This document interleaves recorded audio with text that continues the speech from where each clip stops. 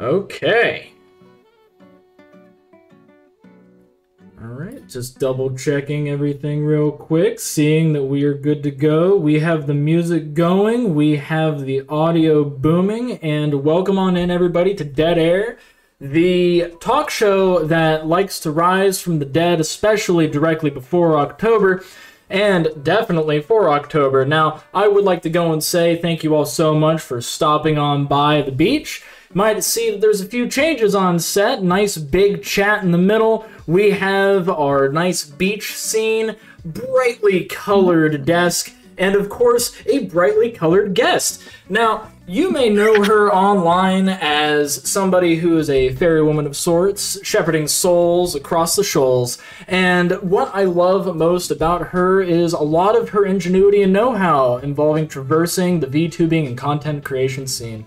Now, she's somebody that doesn't necessarily need any introduction, but I'm gonna fucking do it anyway, as I want you all to give a warm welcome to Moody Charon. Moody, please introduce yourself. Hey everyone, thank you for the warm welcome. My name is Moody, I am the fairy woman of the underworld, and I like all things spooky. I am into yapping away all the time. I like having discussions about philosophy and ethics and all that kind of good stuff. And I like a bit of silly fun. That's me. That's me in a nutshell. That's you in a nutshell? Well, I feel as if there's a lot more to you than meets the eye. I know that there's a lot that you've brought up in the past. You've actually had a model before your current one. I know that you debuted recently. It's been, what was it, 2-3 months since your debut? Yeah, 2 months actually. 2 months today, actually. 2 months today, okay. Yeah. That's exciting, that's exciting. So, like, what growth have you made, like, since then? Like, in terms of learning new tactics and just traversing this rise, this phoenix rebirth, as it were, since you did have a model beforehand. Yes, I have learned an insane amount. I guess before I started all this, like, I thought I had a good idea of how it was all gonna go, but definitely being on this journey over the last like 2 months, technically like 2.5 to 3 months, because I started posting on Twitter a bit sooner, has taught me so much about rapid growth. Specifically more like trying to deal with and how to handle rapid growth, and also momentum, like how to like harness momentum, use your momentum, and like keep going with that momentum. It's probably like some of the biggest things I've learned from this whole experience, because it's been a lot. It's been a journey. So, like, have you felt that it's been difficult to be able to traverse that? Like, in terms of, like, having that kind of momentum, like, push? Is any particular difficulties, or is there any advice that you could provide involved in that? So I would say yes and no. So my background is in many things, one of which being marketing. So I had a good idea coming into this and doing this whole kind of like rebranding, debuting my first like original character, of how I kind of wanted that all to go and how I wanted it all to look. And something that was like really big for me coming into this experience was making a brand that was recognizable. I thought was quite a big thing.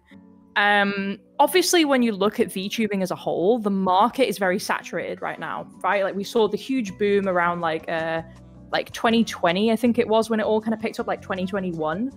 And ever since then, there's more and more models like coming into the market, more and more creators and all that. And for me, I really wanted to do something that stood out and represented me along that journey. And I took a lot of time and effort kind of sitting there and making everything feel whole is like maybe the best way of putting it. I wanted my model to feel in sync with the background, to feel in sync with the community, to feel in sync with the content that I was making, and to feel like it was like truly me.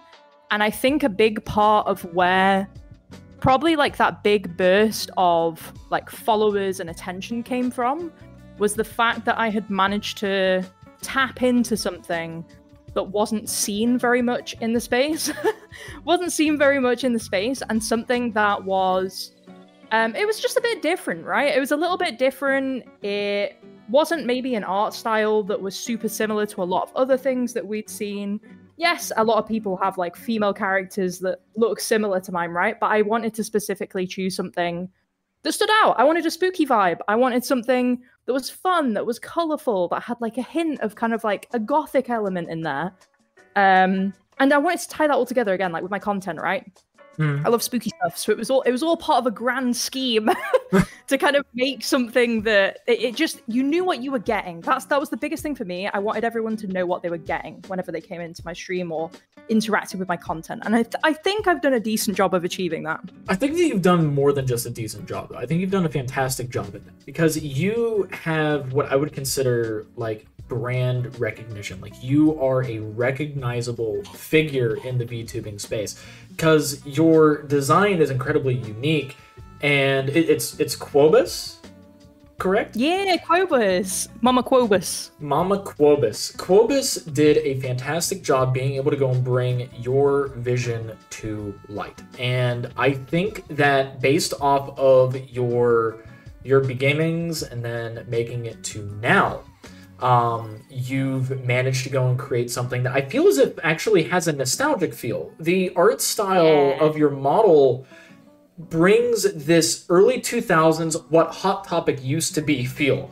And it's like, it's you are, if graffiti in, like, just outright, it's a, what was it? It would be modern graffiti-based art. That is what you are. You are like this beautiful rendering of what like these artists do, like these graffiti artists do, like actual art on, like, you know, the sides of buildings and stuff, where like it's these big murals. You are a mural personified, and I feel like that is something that is very unique to yourself. And the fact that you incorporated things that are this is dead air, everybody. This is me like just outright gassing up my guests the whole time. But you've managed to go and incorporate a lot of different elements that personify who you are. These are things that are exactly who you want to be, who you want to show. As you said, you are showing everybody what they're going to get. And I think that you've done a great job in advertising that. Thank you so much. Thank you. I try. I mean, this is like one of the big things for me was I wanna. It's difficult, right? Again, it's really difficult breaking through in that space. And something I really wanted to do was, again, create something that people could tap into. And the nostalgia is a really good point, because for me, when I was making this model, I had so many references when I was chatting with Quobus about this. I literally had like, I don't even know how to describe how many pages of like A4 documents with just like mood boards on it I was like sharing with Quobus. But it was really funny because I spent a very long time trying to find an artist that I thought could really, really bring to life what I wanted.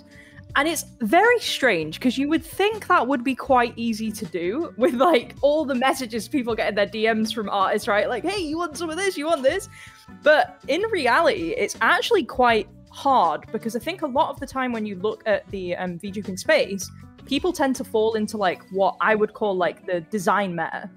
And a lot of the time that will usually go down the route of very cutesy female model with a splash of big booba, big assets. Yeah. It's kind of like the best way of putting it. But it's also incredibly detailed. Like, you'll look at a lot of models out there, they're very beautifully crafted. And they have like all these individual like strands of hair, right, that will like bounce and like move in a very specific way. And they're so detailed and they're so well crafted and they're so beautiful. But for me, I was like, what do I like? What can I do that personifies me, but also looks different? And one of the things that I took a lot of inspiration from was like cartoons, right? Again, it's funny you say 2000s, because a lot of the cartoons that I would look back on around this time are the kind of things that I was like thinking of and referencing when we came up with this, which was the main reason I went with Quobus, because Quobus's model is very cartoon-esque as opposed to anime-esque. Mm-hmm. And I knew that if I went with somebody like Quobus as my artist, because I'm very hands-off, weirdly, I'll give the artist a mood board and then I'll kind of be like, you're the expert, right? Moody board. I'm thinking of, but pick what you want from this and choose what you want for this, and then pull this together into something that you think looks great. So I gave Quobus all these references, and funnily enough, we were both like in our heads thinking like what am I talking about here? Like Kim Possible, right? Like Shigo, kind of like all that sort of thing. Oh yes, the lipstick that you have for your model, very Kim Possible. We didn't even talk about that, but that just like came out and it was like perfect. This is so perfect. I love it when that happens with an artist where you're just like so in sync with them. You don't even have to talk about stuff. It was great. And Quobus just came up with all this really beautiful stuff. And it's so funny because if you were to look at the references now as to what I gave Quobus, what Moody ended up looking like, you can see very minute details from each of like the little pictures on that mood board that I gave Quobus. But Quobus just transformed it into something so different and so unique. And that just makes me very, very happy that I was able to work with an artist that could do that, and I could give them the reins and they could go away and create something like incredible and different. It was a great experience. Great experience. And honestly, like, so it's great that you were able to actually work with Quobus on that. And like, and what I love, Devo brought Kirby. Yeah, no. See, imagine like it'd be hilarious if I was just some kind of drama channel, like if I did like drama for like Dead Air, but like I wouldn't even take it seriously. I'd be like, so Moody, after your debut, how has this affected your relationship with Kirby? It's terrible. I can't believe it. No, I love Kirby's fun. Kirby is a funny addition that came out during the debut out of nowhere, completely unexpected, and it was brilliant. I think it was actually Everett Earthsinger who did that. That was very funny, and it's become a community meme now. But I love that it's a community meme. I really do, because like so Kirby is actually one of my favorite video game characters. Like really? Him and Donkey Kong are actually my two favorite video game characters, because Donkey Kong, I loved playing Donkey Kong Country. Like, yeah, it was one of my favorites. Also, like the noise that like killing any of the crocodiles would make was like, like them making that noise. I love that. It was like it still lingers in my head. It's not trauma. It's a feature. But. Like but with Kirby, my favorite Kirby game, it's my best Kirby experience, was playing Kirby 64, the Dream Shard one. That was my favorite one. That was the Nintendo 64 Kirby game where like it was with Dream Shards and like you fought like corrupted bosses. It was Kingdom Hearts before it was Kingdom Hearts. Oh, okay. And I loved it. Kirby, calling you out, Kingdom Hearts. You stole it from Kirby. You rats. Disgraceful. It's like disgraceful copycats. But anyways, back on the design aspects. Yeah. So with that in mind, like, because you brought up how like yours is a bunch of unique aspects of yourself, and how Quobus was able to work really well with what you have. Like basically what you had provided. Meanwhile, my artist, because I didn't want to fall into like the niche of somebody being like, oh, he's Ainz Algolm, Sans, Papyrus, Papyrus. I didn't want that. Mainly because, one, I never played Undertale at all. And I like Overlord, but I didn't draw any inspiration from that. And I went and I talked with my artist, Retta. And Retta had done my one friend's model. He actually did Secret Subjects model, the first one. And then, of course, like, they changed it over, which is, it's awesome. And it's like my friend Scarlett, whom of which I've maintained a friendship with for, I think, 3 years now, in the space. Oh, nice. I met them through Lubar the Void. See, people can pet you now. It's so cool. Oh, I love it so much. But Oh, everybody's gonna pet you now. You're gonna be bald by the end of this. I told you! This is gonna pat you bald! Love it! No, it's great there's no cooldown to it either. Oh, nice. They could pat you for eternity if they have the points. But, like, you know, all of them, they have truly unique models because Retta is a professional concept artist.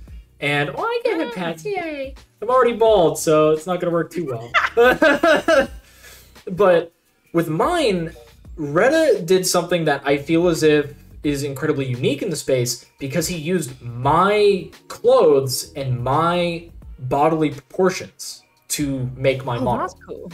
Like, the book that's in my hand is a physical book that I have. It is my campaign setting. Like, the only stuff that I don't actually own off of my model are the bangles and the rings. That's it. I own everything else. That's sick. I love that.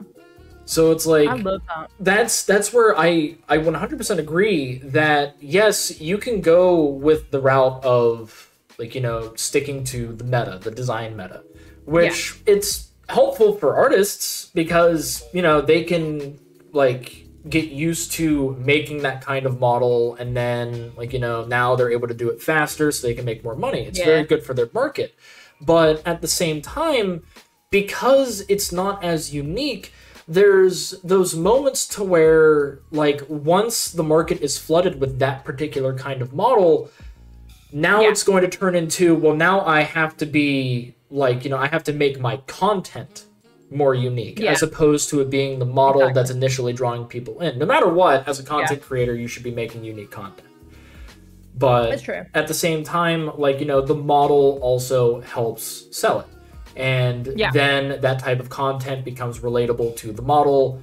And now in so doing, when people see models like yours, they will associate it with insert whatever you decided to market yourself as here. Yeah, yeah. I think it's quite funny as well, because I think I hear a lot of discussions on back and forths on, like, whether you need a big fancy model or whether, again, you need a model that stands out and all that kind of thing.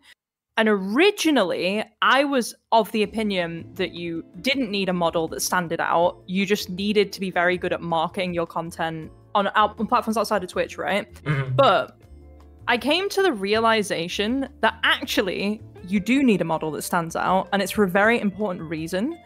The most important reason being that on Twitch, your model acts as part of your thumbnail. And what I knew before I switched to this model and before I did the debut and everything like that, I was going through a phase of testing the kind of content that I make now on Twitch. And I could see my numbers were growing. They were growing, but they were growing very slowly. And what I noticed when I swapped to this model is that my unique viewer traffic would go up massively, because what was happening is people would see my model on the screen and they would go, oh, that looks different. And because of that, they're more likely to click the thumbnail than they are for a model that looks more to do with the meta, right? Because it just looks different, right? They just go, oh, I'll give this a chance. I'll give this a go. And it's more important than you think it is. It's probably the best way that I could put that as. The thing is, it's like, that is a good way of putting it still. Like, because when you think about it, you go and you treat it like how there's different brands. For myself, I work for a company that very much, like, we do a lot of different products. Like, we print a lot of different products for a lot of different companies. A lot of them are recognizable. For sake of example, I'm unsure whether or not you get these ads for it. I doubt that you do, but if you do, awesome. But it's for the Thursday Night Football from Amazon. We did a massive order for Amazon for those cups. And with that, like, it's something to where, like, I've done stuff for Air Force One, the actual Air Force One, like, for the president. Done stuff for the Supreme Court, done stuff for different colleges. Like, every college in the United States, I've made something for them. And like, with that, I see a lot of different things of brand recognition that go across it. And the ones that stand out the most, like, because you'll notice with all the colleges, they all use the same design meta. Yeah. Each one uses the same design meta, which is basically find clip art of your college and put it on a cup. Yeah, because that's what they did. That's what all of it is. But then you go and you look at, like, you know, certain businesses, like ones that are in tourist locations. You notice that a lot of theirs have a kind of 1980s cartoon vibe because a lot of their logo mascots are that. They are, like, you know, in that kind of 1980s cartoon vibe. They will look like Foghorn Leghorn. They will look like Elmer Fudd. You will see these things, like, you know, as part of it. And this is where, like, we make it into, like, you know, just the content creation side, where eventually everybody is going to have, like, you know, certain models that are standing out based off of, like, what type of content they're making. NSFW models being an example, because with NSFW models, like, they have the full body that is set. And because of that, that's because, like, they make stuff on Fansly or OnlyFans or Pornhub. Like, they make it wherever. And with that, they're going to go to certain artists that they know will do that. But there's not that many. So because of that, you're going to get a lot of models that will look the same. There's not that much variety. But then you look at TTRPG models. You will see a lot of the same kinds of models. You will see tieflings. You will see goblins. You will see elves. You will see, like, you know, the typical fantasy tropes. But very rarely do you see orcs. But I'm seeing more. I'm seeing more orcs pop up, which is very nice. Nice. The orc stocks are up. But I like it. I like it. But it's like goblins were dominating for a long time. Oh my god, yes. I remember the short stack wave of goblins. The short stack wave was there, and it's like, and there's, like, you know, there's some that like outright just overwhelm. That there are some that are, like, overwhelming in the market. Like, of course, for VTubing, the first thing that people will usually come to mind is cat girls. They will like see cat girls right out the gate, but there is no, like, content category that cat girls fall in. They're in that weird, like, Pandora's box moment to where it's like you can release them and they will, like, be anything you want it to be. They will be the man-made horrors beyond your comprehension. But there's also them being trapped in the box where you don't know what exactly they're going to make. So cat girls are Pandora's box. Just keep that in mind. Write that down. But make notes. But it's like, then there's models like ours. I've noticed that, like, with skeletons, we do a lot of random stuff. We don't have a particular niche. Now there's ones like Little Nikto and Marrow Mage that are musicians, but then there's Kenzetsu, whom of which is a horror streamer mainly for Dead by Daylight. Myself, I do TTRPGs and a talk show. So we don't have a niche. I've noticed that, like, a lot of them are just very supportive of each other. The moment that we see a skeleton, we just attack. Like we hop on them, and it's like, you get the pile. You guys are such a great little community. It's so funny. Whenever I see, like, Skeletubers, like, getting together, I love it so much. I love it. You're all so friendly with each other. It's lovely. It's lovely to see. We're very supportive of each other, and, like, I think that also ties into us being skeletons, because, I mean, the skeletal structure is the support structure of the body. Just saying, we give that shit shape. But it's like, I'm just a brain piloting the bone mech. It's okay. Hell yeah. But with you, I feel as if you are in one of the more unique positions, but I feel like you fall into the Reaper/Death category of VTuber. And with that, have you, like, do you see any similarities between those types of content creators and the type of content that you make? Yeah, I think one of the similarities, probably the most obvious one that I tend to see, is a lot of people that tend to fall within the Reaper category tend to do a lot more of like horror-themed content. It kind of goes with, right, Reaper, horror. It kind of fits nicely together, which I think it's a good mix. It's a good mix, very obvious mix, and it's a mix that works for them quite well. I also, funnily enough, find a lot of the time, a lot of people that tend to sit in the Reaper category tend to be introverts, which I actually kind of love. I find they're usually quite like shy, but once they open up, they're like brilliant. They're lovely people, but they're always a bit of like a tough nut to crack from what I've experienced. It's nice though, because they come out of their shell, and I enjoy that. And it's good getting to know people that sit within that category. But it's definitely a category that sits within probably horror a lot of the time. I'd say you find a lot of people playing a lot of horror games that are Reapers for sure. Yeah, I do think it's funny that you bring up the introvert part, because like when we first started messaging each other, here's some fun like lore here, because this was before your debut. Yes. So you had apparently like been like seeing my stuff for a while now, and like you wanted to reach out, but like you just didn't have like an opportunity to, like there was just never like something that connected yet for it to be like, oh, I can reach out now. I reached out first after you said, it's like, I've been hunting you. Like that's basically like what you told me. Don't think I'm hunting you. So like I reached out first, and I think it's great because that's something that I feel in content creation. That ads are coming up. I got that set up, by the way, like the whole entire like the ad warning thing. Nice. But and 30-second ads, because I don't like people dealing with like a ton of ads. Which, by the way, get Twitch Turbo, because if you get Twitch Turbo, you don't have to worry about subscribing to individual streamers, and they still get the ad revenue. Yeah. So that is something to keep in mind for all of y'all out there. It's technically more affordable if you watch a lot of different streamers. But with that, like we started talking, and it turned into us like meshing really well as friends. Yeah. And I think like when it comes towards reaching out to somebody, like either bigger streamer or smaller streamer, just don't be afraid to do it.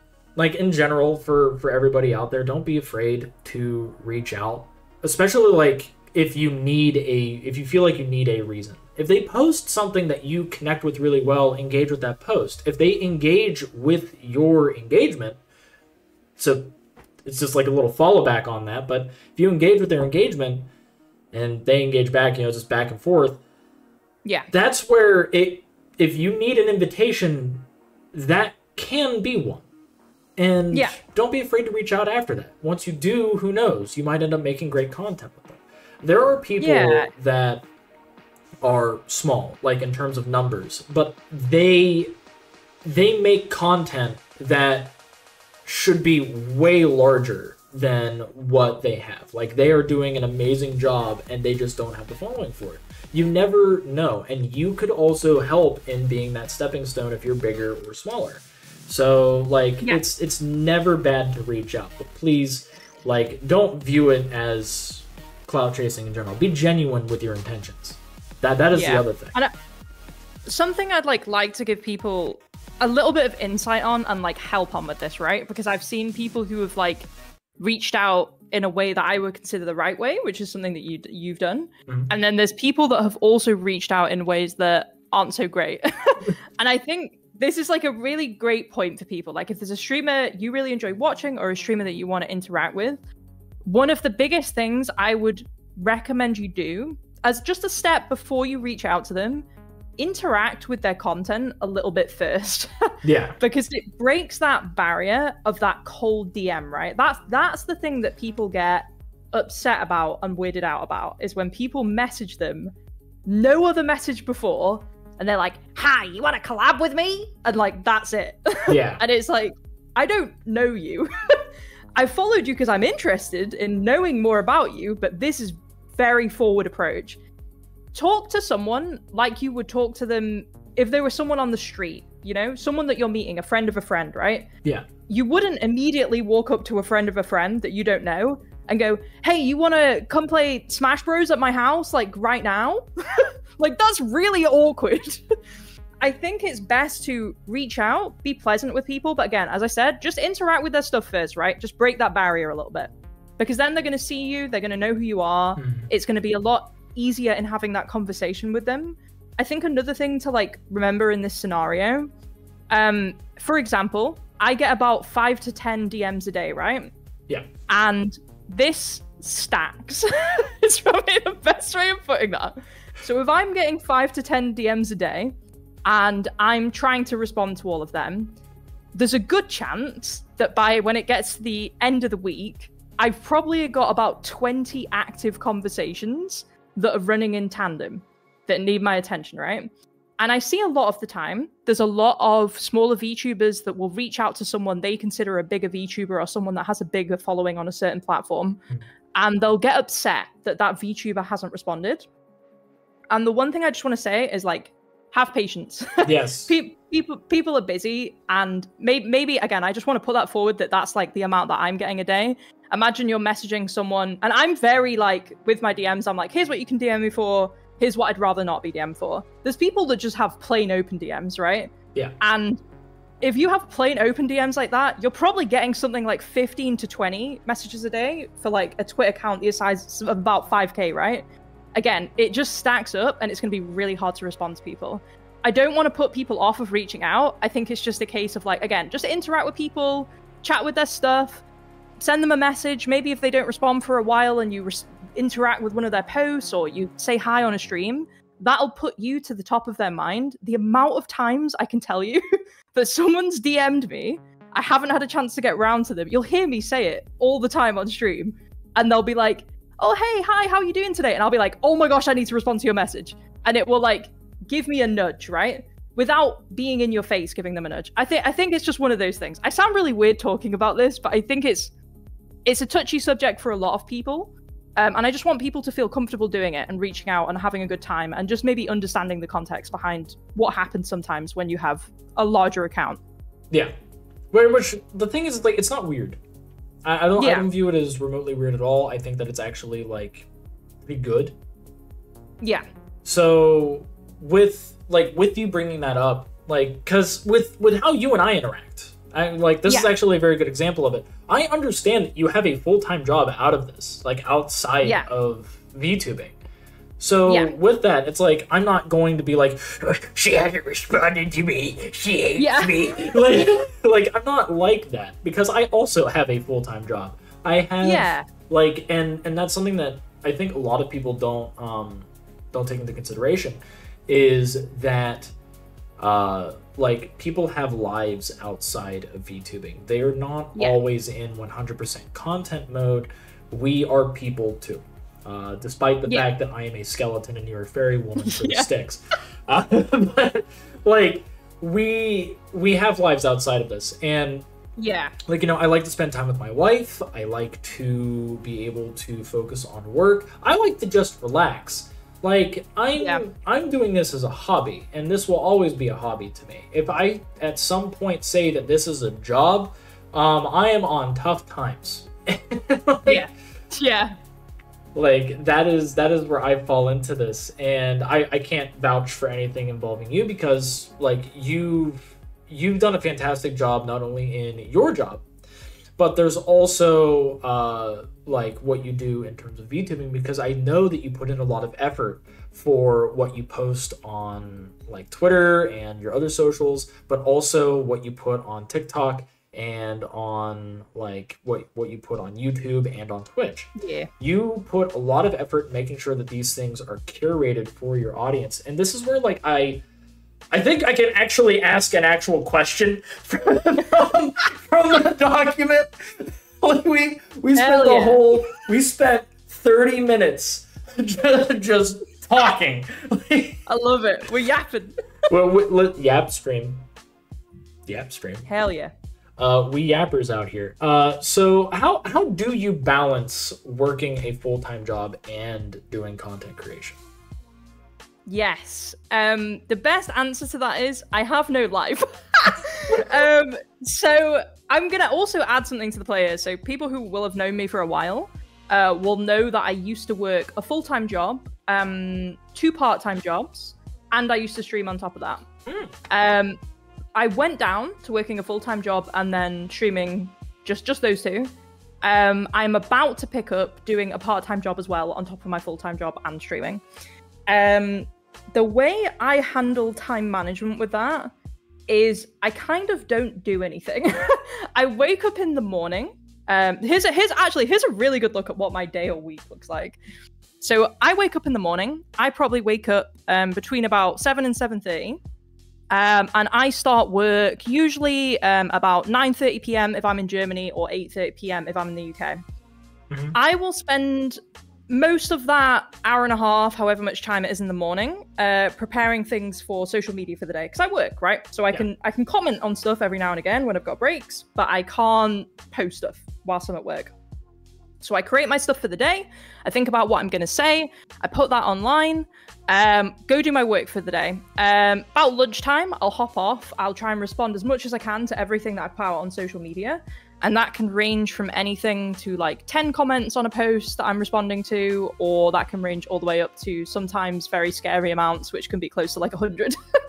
And I'll go through all of that and I'll try and respond to all of that. Then, usually when it gets to the end of the day, I start just thinking about topics I want to talk about tomorrow. Maybe I'll make a list, something like that. A lot of the time, what I'm doing in my free time is I am trying to plan out what I'm going to be doing on my next stream. So I do a lot of just chatting content, and I do a lot of content that involves presentations, because that's something that I do at work. So a lot of the things I will do throughout the week are prepping for these situations. So for me, on a Monday, I'm streaming already. So I've already done all my stream prep for that, probably over the weekend. I have about half a day on the weekend to have fun. Sounds so bad. Oh, that sounds awful. It's not good. I have half a day on the weekend to have fun. Tuesday nights I play D&D, so I get a bit of time there. And then Thursdays, I'll try and take an evening off to do something with KO, who's my head mod and partner. So I'll spend a bit of time with KO. But the rest of my week is locked in. It's locked in on either streaming or prepping stuff for streams and things like that. And it's very intense. I do not recommend doing this to anybody.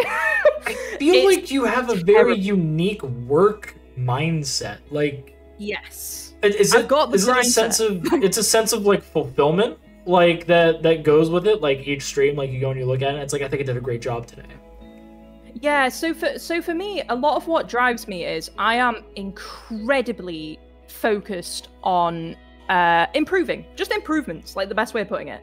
Whether it's improving something to do with my actual day job, whether it's improving something to do with my house, or it's improving something to do with streaming, anything like that, I am very motivationally focused around that.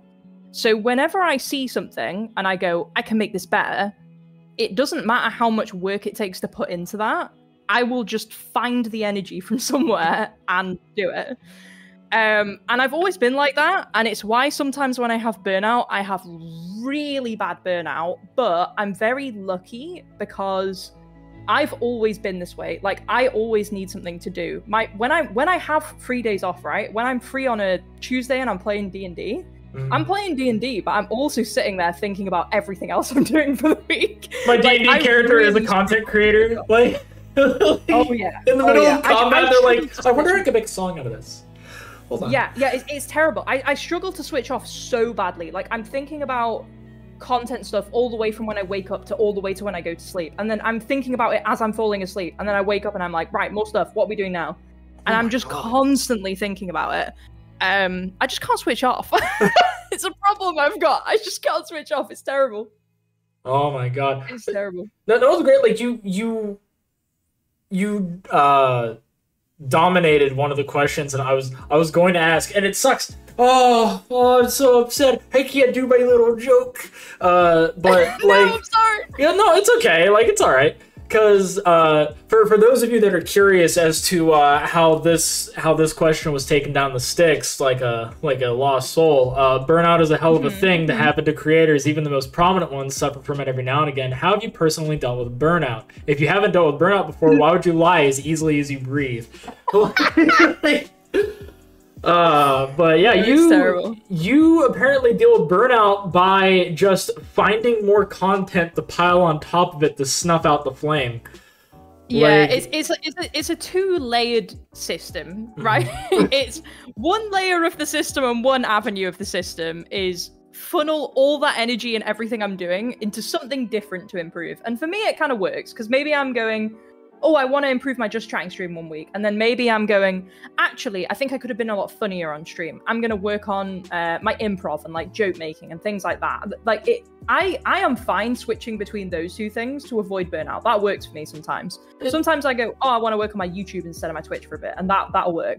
So the Uncle Iroh way of like just redirect the energy. You're redirecting lightning. Yes. Like that's what you're doing. Yeah, most of the time I will redirect. The other thing that I do is I drink wine. And that helps me because my brain goes at 1,000,000 miles an hour. It's so fast that when I actually sit down and I enjoy a glass of wine, it helps me to slow down a little bit. And again, don't recommend drinking 21. Don't do it. I am in a very unique position. I have had certain organs removed, which allow me to process alcohol differently, which is why I am okay doing this. Here's the wine in question. Yes. Barefoot Pink Moscato, California, Beautiful. Deliciously sweet. Highly recommend Moscato. It's beautiful wine. See, very lovely. I wouldn't mind trying that. I wouldn't mind trying that. Yeah, this one's, you know what? I haven't tried a lot of pinks before. That one's good. This one's very good. This one's very sweet. Very sweet. We're not trying to get you guys to drink alcohol. We're just saying that like this is what Moody does to unwind. Yeah, again, drink responsibly, right? Don't be silly with it. But this is what I will do. It helps me slow down. It helps me relax. And it just helps me switch off. It's like one of the main things. Yeah.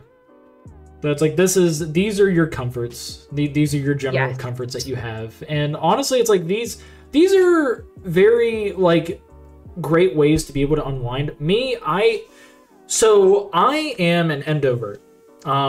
Yes. I am extroverted and introverted. Because it's really just I don't want to have to reach out to people. But if I see that there are people around, I will want to converse because my social battery is almost always full.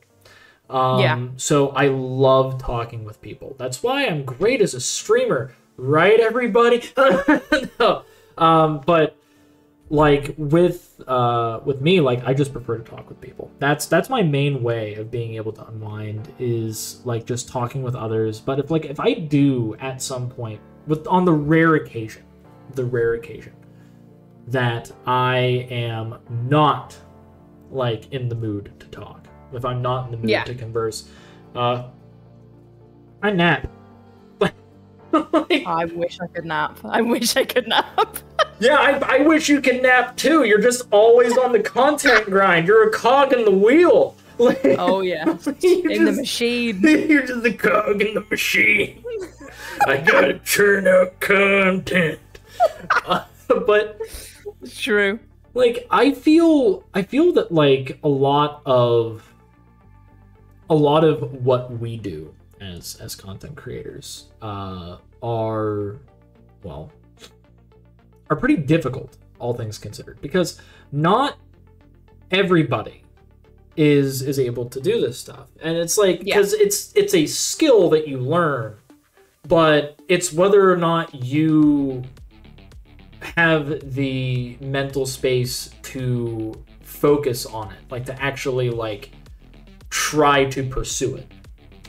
Because a lot of people give up because of like how difficult it is, or off of whether or not they feel as if they're reaching the right audience. Some of them, just from them putting their heart and soul into something, and it doesn't receive the reception that they want, they give up just from that. And it's like they could have made something truly remarkable, and they don't continue pushing after that because it might not have been the thing that they made. It might have been how they presented it, or it might have been like it might just been that it just wasn't the right place at the right time. There are music artists that blew up years after the fact. Yeah. Because they put out a song basically too early. Yeah. Yeah, for sure. It's a lot of it is as well. I like something I see a lot in the content space is people will try something and they'll try it for like 1 or 2 months, and then you'll see them graduating. And that might be due to like a personal reason. Sometimes they just go, oh, it's not for me, it's not working out, kind of anything like that, right? Yeah. The one thing that I always want to recommend people do, I'm huge on analytics, right? I love looking at numbers. Whenever I see someone say, don't look at the view count, I cringe because I love looking at it, but it's because I have a healthy relationship with numbers, right? A lot of people don't. Yeah. For a lot of people, looking at that view count and seeing that go down will demotivate them. For me, I look at the view count, I see the view count go down, I go, pick it up. We got to be more entertaining. Let's go. Let's go. Let's get this going. And for me, that works. And something that I see a lot of the time, again, as I said, that when people kind of drop out after a fast amount of time, a lot of the time is because they've not given themselves a long enough amount of time to gather that data and to see how they're actually performing, right? As you said, right time, right place. Yeah. Sometimes you might debut on a day that a huge debut is happening. Maybe Shy Lily's doing a new outfit debut, right? And you happen to be debuting on that same day. So your debut might end up falling a bit flat because of that, because Shy Lily's getting all the attention for their thing. It doesn't mean that you should stop. It means that you should keep going over a period of time and look at that data and understand what's going right and what's going wrong. And then from there, you need to decide, is this right for me? Can I take the steps that I want to take to grow a community or, you know, to push my content even further? Like things like that. I think it's all a learning process, and it's something that you have to be very, very comfortable with, which a lot of people are not, and I don't blame them. This is like a very hats-on mindset to have to be able to look at data like that and understand it, right? It's quite intense. Because I 100% agree. That's also why, like, I gave myself a lot of time for my debut. Like, summer 2025. I have a lot of time to get all of the assets that I need. I have a whiteboard that's in my office that, like, whenever I'm at my computer, I have it in direct view for all of my goals. Like, I have all of them listed out. Like, have 30 subs, like, it's just something to go and hit, like, have 30 subs, debut summer 2025, try for more collabs, do more community events, work on my Ascension art so that I can have more art for my campaign setting for my book. Redecorate my office, which I bought like some tiki masks and stuff to be able to hang up on the walls. Very nice. For my own mental health, 2 games a week, so then I'm not stretching myself thin. Get emotes, overlays, do my model reveal, make debut slides, and get like a lot more artwork of my model. Let's see, 6 animated emotes and 11 normal ones. And then, of course, like go and get the art that I have for my like ending screen, because basically it's just me sitting on the beach and there's like a surfboard and like I'm staring at the sunset. Get Love that animated, because it is set to be animated. I just have to go and get an animator to animate it for me. Nice. But it's like, it's just, you know, I have all of that listed out for myself, because if you set up a roadmap of what you want, I think that it's easier for people to be able to contextualize what they want to do as a content creator. This is more than just VTubing. This is also like for content creation in general. Set a roadmap if you want to be able to do what you need to do. Like, you can set it up as a timeline, you can just set it up as like a list of goals that you can just check off. Just whatever you need to do to keep you motivated, to keep you going. Yeah, for sure. And set achievable goals, I think, is the other thing. I think a lot of the time people get a bit too tied up. Like, an amazing example, actually, of an instance where this happened recently. There is a VTuber, I think their name is Moo Clover. Let me double check that. Oh yes, yes, I know. Like she's the little cow. Yeah, she's brilliant, absolutely brilliant VTuber, right? Yeah. This VTuber did a really great job of setting goals that were achievable and setting a roadmap that was smart and clever and planned out over time, right? So for context for anyone who doesn't know who Moo Clover is, Moo Clover started out creating content for TikTok. They did a brilliant job. They built up a massive audience on TikTok before they started streaming. And then they came over to Twitter and to Twitch. And then from there, their Twitch following started to raise really quickly.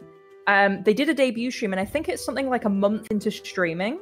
they have already hit like partner numbers. I don't know if they've hit partner specifically, but they've hit like partner numbers, right? They've got like 90 concurrents and things like that. They're doing amazingly. And they didn't even have affiliate yet. That was the other thing. Yeah, they did so well. And what they did from a marketing perspective, which is really, really clever, is they built up their audience on platforms that have mass reach and awareness, right? Yeah. So when you build up an audience on a platform like YouTube or like TikTok, these platforms, especially in a short style format, really want to promote this content. So they'll put it out there, they'll give you a bigger boost than you'll get on a different platform. That's why a lot of the time you'll notice when you put a TikTok video out, if it's one of the first few on your account and your account's been doing okay, usually averages about 500 views, no matter how good or how bad the content is, right? Okay. So you'll put it out, it'll give you a good boost off of that. And what Clover did, which was really clever, is grew up that audience and then went down to the second level of the marketing funnel, right? So a marketing funnel has 3 layers. We're getting in depth here. So let's go. Everybody get your notepads ready. Get your number 2 pencils. We are getting in this shit. So this is like basically the ultimate formula for growth, right? Marketing funnel has 3 layers. You've got awareness, which is at the top. That's the widest angle of the triangle, upside down triangle. Then you've got consideration, which is the middle. And then you've got conversion, which is the bottom, right? And what Clover's done that is really clever is they came in and they focused on awareness first. So they got a load of awareness on these other platforms. Then they came over to Twitter, which is in the conversion level. And they went, oh, come over to Twitter. I'm on Twitter right now, and I'm going to start posting all this stuff about this debut that I've got coming up. Then they moved to Twitch, which also sits in that middle layer, right? And you're probably sitting there and you're probably thinking, wait, but the end game should be that Twitch is at the bottom, right? You're probably thinking, that's the end goal. No, it's not. And the reason it's not is because Twitter and Twitch are platforms where your content only exists for a limited amount of time. So when you're on Twitch, your content only exists when you're live. And when you're on Twitter, your content's probably got about a 24-hour lifespan, if not less than that. The average tweet has about a 2-hour lifespan, right, on Twitter. So these are your middle platforms, and these are the platforms that you should be using to convert people down to that bottom layer, which ultimately should be Discord. So Discord is a great place for you to be in contact with people, actually have conversations with people without having all that flood and all that noise of all the other platforms. It can happen at any time. Like me and Devo, for example, will chat in the Discord on a pretty daily basis. And what's brilliant about Discord is that your content has a way longer lifespan on Discord, right?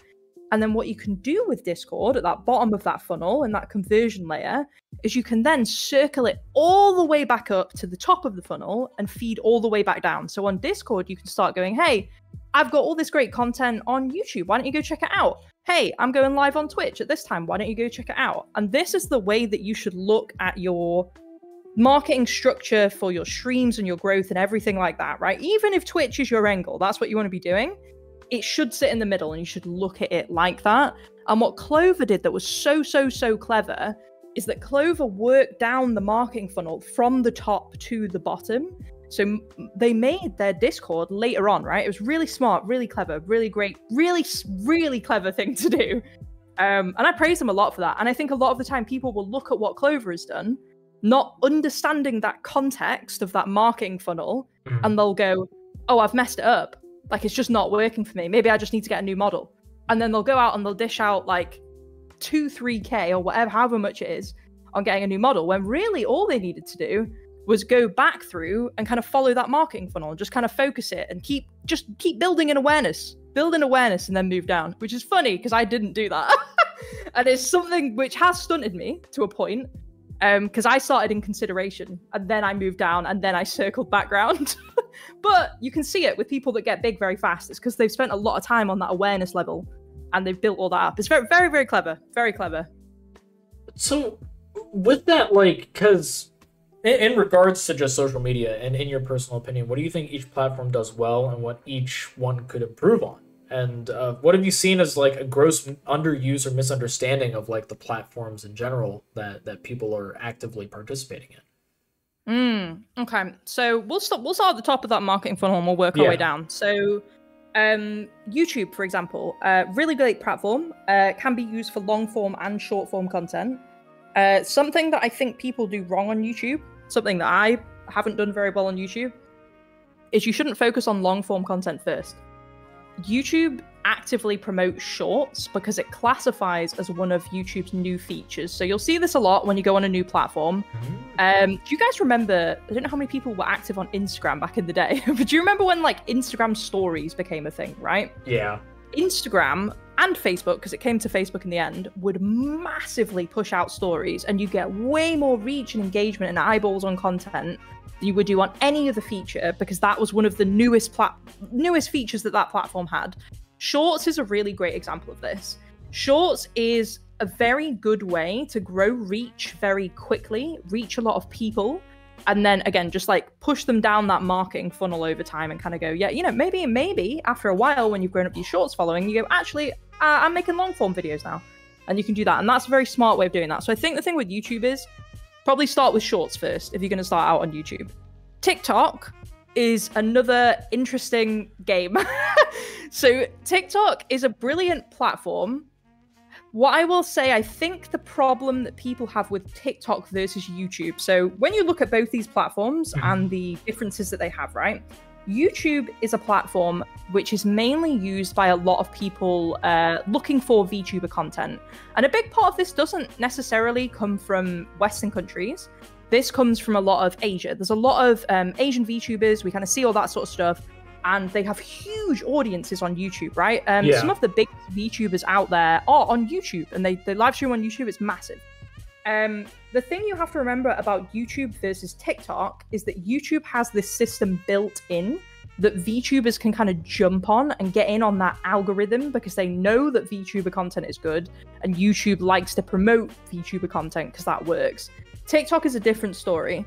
I don't think you're necessarily going to get very far on TikTok unless you're creating content that doesn't look like VTuber content. This is my theory with TikTok. I think the reason Clover did so well is because Clover doesn't have a typical VTuber model.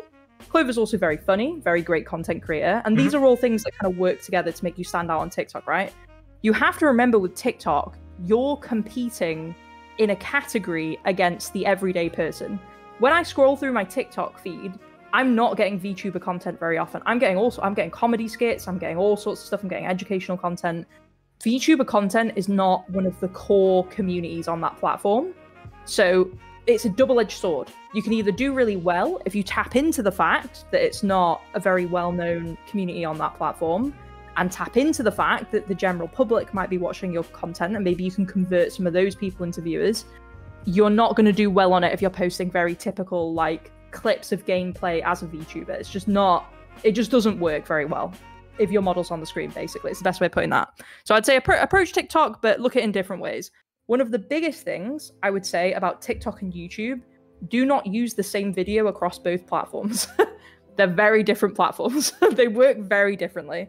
So TikTok has a lot of built-in features such as text recognition and things like that, that they will use when they see certain words in your captions, for example, to promote you as part of their algorithm.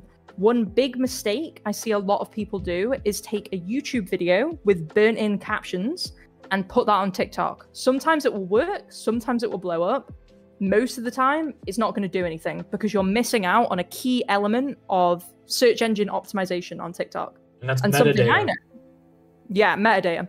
This is one of the big things that I know from work is that social media over the past like 5 years has become the main search engine for, I think it's like something like 80% of the like population basically.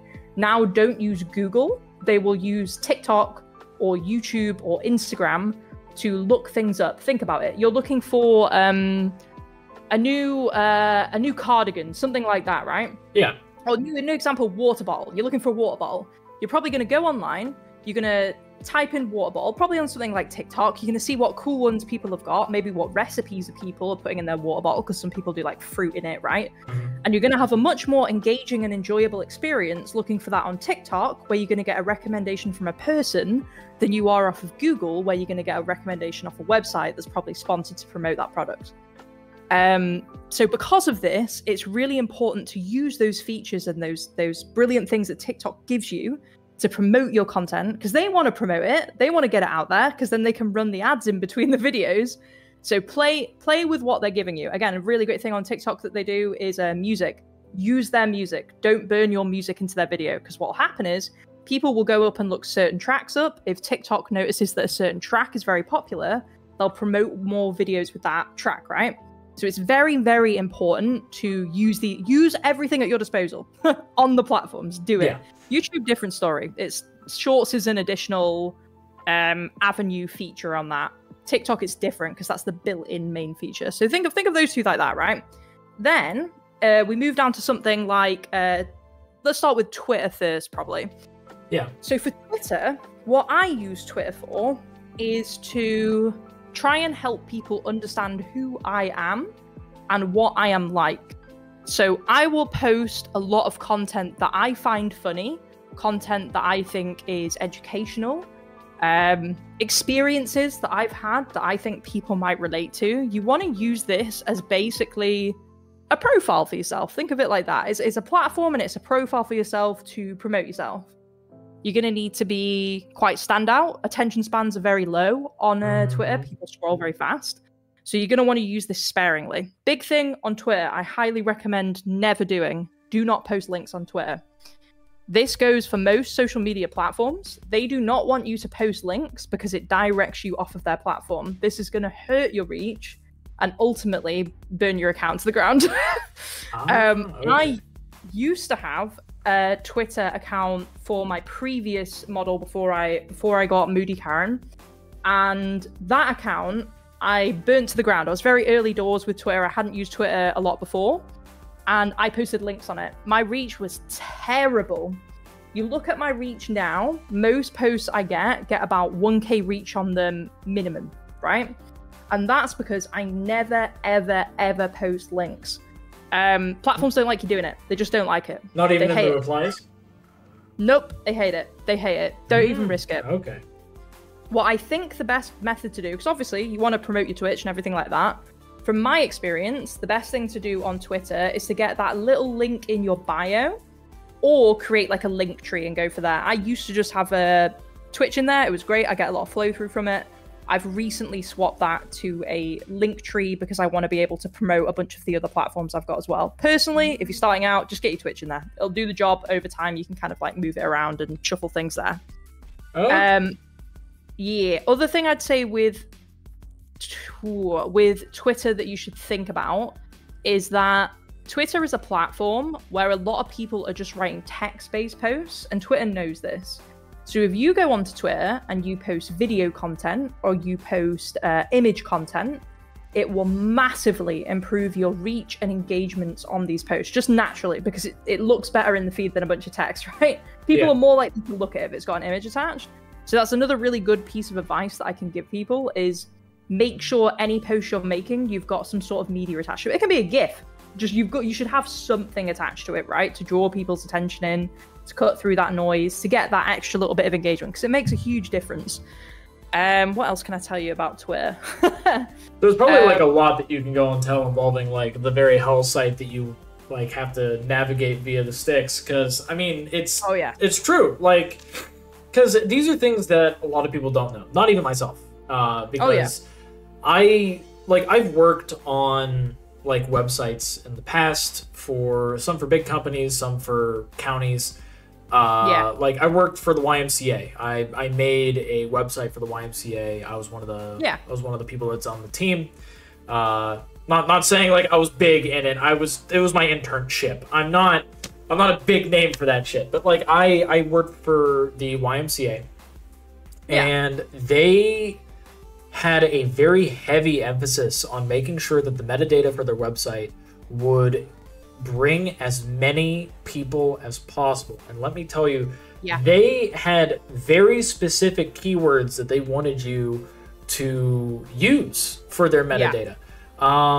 Now, oddly enough, search engines are no longer relying much on metadata itself, and now they're relying on you making sure that on certain pages of the site, you are using those keywords instead, because metadata has essentially died in W3. So that's where that's where like a lot of like what you have brought up, like, you know, mainly just using keyword choices matters the most. It matters a lot for like reach and discoverability. But yeah, that's, and it can work in reverse as well. Yeah, it's like it does work in reverse. Yeah, using certain keywords will hurt your reach. I used to work a long time ago on Facebook. I used to make videos on Facebook. And one of the things that we noticed on Facebook was that you couldn't use the word rescue in your posts anymore, because what Facebook had started doing was cutting the reach on all posts that had rescue in them, because the content a lot of the time used to be a bit more like risky, right? It might be like an animal rescue. It doesn't mean there was anything bad in it. It just meant the chances of there being something distressing in it was a lot higher. Yeah. And they don't want their ads on that. So they cut the reach on it. Same thing happens on Twitter. You use the word stream or Twitch in one of your tweets, you're cutting your reach, because they look at it and they go, hold up, that's directing to a different website. And they cut the reach on it. There's a lot of stuff. A lot of it's common sense, but there's more than you think going on with stuff like that. Which, let's see here, because we do have like a ton of questions in general that are like put in here. Also, I love the fact that like the guest headpad has been working so well. Like you've been, you are being rubbed bald, and it's great. She's not a genie. She's not granting wishes here. But she is granting advice, and I am very thankful for that. So let's see. Like, in terms of stuff that you've shown, you've actually made a few videos that regard this type of content. Oh my god, thank you for the headpads. Appreciate that. You've actually made content on your own socials involving a lot of this. So I'm going to go and show that on stream now. Oh, thank you. As soon as it will show. There we go. Let me go and pause the music. And we're going to go and like get this playing real quick. Because we've touched on a lot, and I feel like there's a lot more that we're able to go and touch on with this. AoE 8. So let's see here. Hey streamers, want to level up your social media game? I've been working in social media for 10 years, directly with platforms like TikTok and Instagram. Here are my top 4 tips. First up, engage with your audience by replying to comments and mentions. Showing some love to your followers can really boost your engagement, and not to mention, they're taking the time out of their day to interact with you, so you should do the same. Next, hashtags and keywords are your best friends. Do a little research and use relevant hashtags to get your post discovered by new people who are into your content. 2 hashtags is best for Twitter, and I go for around 5 on TikTok. Third, post regularly. Keep a consistent schedule, whether it's daily, weekly, or somewhere in between. Regular posts keep your audience hyped and looking forward to your content. If you want to optimize this, aim for about 2 posts and 2 reposts on Twitter daily, and 1 post on TikTok and YouTube Shorts daily. And last but not least, use quality visuals. High quality pics and vids stand out and attract more engagement. Use tools like Canva for graphics, or even post art you've commissioned for things like emotes or panel art. Hey streamers. And of course we have Wondering how VTubers are making videos like this? I'll show you. Open up your VTubing software. Then you'll need to open up your streaming software and create or use a scene with your favorite background. Head down to the bottom right to find your record button. On Slobs, it looks like this, and here's what it looks like on OBS. Then you record your little video and hit the same button to stop. I personally like to take the video from here and use an editing software to crop it into a 1:1 720 by 720 format for Twitter, or a 9:16 1080 by 1920 format for TikTok. But I'm going to show you a little trick to avoid moving this into an editing software altogether. If you head into your settings in your streaming software and head over to video, you can change your base and output resolutions here and make this process even easier and faster. And I think that that's very good advice, like for you to be able to go and provide. Let me get the music back up for all the peeps out there. Like, that's very amazing advice that you were able to go and provide with that. By the way, if you haven't jumped onto Moody's socials, which I highly suggest that you do, I'll actually go and redirect y'all to her. Actually, no, I can go and just grab your link tree. Oh damn! I forgot about that. Yeah. Thank you. I'll have it. I will have it pinned, so then people are able to actually look at everything for you. Thank you. Hey, I gotta support my friends, you know. and you are actually a very good friend of mine, and I'm happy that we were able to actually, like, you know, connect as we have. Yeah, for sure, for sure. That particular bit about the video resolutions is really helpful. Yeah, listen, Yeah, I got sneaky tricks. Moody is here to help, like, and she posts this stuff all the time. So if you ever need any kind of advice, just pay attention to her socials and pay attention to, like, what videos that she posts, because she's out there actually actively trying to go and help people make better content and to actually avoid certain issues that are prevalent in the space. Yeah, for sure, for sure. I am very, very, very lucky that in my line of work that a lot of the places that I work at are directly partnered with these companies like TikTok and YouTube and all that. So I'm very lucky that I get a direct line to a lot of information like this about like algorithm changes and things like that. And I want to try and share that with people because it makes life easier. It makes life easier. Which, when it comes towards, like, you know, your occupation itself, like, what has helped you in your occupation, like, specifically to make content? And do you think that, like, a lot of occupations can provide similar benefits? Oh, so much. So my career history is wild. I started out, I actually originally was trained in film and TV production behind the camera, not in front of the camera. And a lot of this helped me out a lot early doors with knowing how to record audio well and how to set up camera setups well and lighting setups and kind of all this sort of stuff. So I learned a lot about that. I learned a lot of video editing skills during that time, so it was very, very helpful. Then kind of past that, I started moving into social media. So at the time that I was learning film was at the time when social media really started like popping off. And I was like, maybe there's something in this. Like, I can't compete with these people who are going to be like brilliant directors and, you know, brilliant cinematographers and all this. But I was like, maybe there's something I can do in the social media space that'll get me somewhere. So I then moved into social media. I've had a really lucky career since then where I've been able to work at some really incredible social publishers and again, work with these great companies and platforms like TikTok and things like that. But from working at these places, I've learned a lot about growing accounts, about ways people interact with different social media posts. I've learned a lot about attention spans. All of the analytics side came from a lot of my time in social media. I used to work for a big publisher where I was one of their top video editors that they had. I used to earn them about 14 grand a day. Obviously didn't see a penny of it. That's, you know, that's what it's like. I know that feeling. I know that feeling so well. Oh, yes. Let's see, our biggest orders are for movies where I work. And the thing that sucks is, like, we printed stuff for Infinity War, for Endgame. We print stuff for we printed stuff for, like, Disney outright. Like, a lot of, like, the new Disney movies that come out, we print their stuff. And it's like, cool. $10,000, $20,000, $50,000. It's like, what do I get? Here's your normal paycheck. You're fine. Yeah. Oh, thanks, man. It's like, I pointed out that they used a raster file on top of a vector image, so the black on one did not look the same as the black on the other. Oh. And I told you guys to tell them to correct it, and they corrected it, and I don't get any fucking credit for it? No, good job?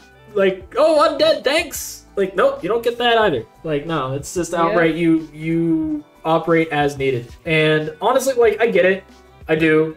Like, you know, we are the lowly peons that are present, but, like, I saved that Amazon deal single-handedly because we ran out of this is where I get to move into some science. I think you'll actually like this because this is about like adhesion processing and glass.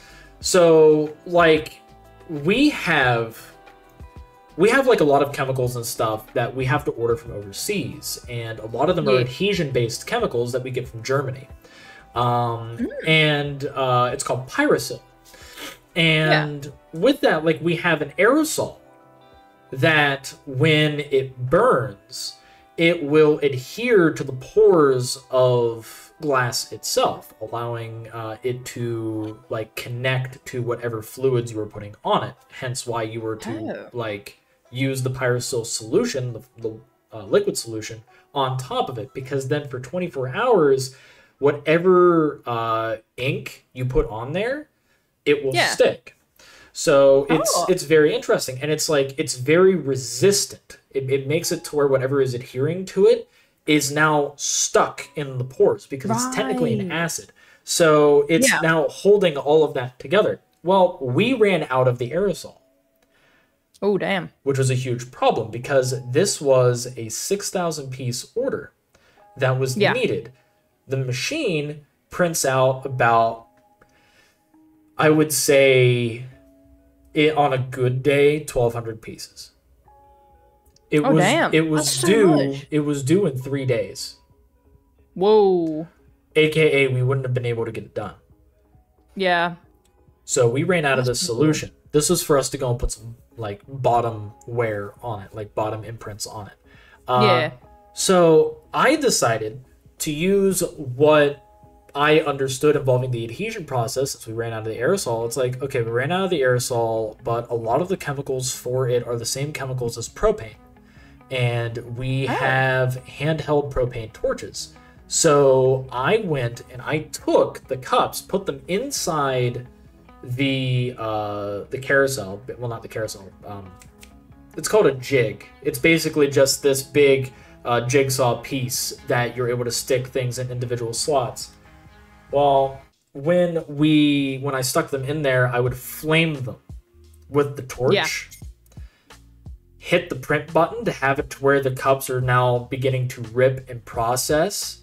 And as that is starting to happen for the imprint to be able to go through on 24 pieces at a time, I would just immediately take the pyrosil solution, wipe across all the cups, and then hit the print button immediately so it goes in. It stuck. Oh, damn. It stuck and it worked. And I'm happy that I understood the process, outright for it, because it requires the pores to be hot enough to accept the adhesion. But the reason why the propane torch isn't as effective as the pyrosil gas, the aerosol, is because the aerosol is meant to linger. It is chemically designed to linger on whatever surface it flames. Propane is not designed for that. So that's why I had to do mine as an immediate thing, like where I flame it, immediately wipe, and then send it in. Because it had exactly, like, if I remember correctly, when I did the math on it, and I had to go and inform the plant manager involving it, it takes exactly 4 minutes for it to no longer work, for it to no longer have that adhesion. It takes 3 minutes to print those cups. No. So I had a limited time frame. Damn. And it's like, I just love the science of it. Like, because, glass has pores, and with that, there's different adhesion processes. There's sublimation, which uses water as an adhesive. And a lot of things that you'll see at, your local shops and stuff, that is through the sublimation process. Where, a lot of people don't, view it this way. But if you want to say that somebody is eating glue, you can say that to somebody that's drinking water. You can, because water is an adhesive.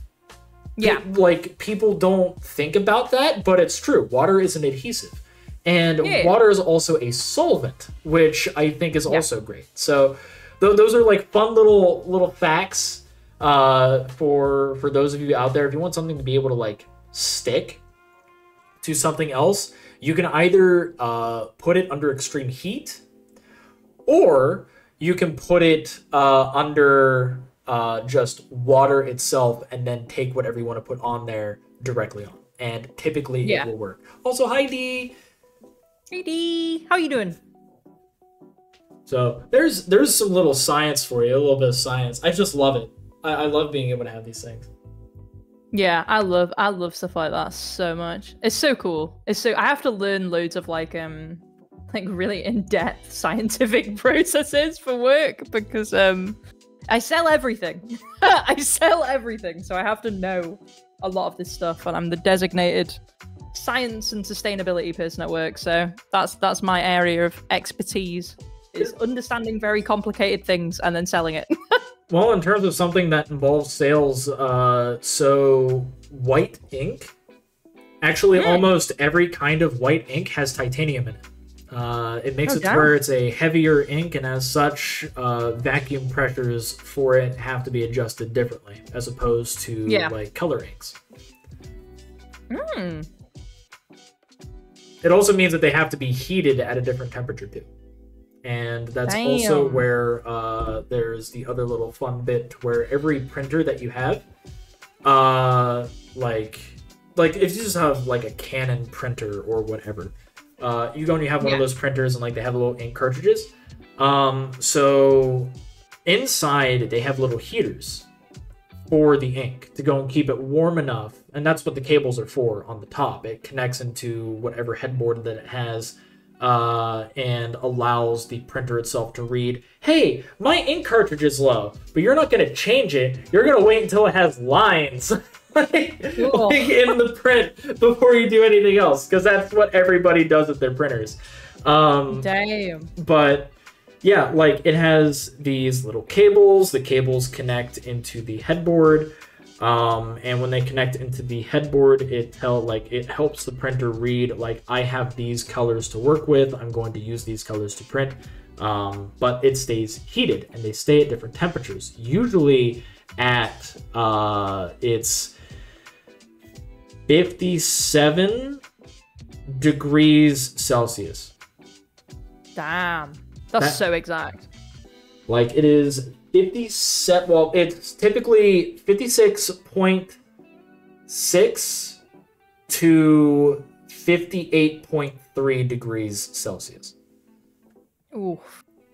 That is the range. That is the glory range for print heads, for ink itself. As a matter of fact, if you were to have somebody's like a tattoo that they have, like if they just recently got a tattoo, if you subject it to that level of temperature over the span of, I would say, if you were to have it over an hour of just ambient heat from that, it would actually cause it to cure faster on their skin, because their skin has already undergone the adhesion process.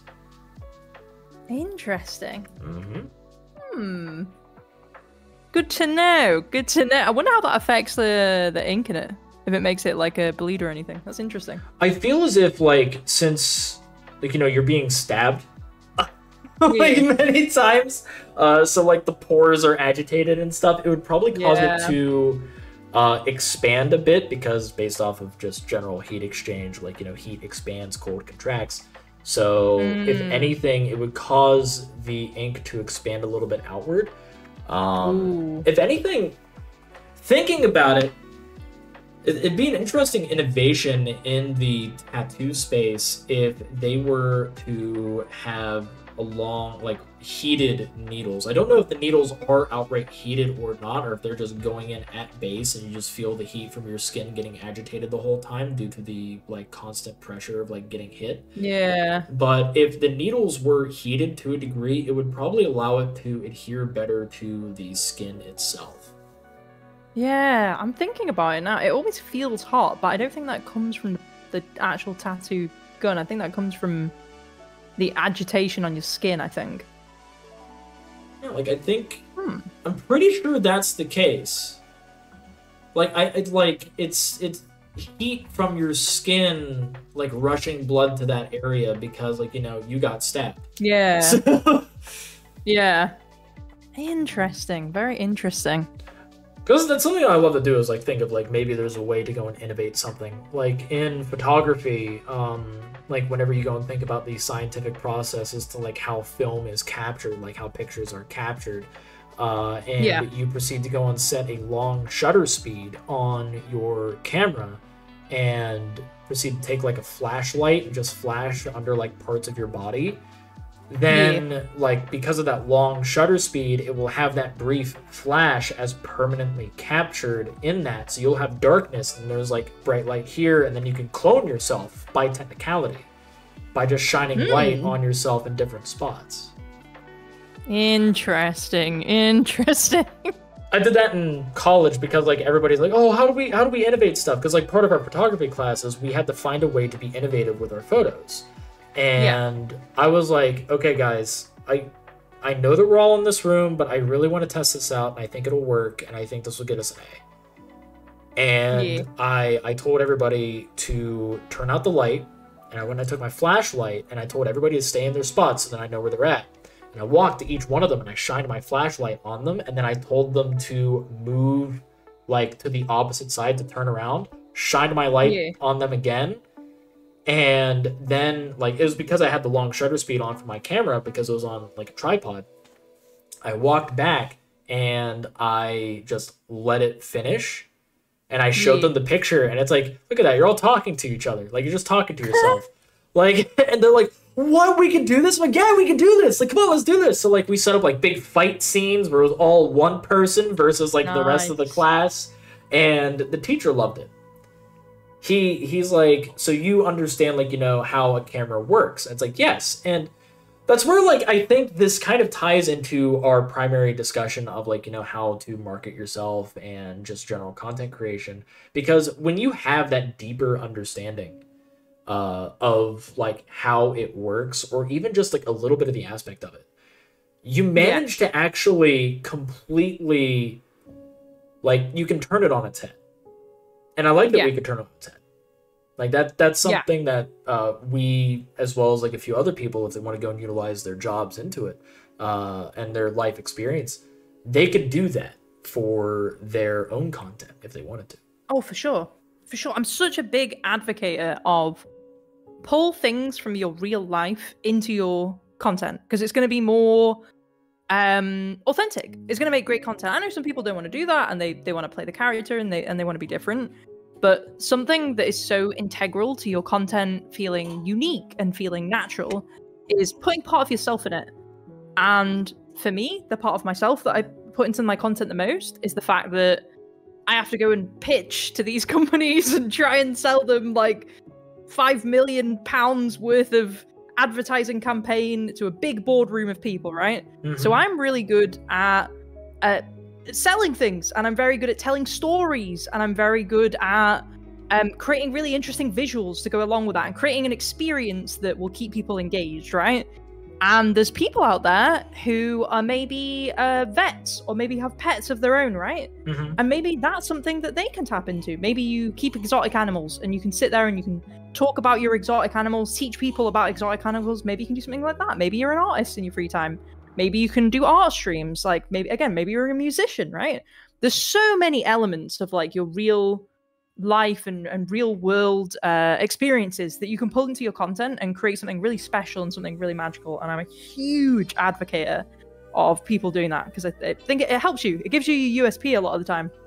Oh, yeah. Like, because with me, like, I use a lot of my real life aspects, like, into content creation in general, like, because I am a writer, and because of that, I focus a lot on writing for the stuff I do. I've been doing D&D for 20 years, like, over 20 years. Yeah. So, like, you know, I'm able to go and utilize storytelling aspects. That's why I also stream TTRPGs.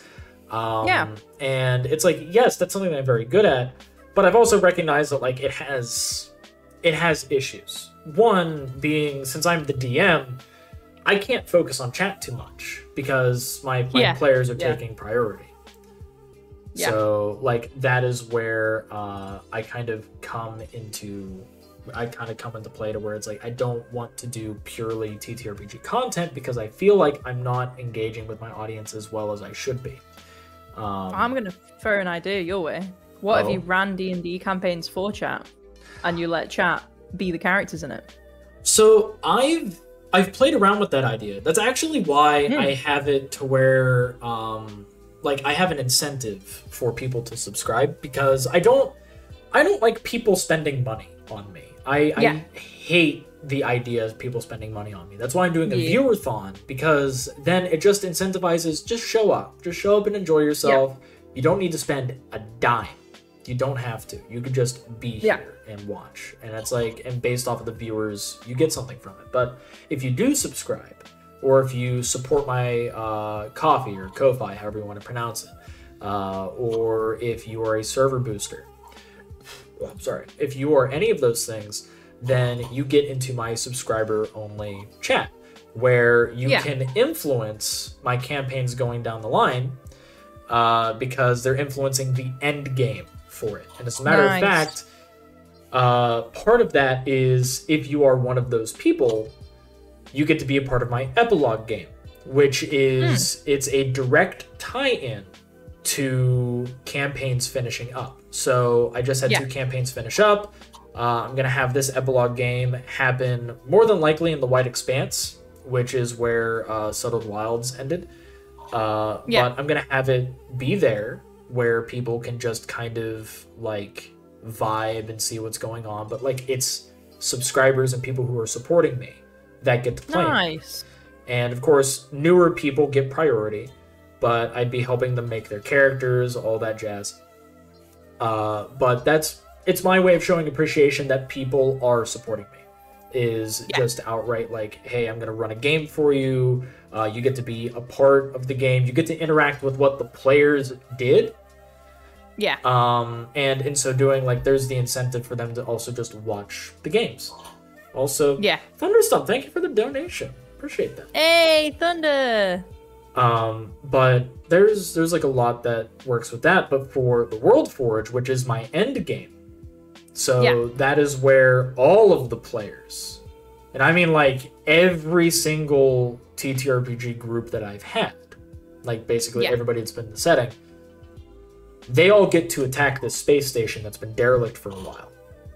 Oh, nice. Because the big bad is turning it back on.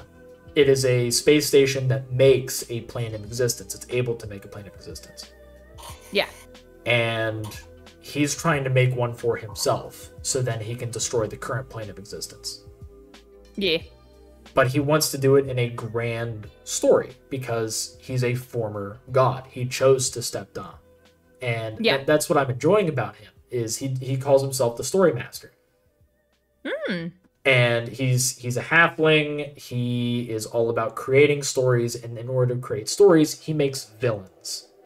And he is the big villain, and I love what he's doing, because either you join him or you fight against him. Either way, he welcomes it. He wants you to fight him because he wants you to be a part of his story. Yeah, I like that. So, like, I like that. all of the parties that I've run for are going to be able to head to the World Forge to fight him, and they will deal with the different systems that have turned on and released certain creatures. Yeah. And there's like a boss per area too, so it's like a boss rush to get to the big boss. So it's like you have to save your resources, and it's a bit more difficult than, like, you know, what would typically be the case, and I love it. But chat will be in control of all of those monsters and systems. Oh, nice. That's cool. I like that. So it will be my players versus chat, and I will just be mediating between the two. I like that. That's fun. That's super fun. Chat's a space station. Let's go. It's like the Hammer of Dawn from Gears of War. I love it. But that's what I'm going to be doing. But there are people that do, like, you know, chat plays D&D and that sort of thing. Yeah. And the reason why it's typically an issue is, like, some people don't know how to moderate that. It's easier when you're smaller, like me, but if you are bigger, then it's so much more difficult, because now, like, how are you best going to be taking what chat is wanting to do? And the only way to do that is through polls. Yep. And when you're doing, like, the polls, it's like, okay, minute poll, you guys make a decision, they make a decision, it's like, all right, cool, attacking this player, and then you go and roll to attack that player. It might turn the player experience into a slog, and we don't want that to be, like, you know, something that ruins the experience for the players or makes it more difficult for the players. But at the same time, the players could just be in chat and like vote for the thing that might help them. It's like, hold on, no, please, just kill this person instead. Attack this player, not me. I'm a wizard. Attack the barbarian. He needs his rage still up. Like, that sort of thing. But yeah, all in all, like, I also have gone out of my way, especially in Project Open Table, to try to introduce people to D&D and other TTRPGs. Because for Halloween on like October 31st, like outright, I run a horror game. I run a horror one-shot where everybody plays as themselves. And it's outright, like, it's called Everyday Bare Bones. It's my system. Where, like, what you do is you go and you tell me what you're good at, like the things that you have expertise in real life. And I come up with, like, okay, so whenever it comes towards scenarios tied to that, you get a +1 on the die. Otherwise, you get a d20 that you roll to do your stuff. And the other part is you have a d6 for health. Don't roll low. It's like, that's how much health you get. Like, oh, you were in the military. Okay. So you have firearms training. Whenever you are wielding any kind of firearm, you get a +1 to hit. Okay.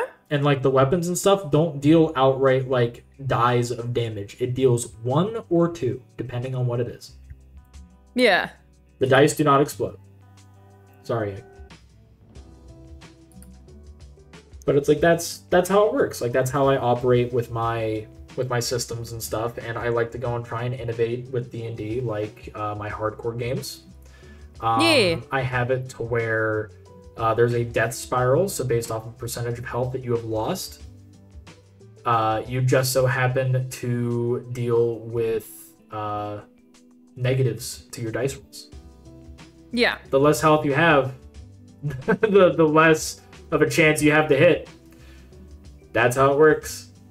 And it goes to -5, and then after that, you can have fun in the negatives, unfortunately. But like that, it's same thing applies to the enemy. You can hurt them, same thing works. Like, like they start receiving negatives to their rolls. It turns into you need to go and use your biggest stuff first. And the longer you're in combat, you start taking non-lethal damage because you're getting tired. That's really cool.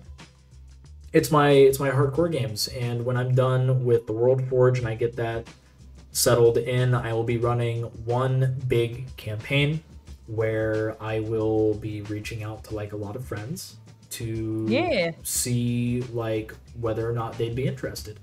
And I'd be running that probably once a month if like my friends are streamers, or I'd be running it maybe twice a month if they're okay with that as well. But it would be like probably 3 to 4 hours for a session, depending. And it would be in 3.5 D&D because I know that best, and also gives like a lot of leeway for players to have like creativity behind their stuff. It'd be in my system. Okay. So if you're interested, Moody, I'm just saying. I've never played 3.5 actually. I've only played 5. 3.5 is new to me. Like 3.5 is the edition that was before Pathfinder. And the reason why people have issues with 3.5 is it's way too number crunchy for them. But from my understanding, you love numbers. Listen, I like numbers in like a brain on context. In a brain off context, hell no. My favorite thing about D&D is problem solving when it doesn't involve numbers. That's my favorite thing. I love creative solutions to complicated problems. That's what I love about D&D. That's the thing I find the most fun, is like those silly little roleplay things where you're like, I put a bag on the enemy's head and then run away to solve the big boss fight. That's me. I love that stuff. I had a character. He was a mute fighter sorcerer. He was a big dude, massive mace. Like he was just covered in armor. He looked like Sauron if Sauron had like whey protein back in the day. So like, he was jacked. He's juiced up. Yeah. And I based them off of the video game character from the Overlord video game franchise. So yeah, like I based them off of him, so I could summon little like imps too. But yeah. on my mace, I had a thing that was greater like remove curse, well, greater dispel magic. And in 3.5, it has it to where you can also remove curses with that. Oh, interesting. And we were in like this big crossover style game where like people were playing certain kinds of characters. Like one of them was playing a Locust from Gears of War. We had a player who was a Dark Souls character. But like we had a Mega Man character in there as well. That was neat. And we had somebody from the Elder Scrolls universe. We had a Brett. And we were going against like this massive dragon that was like, it had the undead curse on it from Dark Souls. So I hit it with my mace and I nat 20'd on the dispel curse.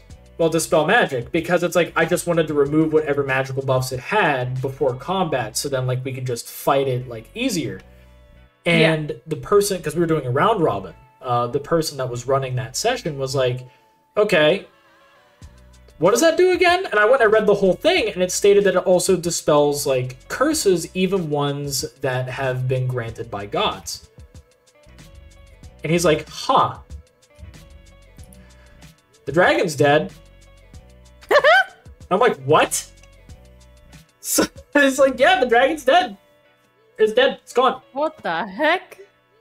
I love it. So, and I'm like, how the hell did that happen? He's like, it had the undead curse, which is technically granted by a god. So you nat 20'd on the dispel, so it's dead. Because it was technically dead to begin with. And I'm like, holy fuck. And I turned to the person who's playing a chosen undead, and I'm like, don't fuck with me. Oh my gosh.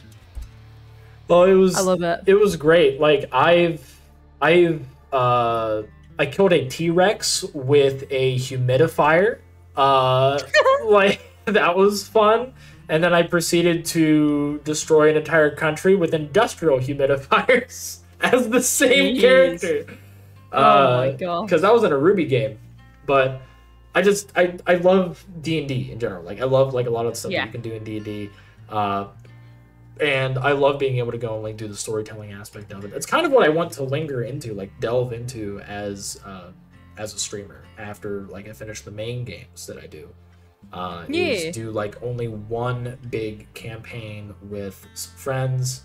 And if they tell me that it's like, hey, I don't want it to be on stream, I just want to like be able to feel like I can relax, it's like, is it fine if we just record it then? And then like, you know, just do it as a recording instead. Because I'm cool with either. Like, I care about my players more than I care about anything else. They take my priority because they are taking the time out of their day to be with me. Yeah. Aw, that's very sweet.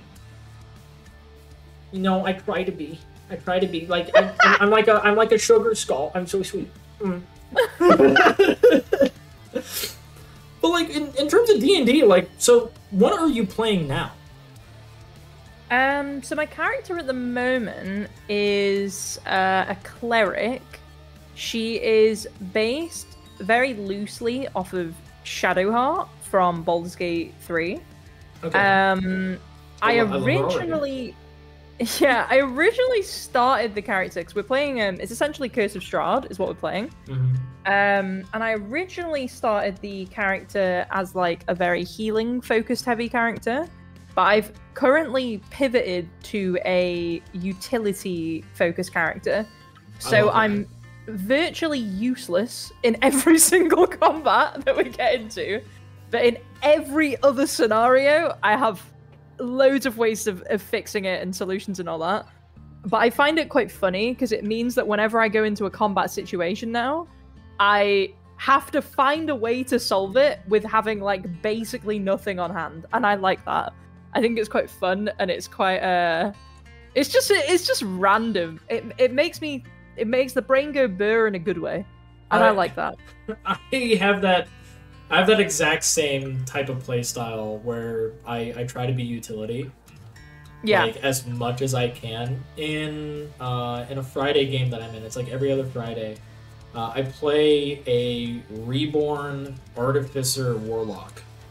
Oh, nice. His name is Ulysses Brant, and he kind of talks like Skeletor, because he is a skeleton man. He's a snake oil salesman. But I have almost purely utility, besides Eldritch Blast, which is the most utility because it's good for everything. Yeah. But I proceed to, like, I used Prestidigitation to basically burn down half of a town by accident. I didn't mean to, but I made something look like it was sparking, like it was a burner that was sparking because I was in an alchemist shop. I made it look like it was sparking. Yeah. I also used Prestidigitation to make a wet spot on the ground, and the person came around the corner real quick, slipped and fell, and they bashed their head on the, like, with the wet spot. And as I'm like, oh, I need to rush to help them, I knocked over the burner because I wanted to start a fire in the first place, so then I have a reason to steal his recipe book. Yeah. Turns out I burned the whole place down, and because it's an alchemy shop, it explodes.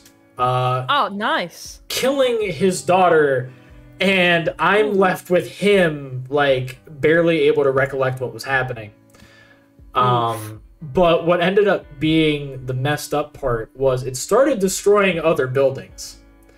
Oh, no. And the guards were doing a piss poor job at taking care of it, so I'm like, okay, Prestidigitation can put out fires, I'm going to put out some fires. So I'm starting to, like, put out fires at Prestidigitation, just putting out little ones, because it can only put out little ones. So I'm putting out little fires, and I'm like, shit, I need warlocks over here. It's like, why? Because Eldritch Blast does push things to a degree. It does, like, push them a bit. So it's like, I need warlocks here now. I need you guys to push shit. So, like, they're doing it to, like, break apart pieces, so then the fire spreads out, so then I can use Prestidigitation to put it out. Yeah. But, like, that was the creativity talking. Like, outward. Nice. And I love creative solutions to stuff. Absolutely adore creative solutions. Hell yeah. They make me so damn happy, like, to see from players. Yeah. I love it. It's fun. It spices things up. Unexpected. It's good. Which, it's going to, like, kind of move a little bit away from D&D. I'm wondering, out of all the questions that I sent you... Yeah. Out of all the questions that I sent you, this is where I want to ask, what question would you want off of our little document here? What one have you been wanting to answer? Ooh.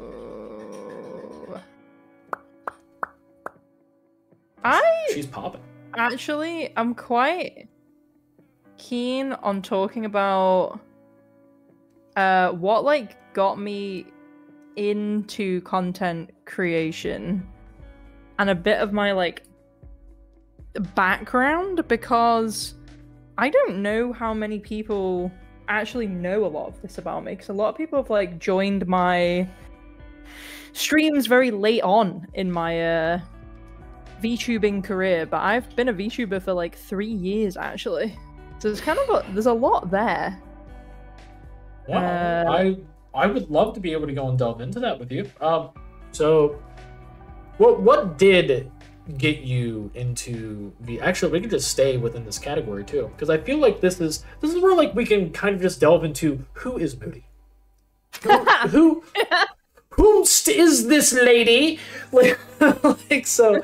Well, we can go, like, from top down if you want. Yeah. So, what are some struggles that you had to overcome when you were starting out? Like, what are some things that you still struggle with that you've been working to resolve or have learned to work around?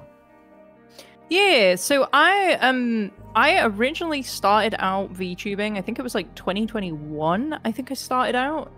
And I started out during the peak of COVID. So I was sitting in my house, I'd sat there and I'd made my very first ever 3D model using Vroid.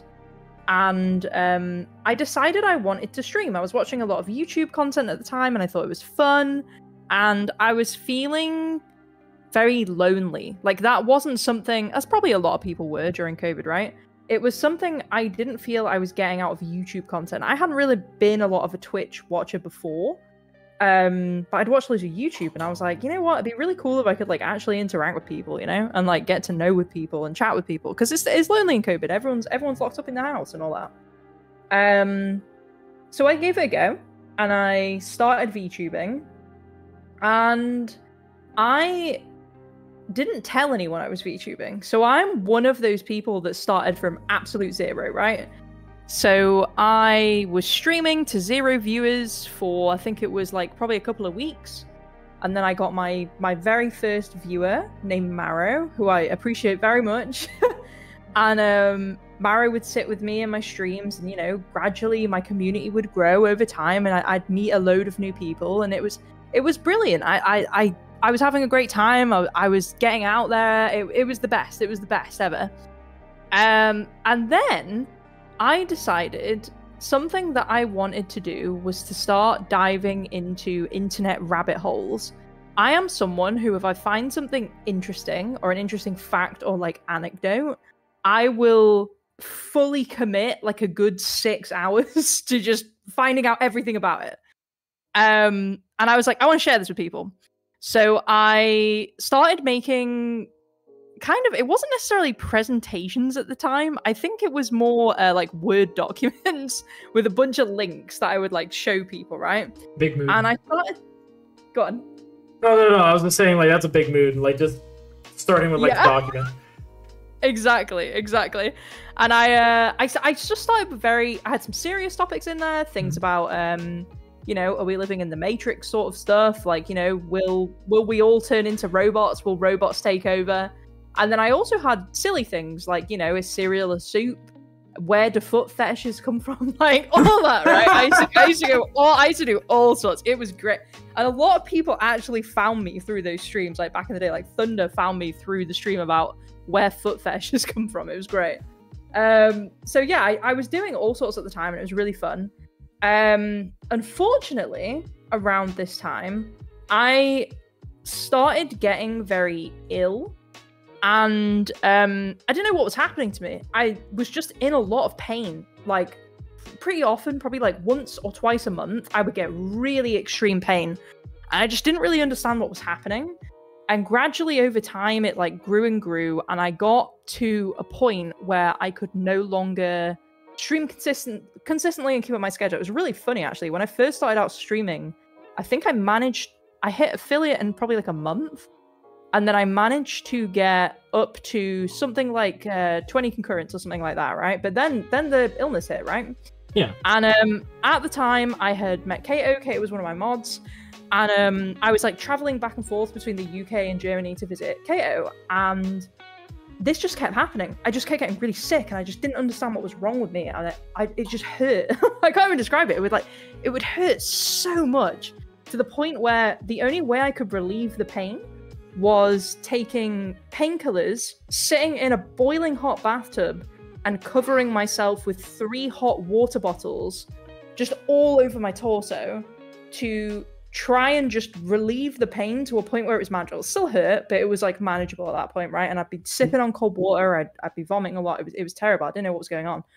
And at one point when I was in Germany, it got so bad that I couldn't stop the pain anymore. And I was like, this is very, very concerning. I'd been up since I think it was something like 8 p.m. at night, just in pain.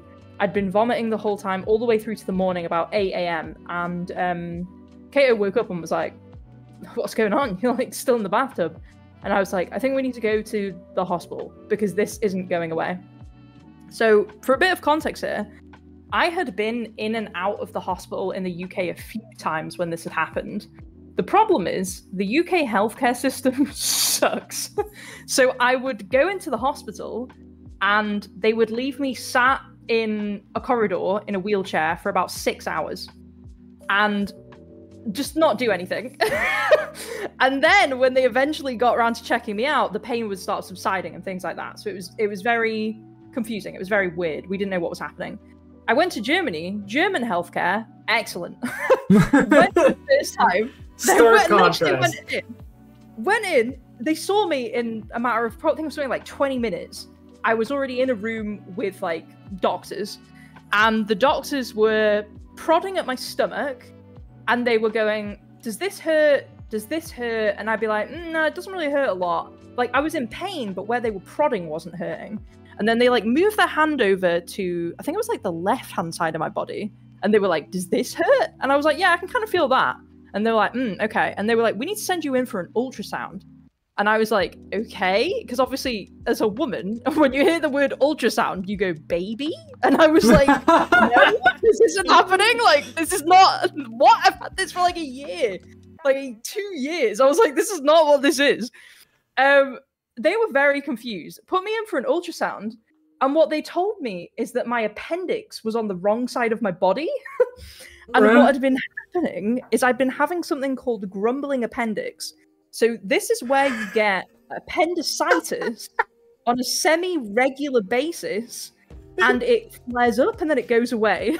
That's what I'd had, basically. It's called grumbling appendix. Yeah. It's just literally, basically, you just get very unlucky and just get appendix most of the time. It's what it basically is. Yeah, and they were like, no worries. We're gonna cut your appendix out. So don't worry about it, it'll be fine. All good. So I go in the German hospital, they cut my appendix out, I'm all good, I go back home, and I'm like, okay, all my problems are over, right? I'd had this for like 2 years at this point, right? I think it was like a year and a half I'd had it by that point. Just constantly appendicitis every 2 weeks to a month. I go home, and I'm like, great, we're cool, everything's looking good. Didn't have any problems for about a month. And then all of a sudden, about a month later, I'm in extreme agony again, in a very similar way. And I'm like, okay, I have my appendix out. What the hell is this? Like, what's going on? I remembered when I was in the hospital in Germany, they were like, oh, your appendix is messed up, but also it looks like your gallbladder's very messed up. But because it's not urgent, we're not going to remove it. And I was like, understandable. I'm in a foreign country getting surgery, of course they don't want to touch it. So I go to my doctor back in the UK and I go, hey, I've got this CD of a ultrasound scan that shows that my gallbladder is messed up. Can we do something about this? And they go, give us the CD and we'll figure something out. And I was like, okay, leave the doctor's office, nothing happens. I continually start having pretty much the same pain that I was having before, exact same thing, had to go in the bath, couldn't do anything, was vomiting all the time. And I was like, this is kind of messed up. This isn't really solving itself. And then at one point, it got really bad. I can't remember why it got so bad, but I was in the UK and it got terrible. And I went into the hospital and they were like, yeah, you need to basically get a procedure done with your gallbladder. And for people who are a bit funny with medical terms, I'll keep this as light as I can. There's a procedure you have to get done where they put a camera down your throat. I had to get one of those so that they could fix some stuff around my gallbladder, right? The problem is, in UK hospitals, the wait times for getting that done are really bad. And they didn't really want to do anything more than that. They didn't want to remove it because the hospital was so busy. There's a lot of old people in UK hospitals because they keep falling over. So they were like, oh, and I can't get up. I can't get up. It was literally that. All over. So they were like, yeah, I don't really know if this is great, but also they wouldn't let me leave the hospital because my liver levels were messed up because of my gallbladder. So I had to stay in the hospital for 2 weeks during this period of time, and it was grim. Hospitals are not fun.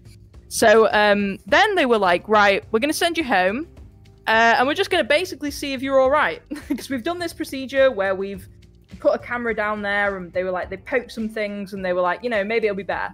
And I was like, cool. Go home. Gets to about Christmas, right? Yeah. And I'm like, you know, it's Christmas. In the UK, it's tradition to usually have like a glass of Baileys, like something like that, right? So I go, oh, Christmas Day, I did a baking stream. I did a baking stream on the 23rd of December. I remember this so vividly.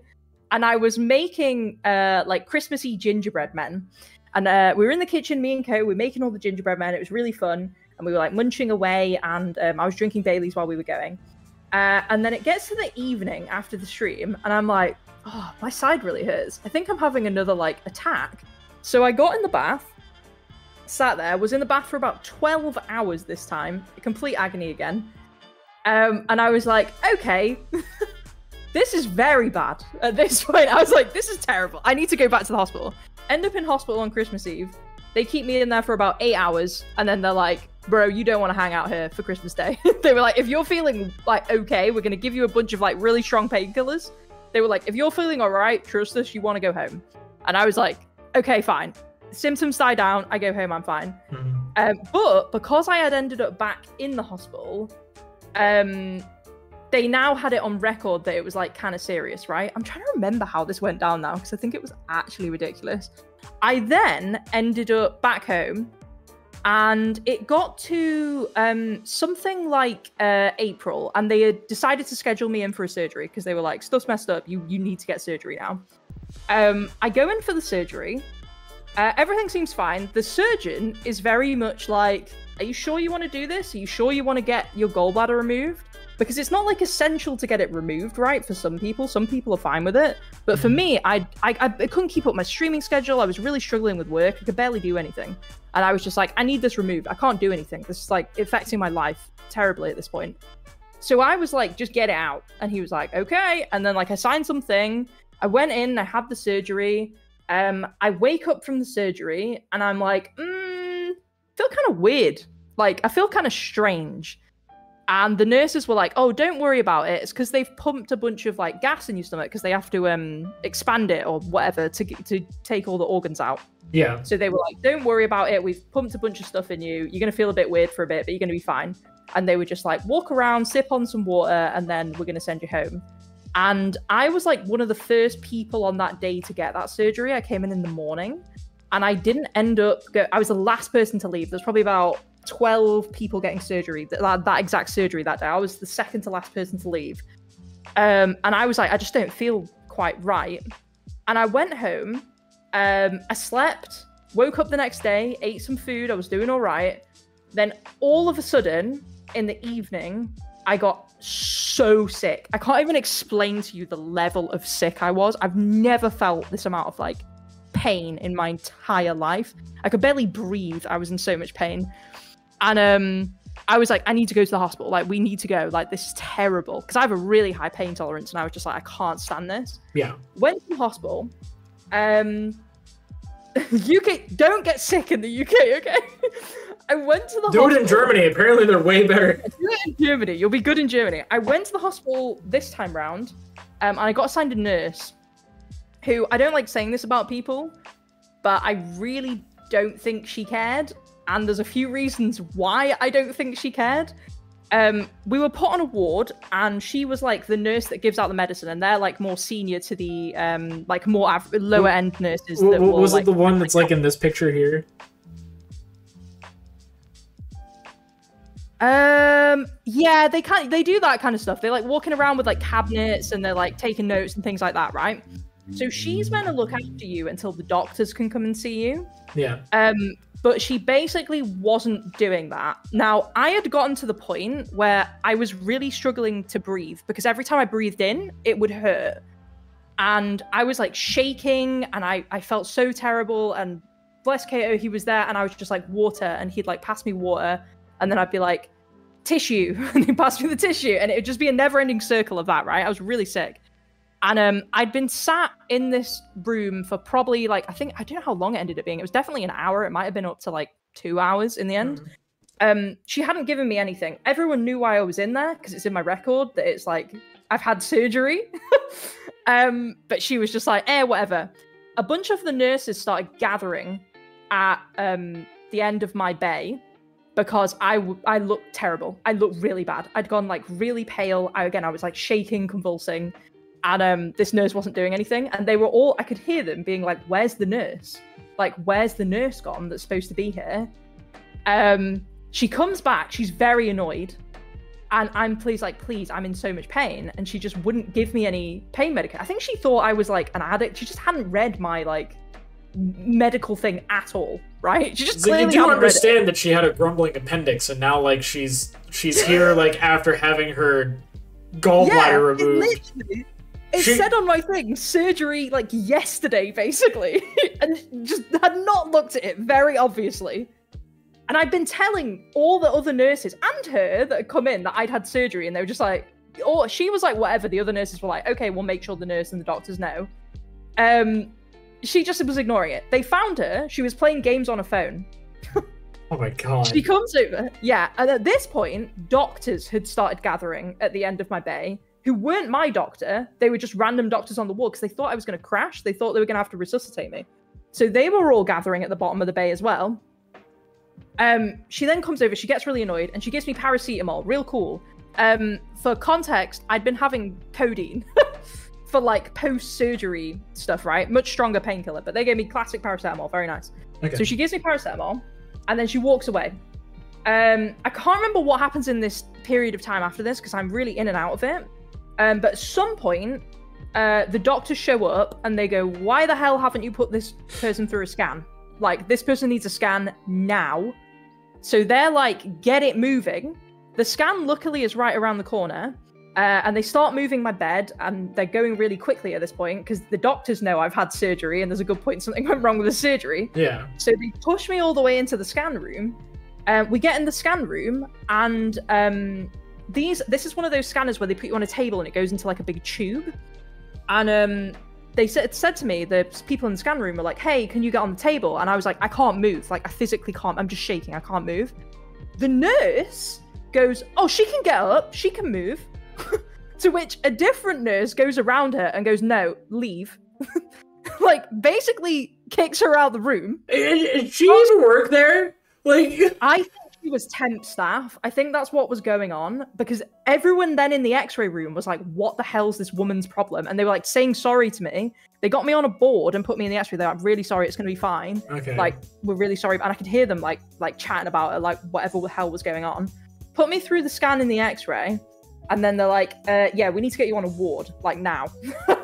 So they get me back on the bed. And then the nice nurse who kicked the other nurse out was like, I'm going to be your nurse now. Like, fuck her. I'm your nurse. I'm staying with you. Nurse. Huge shout out to that lady. Such a great nurse. So she like sorts me all out. She takes me up to the ward, and the doctors come up and they're basically like, we need to do a bunch more tests on you, but essentially it looks like you might have fluid in your lungs and something might have gone wrong with the surgery. So they were like, we're going to do a bunch more scans. We're going to find out what's happening. But for now, stay on the ward. I was in so much pain. It was probably about 5 to 6 hours after I came in. They put me on a morphine drip that I could operate. And I was just operating it. The whole point from the morphine drip, I was basically just like delirious because morphine's very strong. Yeah. And I was in and out of it. I was in a lot of pain. It was crazy overnight. I barely slept. It was just chaotic. They send me to an x-ray the next day, scan me, confirm I've got fluid in my lungs, confirm that essentially what had happened is that they hadn't sewn up like the 2 tubes that had the gallbladder connected to them up properly. So what had been happening is I was leaking stomach acid all over my internal organs, which was why I was in so much pain, because acid hurts a lot. So it was everywhere, basically. And they were like, you're not at a point just yet where we need to drain it, but we need you to stay very still. And basically, we're going to hope that it stops so that we don't have to drain all this stomach acid out of your abdominal cavity. Oh my god. And I was like, really cool. So I ended up in the hospital for about 5 days past that point, during which time I found out that, funnily enough, the surgeon that had done the surgery for me ended up on the ward that I was on and was like, why do I recognize you? Pulls my charts and goes, I operated on you the last week or something at this point. And I was like, yeah. And he was like, oh, takes my chart away.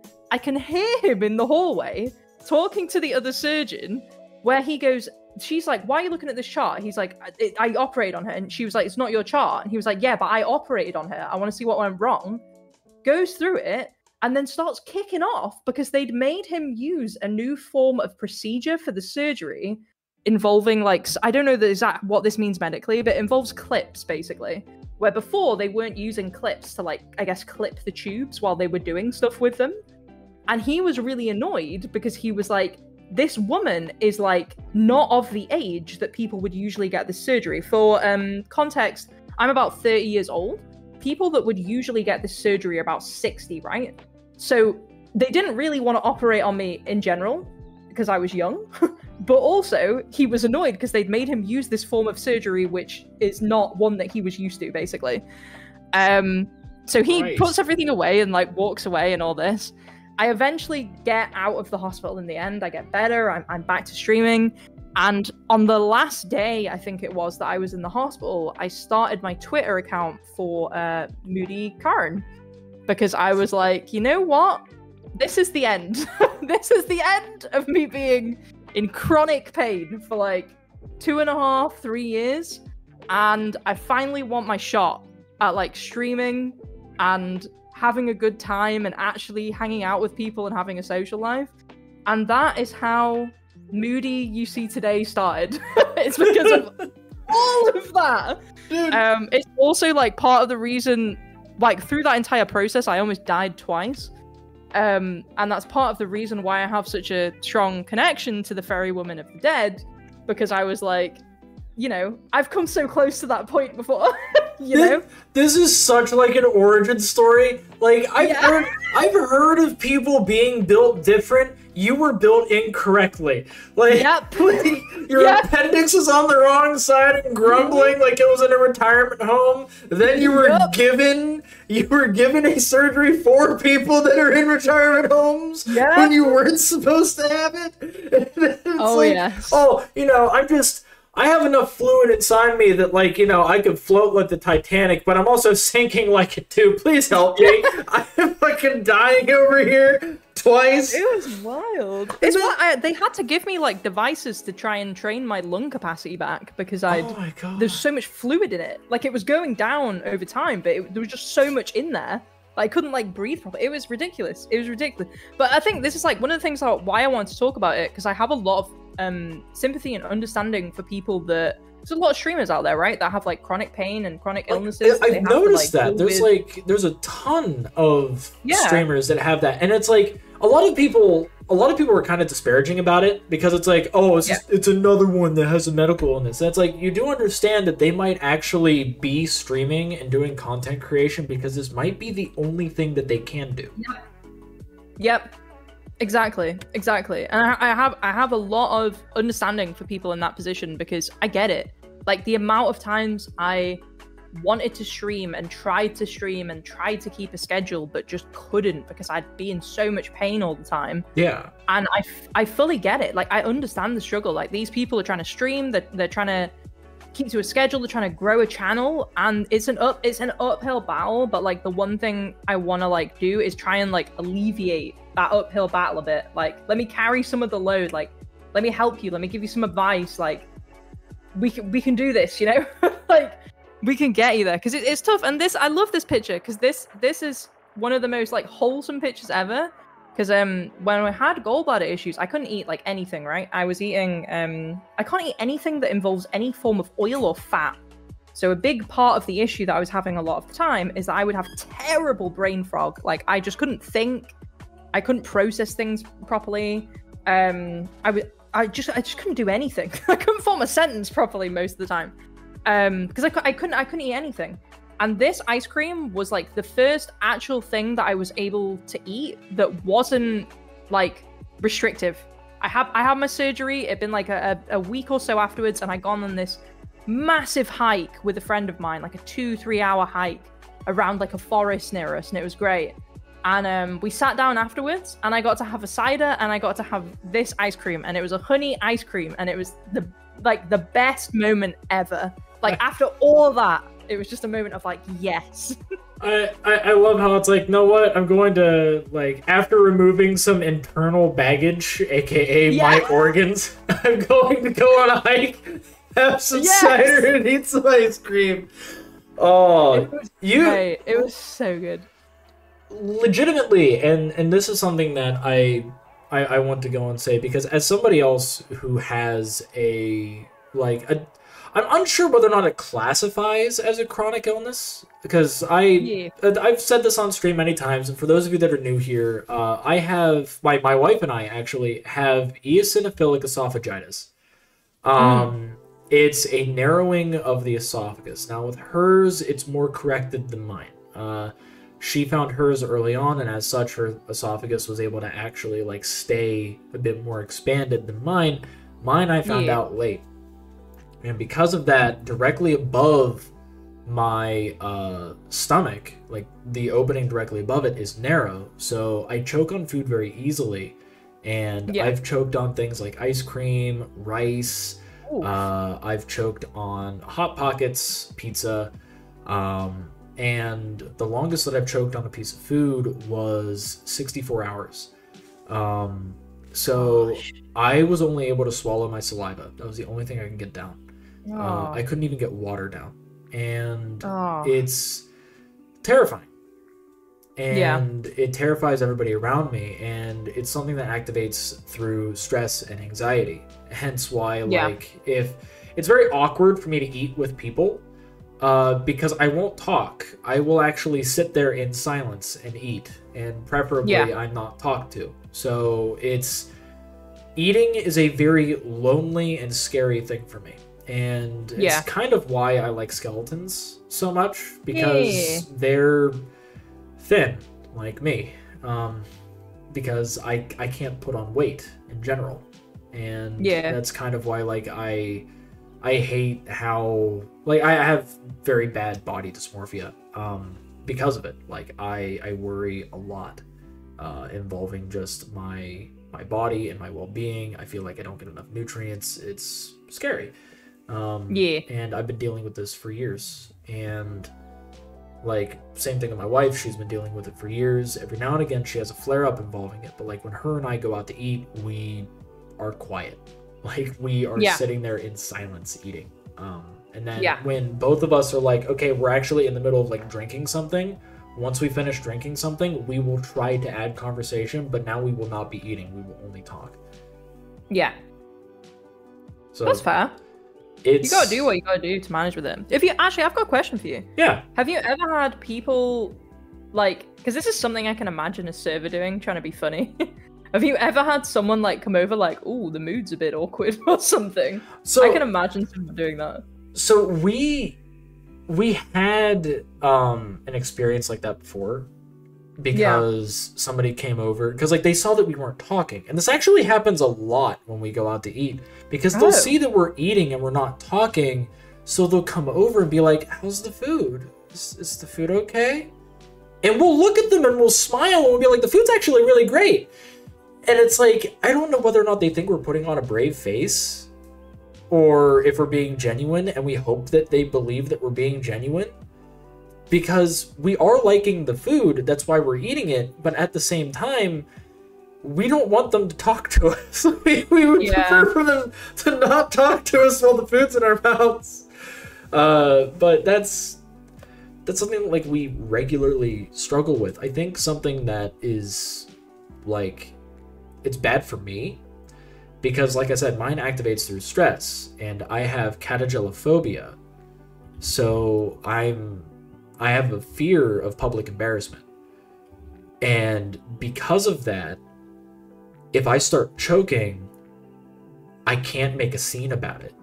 Because if I do, all eyes will be on me, and then I'll be embarrassed, and I will, like, my fear will trigger, which will cause it to stricture more, like it will strain on it more, and now I'm choking worse because people are worried about me. And I think something that really scares a lot of my friends, and it actually scared my wife, was, but she at least understood. My friends, it took them a while to understand. I've had to tell people, like even people I've just met, if they see that I'm choking, or if I say that I'm choking, because it's not blocking my airway, it's directly above my stomach cavity, like directly above the opening.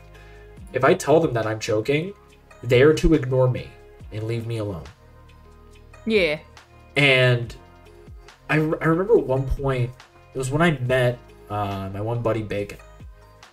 I went and I met him, and he was hanging out at the house, and he saw that I was choking because I went and said, like, hey guys, I'm choking, like, I'm gonna be a bit. And he's like, do you need help? And I'm like, please don't. Like, just enjoy the movie. I'm going to go to the bathroom, close the door, and turn on the vent so you can't hear me. Yeah. Because I know how to vomit on command. I know, right? It's great. It's a great superpower. Yeah. But I had to learn how to do that. I had to do that for my own sake. And I know different techniques on how to, like, stop myself from choking. As a matter of fact, something that is of help, because understanding, like, you know, just the dynamics of carbonation, which is really just fluid dynamics. But take a particularly bubbly drink. Vanilla Coke is actually a very good example because that's what I use. Take vanilla Coke, drink it, and then as it's going down, close your nose, close your mouth, and jump up and down to shake. Oh. The pressure buildup will shotgun whatever is stuck down. Oh. I've had to do that time and time again. I've actually had to do that on stream before. No. Yeah. Damn. That's how bad my choking is. Like, I can't do much with food. I actually have a very strained and scary relationship with food, and that's kind of why, like, you know, but I guess it kind of ties into why I like it. This is where, like, it kind of goes into that, like, different category, but why I have a preference for bigger women. Yeah. I think that's why, because it's like, you know, I'm also kind of envious of the body, but at the same time I can admire it because, you know, they clearly either enjoy food or they're very comfortable in their body, and I love it. It's something that, like, it's admirable to me. So it's like, I love bigger bodies, and I'm a huge advocate for body positivity in general.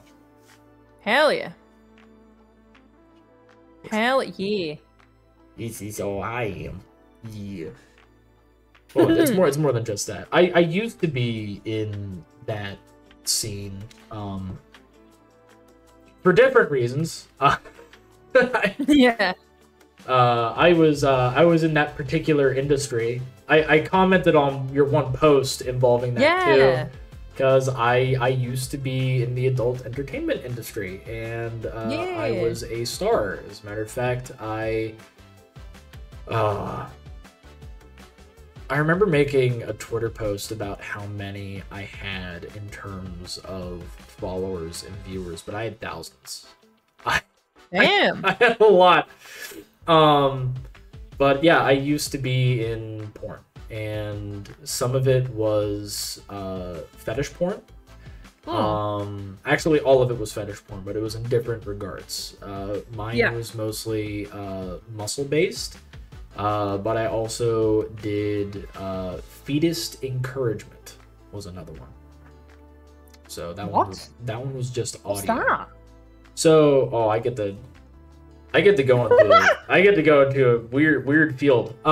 So there's a thing called fetism, or as some people would call it, feederism. Feeders, right? Yeah. I get you. Yeah. There's feeders, feeties, mutual gainers, death feederism, which I don't think people should do, and it's something that I just don't like. But mine was encouragement. Yeah. So like I would make audio for people to listen to encourage them to continue eating that sort of thing. Oh, interesting. Mm-hmm. And it goes hand in hand with praise. So that is the other one that goes into that. So yeah, that's what I was in. And I stopped, like, let's see, I stopped 2 weeks after I got into a relationship with my now wife. Oh, damn. It's like it was something that I did while I was single, and it feels weird to do it when you're in a relationship, especially when it's like a lot of it does tie into sexual So I don't want to do something like that because it's just, to me, it feels wrong. I know people do it, and like it's with the consent of their partners, of course, but I by no means like to pursue that. Yeah, that's fair. That's fair. Was that a big shift, like moving from that to a more normie career? Yeah, I know, right? It's like, yes, eat. I'm a skeleton, by the way. Eat. I'm a huge advocate for body positivity in general, and like it's kind of like joined into that, and that's also why I like it when I see VTuber models that are plus size, because that makes me feel as if like in some way I know that I'm somebody that's an advocate for that. Yeah. Their shorts like knowledge about them being at some point a gainer porn star has me sobbing. Yeah, that there were people that were trying to make me do fit the fat, and one, I wouldn't have been able to do that anyway, and two, no. Yeah. Like, because there's people that are into that. There's people that are in the size difference. Yeah, that's true. That one's a big one for people. So don't like that one either. Well, I do like that one, but at the same time, I feel as if that leads into slippery slopes, and that's why I don't like size difference that much. That's fair. That's fair. Yeah, I can see that. But overall, kinks aside, I like that was just out of the blue. Like, oh yeah, fuck. We're now delving into this conversation. Well, know what? While we're here. But with a lot of these questions, like, what got you into VTubing? What is sustained passion? So yeah. No, I love it. Everyone's got a different story, right? And then you gradually get to unpeel the layers and learn all these things about people, and it gives them more flavor. And I think it's great. I love it. I love it. I'm flavored like sweat and shame. I'm flavored like sweat, shame, and a little bit of onions. It's perfect. It's perfect. Hey, no, if my bones are old enough, it tastes like peanuts. Because fossils taste like peanuts, and skull dust smells like Fritos. It smells like corn chips. Yeah. Oh, I don't know about that. That sounds grim. When you're saying skull dust, it makes me imagining inhaling it when you try and smell it, and that's not good. God, I'm ruining so many people in chat. Oh dear. Hey, listen, you either taste like peanuts or you smell like corn chips. Either way, you're delicious. Cannibalism's not illegal, it's frowned upon. Like, what? Yeah, cannibalism is not actually illegal. It is frowned upon. If you consent to your body being eaten, then you are allowed to go and eat that person's body. It is only frowned upon. What? Yeah. I didn't know that. Yeah, you can eat people. As long as they consent. That is wild. I'm just ruining so much shit. It's great. Like I'm dumping facts on people like it's nobody's business. Oh my god. Yeah, I didn't know any of that. Well, here's one. Your light flashing before your eyes. Do you know what that is? It's like your brain releasing a chemical. Is it called DMT? I can't remember what it's called. It's the chemical it releases when it thinks you're dying.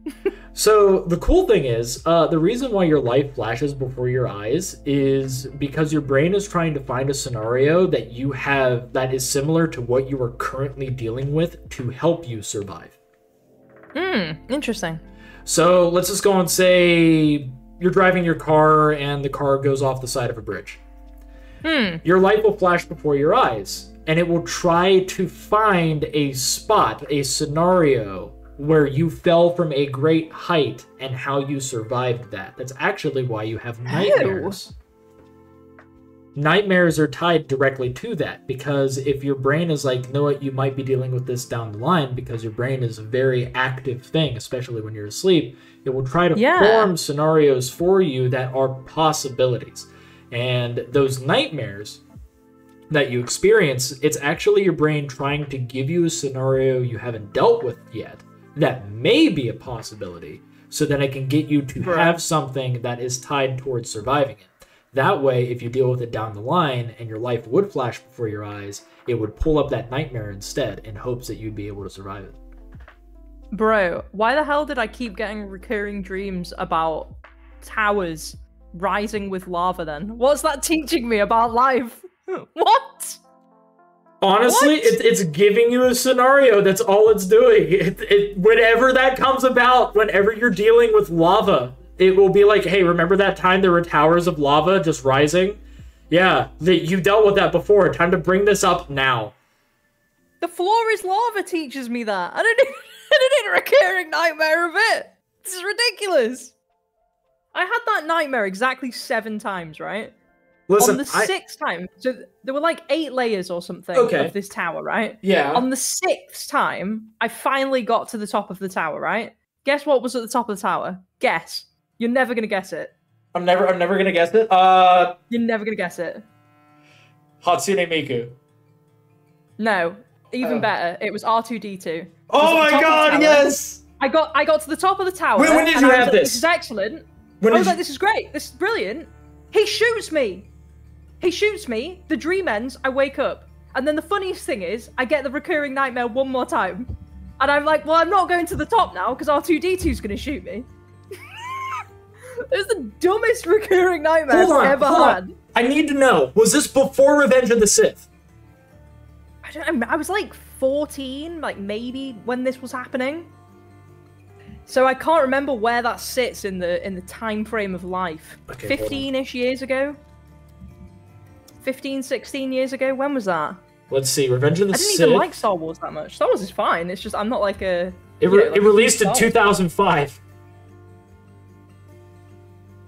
So that was about 10 years ago. Yeah, so this was before then. Ridiculous. So you... Absolutely. You saw Revenge of the Sith. That's what you saw. It prepared you for the movie. It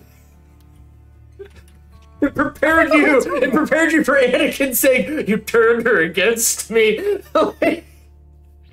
This is ridiculous. Wait, when did R2D2 end up? Maybe I've got the timeline wrong. When did R2D2 end up in the movies? R2D2 was in Episode 4. He was in A New Hope. Because it was 4, 5, 6, then 1, 2, 3, then 7, 8, 9. Oh yeah, no, this definitely makes sense. I just realized that Star Wars was like 1977. Yeah, okay, definitely makes sense. I've not got the timeline messed up. So, yeah. I'm just saying. It prepared you for the movie. That's what it did. Oh, it prepared you for the movie. I'm sick of it. I used to get nightmares like that all the time. They like falling nightmares were a really common one that I used to get as a kid. I had weird ones. So I had one where, like, on the other side of my bed, there was an outlet. And I had one to where... this is going to sound, like, kind of adorable, I guess. It was me and my 2 imaginary friends. We went into the outlet, and inside the outlet was, like, it was just this grass, like, backyard. And there was a big fence, and on the other side of the fence, we knew that there was, like, a dog house. Ooh. And, like, we would climb over the fence to see the dog, and the dog would attack, kill us. And all I knew was, like, I had this dream reoccur every now and again. Eventually, I ran back through the outlet, went into my bed, covered up, and I had the belief that, like, I would not be killed by the dog if I'm under my covers. What? And I heard the dog go through the outlet, get on top of the bed, and I felt its jaws, like, clamp on my head. Oh! Yeah. That was one of the reoccurring dreams. And I think the Sandlot is what fucked me up with that. That is intense. There was that, that's scary. And then there was the other dream I had to where I was outside JCPenney, and there was, like, a killer kangaroo in there. Yeah. And, like, I had to survive the whole night, and whenever the kangaroo would find me hiding in the clothing racks, it would, like, break me in half, and I would respawn outside of JCPenney in the parking lot at night. No. And I would have to go back in there. Eventually, like, I know how I beat both of those dreams. The dog one, I just went and told my two imaginary friends, it's like, you guys need to stay in here. I'm not going in there either. We're just going to stay here. And it was the most boring fucking nightmare I've ever had. But I stopped having it because I stopped going into the outlet. And then the kangaroo one, I just stood in the parking lot. I just didn't go in. I avoided both. I love that. That's big brain. That's a big brain move right there. I love that. I was just like, I'm sick of dying. Like, I'm just gonna stand here. So yeah, that's like those are my experiences. I know that like if you deal with a kangaroo IRL and like just stay the fuck away from them. That's the gist of that. Like if you're fighting an ostrich, hold its head down, then it can't kick you. Smart. If you're dealing with a kangaroo and it's like in the water, yeah, don't go in the water. Don't even go near the water. It will drown you. Don't let the dog go near it because they like grabbing dogs for some reason. Yeah, they do. Other ones are if you're dealing with a big cat, like a lion or a tiger, they have a very sensitive gag reflex. I know it seems very counterintuitive, but stick your fist down their throat, they will immediately lose interest. Oh. That's wild. They will start to gag and they will flee. Oh. Might lose an arm in the process. More than likely, yeah. You could do the same thing with a crocodile too, because they have a water valve that is underneath their tongue. You go and you press down on that valve, they start to drown, so they freak out and run away. Oh. That's wild. Those are like the fun little facts that I have. It's like they're random, but they're there. It's like with sharks, like hammerhead sharks. They sense the nervous systems of like burrowing like animals in the sand. Yeah. So they'll use their head like a shovel to dig them out and eat them. Oh, that's cool. I like that. I have like tons of random facts. It's like it's great. I love that. That's cool. I like that. I like fishies. You like fishies? Yeah. You love fishies? I did a whole presentation on deep sea a while back. It was fun. I learned a lot of things. I did a presentation on Kellogg's cornflakes. I love it. I did it for my effective speech class. That's how I found out that it's like it was used to stop people from masturbating. Yeah, it's priests. It stops them from jerking it. Yeah. I thought it was really dumb because it's like, okay, we're going to make this cereal. We're going to make it boring on purpose. Yeah. So then you'll not want to masturbate. And it's like, I don't know. When people are bored, they tend to resort to like playing with their joystick. Like, yeah, damn. I don't think that's gonna help you at all. But apparently, like they tested it on mental patients, is what they did, and it was weird. It was very weird, and it was for religious purposes. It was like a whole thing, and I'm like, why would you guys do this? Also, there's a thing on Urban Dictionary for cornflakes too. What, explaining that? The priest thing? Oh no, it's Urban Dictionary, so it's clearly sexual in nature. So oh yeah. It's you have nut on your face, and you get in the car and stick your face out the window as you're driving. So then like it kind of solidifies into like cornflakes. Ew. It's gag worthy. Sorry. Oh. Yeah, I don't like that. Terrible. What's up with people, man? Why? People are weird. What's going on? I feel like we haven't healed as a society. I feel like the internet broke us on levels that we've not yet comprehended. No. I think that as a collective, we should do better than we shouldn't be doing these things to each other. Just purge it. We need to just purge it all from the internet. Hit the reset button. Get rid of it all. Get it out. God. There's too much weird stuff. Too many weird names for stuff as well. It's out of control. Yeah, it's like there's Papa Smurf, there's Charizarding, there's like there's even like the new terms that go around. Like I remember years ago it was Yeet. Yeet was one. And then it turned into today where it's like Sigmas and Betas. I mean betas have always been around. Yeah. It's just, true. And now it's what was it, Skibbity? Get. Yeah, they love it. They love it. Yeah, I try and give up on modern slang, but the problem is that I have to use it for my job. So I have to learn all this stuff, and it just melts my brain, and it's so bad. Moody like has Skibbity Riz. Oh no! There's a reason. Terrible. There's a reason why, like, I stick to just saying dope and coolio or coolies. Yeah, I go with the very British sick. And then I do like brutta every now and again. Like I try to I keep my slang close to my model. I feel like that helps it out. Just a little bit. It helps me connect a little bit better to my model, too. That's fair. That's fair. Hear the silly sound. Oh, dude. Yeah, that's rough. That's rough. Yeah. No, I don't know what they're on. They're coming up with all sorts. It's brutal. It's brutal. Although I heard a very interesting fact about... It's Gen Alpha's the youngest one now, right? I think, yeah. Gen Alpha's the Skibbity Riz ones. Yeah. I heard a really interesting fact about them, and it's their level of literacy is like incredibly low compared to all the other generations. No! And I think that's where part of all this slang is coming from. Oh. Because I think they're just struggling. They're just struggling, man. Subway Surfers has killed them.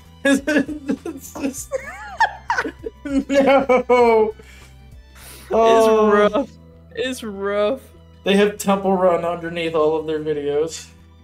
Oh. I feel so bad.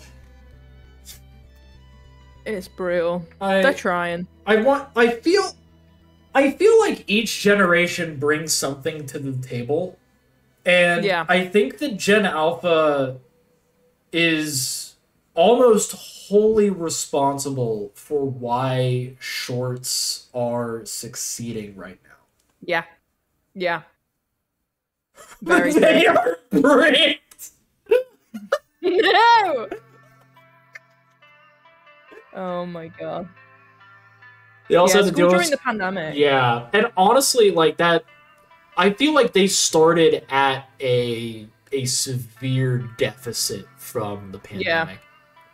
Yeah. Because they were deprived of things that are fundamentals. As much as a lot of us, like, love to rag on, like, oh, school never did anything for us. It did in ways that it may not have been intended to.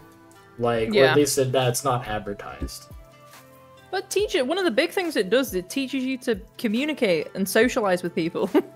And if you don't, I think one of the interesting things that I saw as well is that we're losing a lot of third spaces at the moment. So like spaces where people can like go and hang out together and, you know, like a park or like a shopping mall or something like that. All that's kind of going away right now. Yeah. And I think it's very interesting because kids are losing that.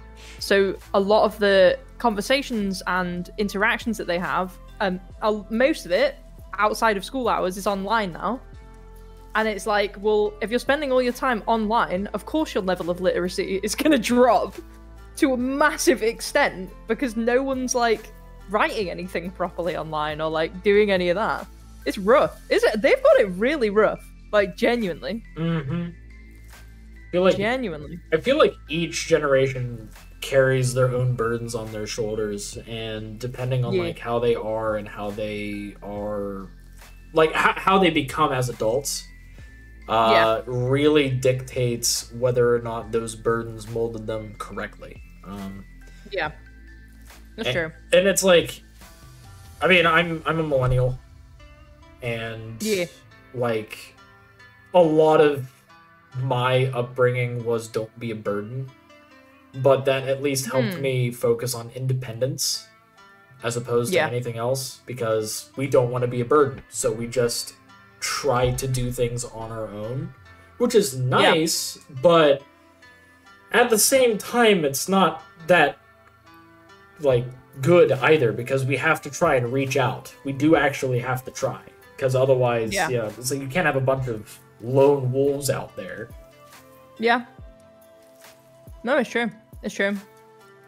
Very true. I think, like, I think I got taught a similar thing, but in a slightly different package, which was nothing's for free. Yeah. So if you want anything, you have to do it yourself, and if you don't want to owe anyone anything, you have to do it yourself.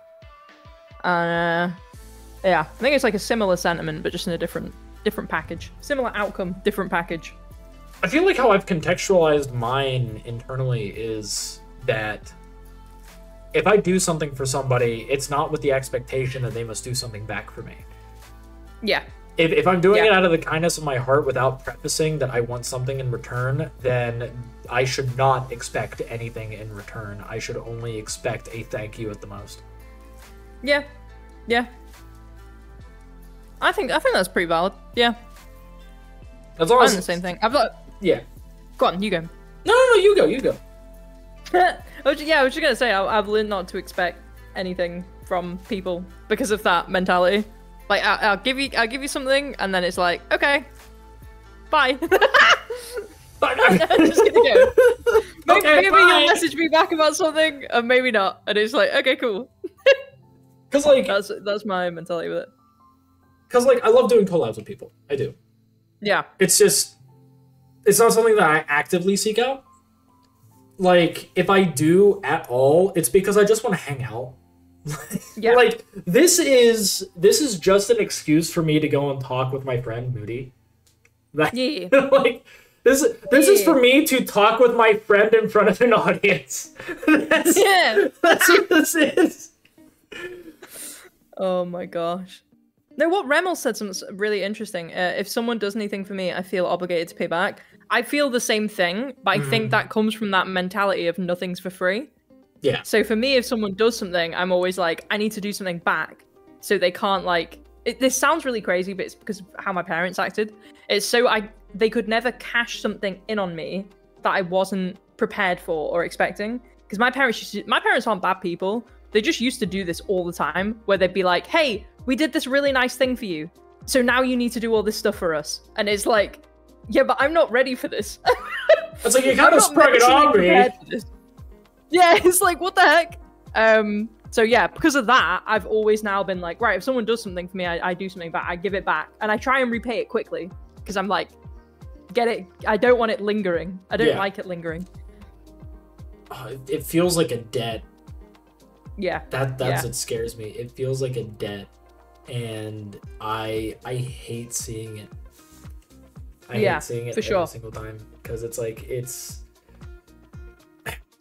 that's why I also don't like accepting things from people, and I know that that's something that I'm getting out of. Thankfully, because of streaming, I'm getting out of that habit, because, like, you know, I'm in a space to where it is commonplace for somebody to give subs. It is commonplace for somebody to drop a follow, and it's like, the fact that they're there means the world to me. So, like, I just kind of linger on that, where it's like, they're doing it out of the kindness of their heart.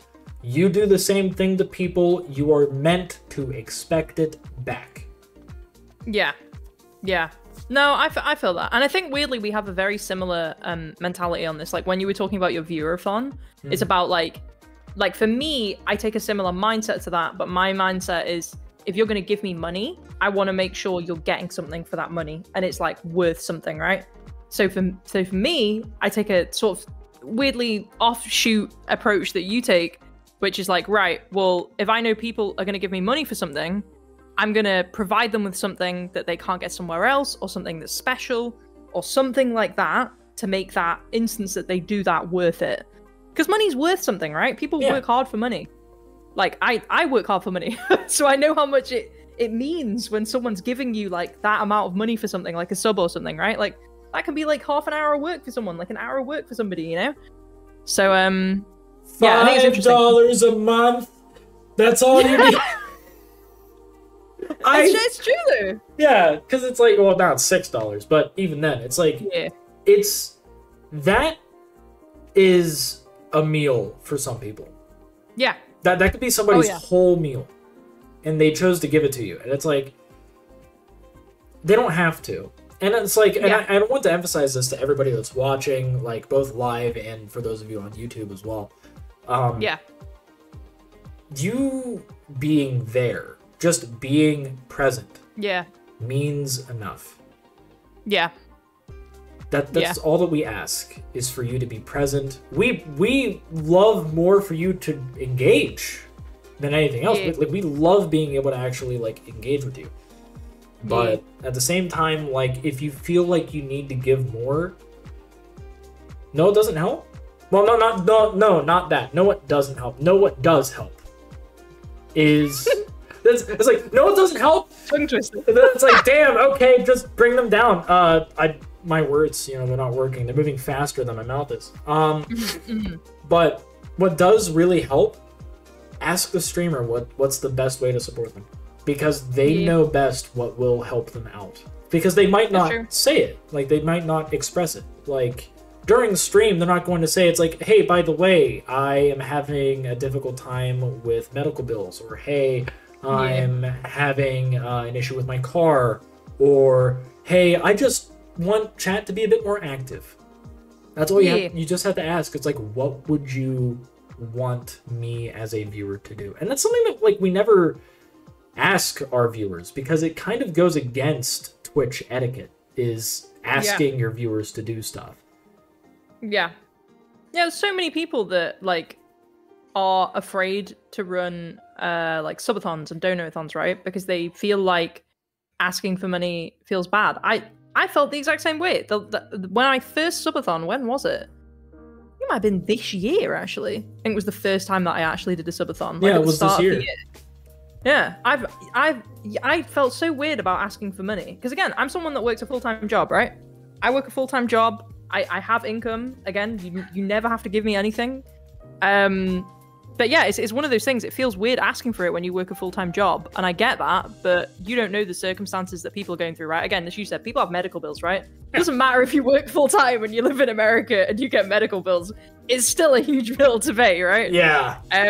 So I get it, and I feel like if you need it, you shouldn't feel bad asking for it. Don't expect anything, but don't feel bad asking about it. Because if people can support you, they usually will. But also, again, from the viewer perspective, never required. It's never required. Don't give what you don't have. Only give what you're comfortable giving, if you want to. Don't bankrupt yourself. The viewers come first, no matter what. Like, in that regard. Because we don't want it to where you put yourself in a bad financial spot for the streamer. Especially, like, because I know that for subathons, donathons, bitathons, viewerthons, I know for all of the thons of Twitch and YouTube, I know that a lot of it, like, it feels like, oh, I'm incentivized to donate. And yes, that's true. You are incentivized to donate. And I know it's like people get lost in the mindset of, hey, my name popped up on screen and the streamer's thanking me. It's like, yes, they are. And it's nice receiving that kind of affirmation. But don't put yourself in a bad spot for 15 seconds of being, like, appreciated for what you're doing. You can do other things to be appreciated, and it's always nice to be able to ask the streamer on what you want. Like, on what on like what needs done. Yeah. I tell people off. If I know people not in a great situation to give me something and they do, I'm like, hey, stop. Stop it. Don't do it. Because I think you just got to snap people out of it sometimes. Like, I'm glad they do it, and I really appreciate it, but at the same time, don't put yourself in that situation. It's not good. It's not worth it. Don't sell yourself out for anime people on the internet, okay? I have to give my money away to the anime people. All these anime girls. There's so many anime girls. I can't give them my Werther's original through the screen. You gotta give them something. I'm gonna give them a sub. There you go. I gave a sub to Anal Cadet 59. I gave it to him, and then now my name's on the screen. Oh, they said thank you, and they're laughing at the name. Look at that. I did a good thing. I'm gonna do it again. Anal Cadet 60. Yeah, this is great. This makes me feel amazing. And it's like, yeah, no, like you don't have to do that. You don't have to. Like, we appreciate you just being there. And if you really want to just engage with the content, we love that a lot, especially on socials. Because if you engage with our content on socials, it helps it in the algorithm. And we definitely appreciate that. Reposts as well. Reposts, I think, are the thing that everybody needs, like, especially if it's something that's like an event. Which, that is something that I will say, this isn't just for me, this isn't just for Moody, this is for all content creators. If you, as a viewer, see that a content creator is putting out an event, and you like that content creator, reposting is free. Repost it. Yeah. It actually also helps your algorithm. Mm-hmm. 2 reposts a day keep the algorithm baddies away. It's actually true. Good advice. Good advice from Moody Charon. Hashtag fairy advice. It's very true. Two minimum actually will work wonders. So spread the love. Spread the love. Always be sure to spread the love. That's what we're here for. And that's also why, like, we provide as much advice as we can, as both Moody and myself, as well as other people that are in the space. We have weird industry insights that are unique to us. Every VTuber, every content creator has some form of industry insight that is unique to them. And if you were to compile all of it, you could more than likely have a recipe for success that just requires motivation and a force of personality to go behind it. Because no matter what, VTubing, you need to have some form of force of personality or some kind of shtick that you're able to work with.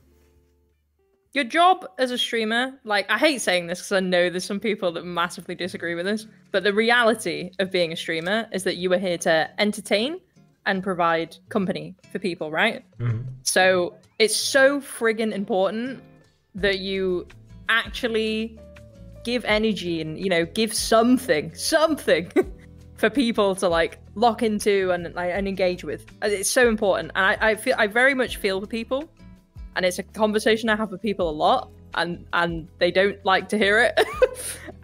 But the reality is, if you're streaming because you want to play a game and you figure that playing the game online is better than playing it offline, right? You're not entertaining people. Like, when you go into that stream, you need to think, right, what's the reason for someone to watch me? What can I do to make someone's day better? What can I do to alleviate someone's thoughts about something they're going through, right?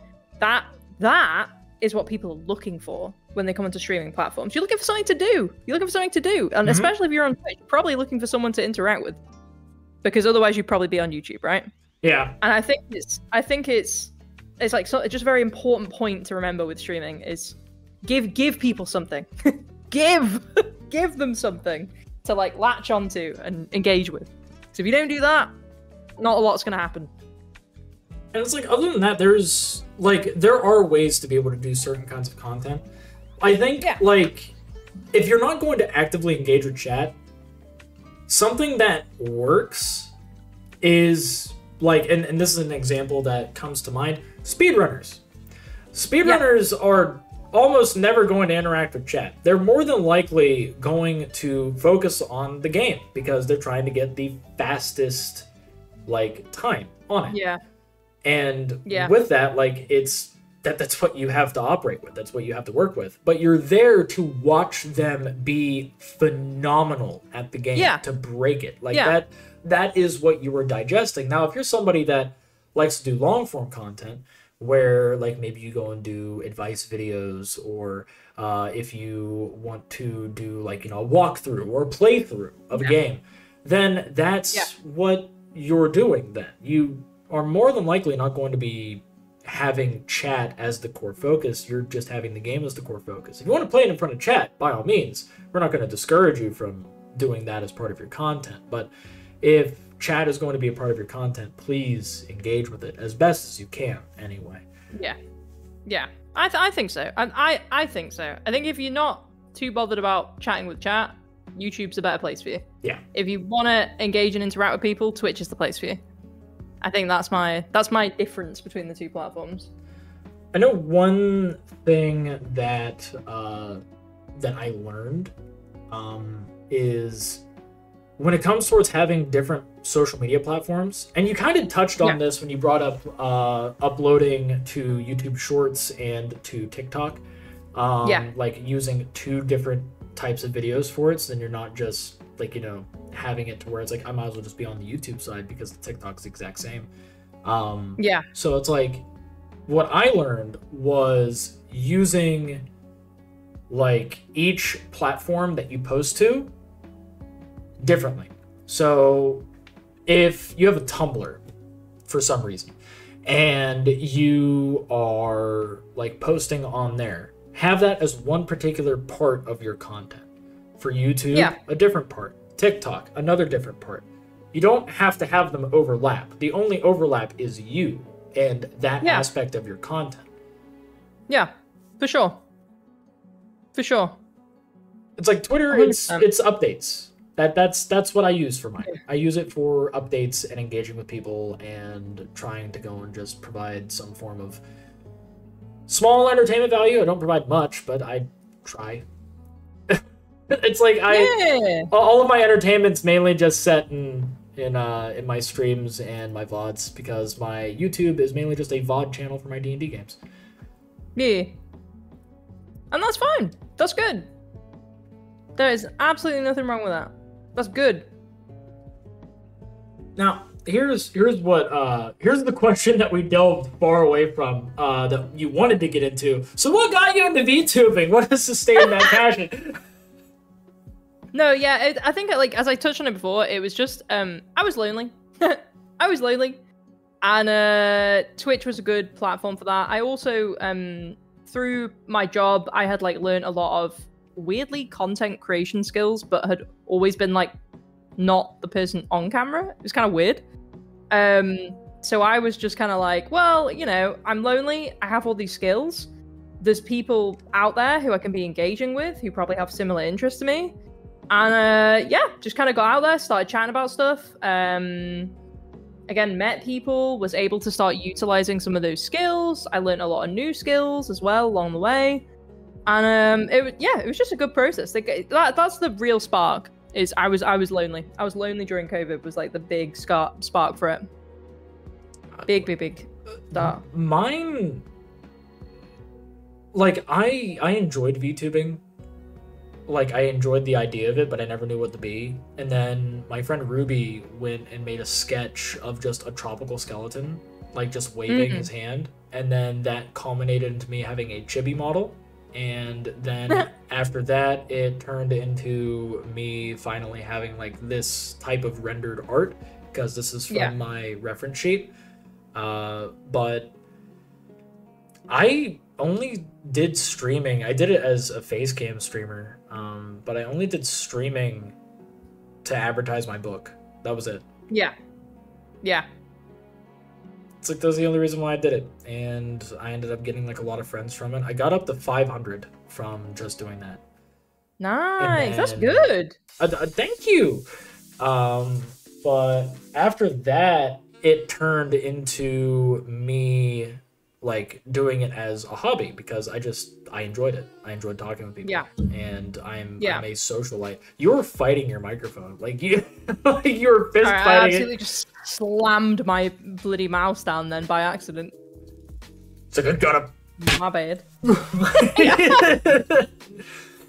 Oh my gosh. So in your day-to-day, like, what are some comforts that you have enjoyed, like, to unwind? Like, from just a busy day, what do you do to unwind besides have like half a day to yourself on Saturday?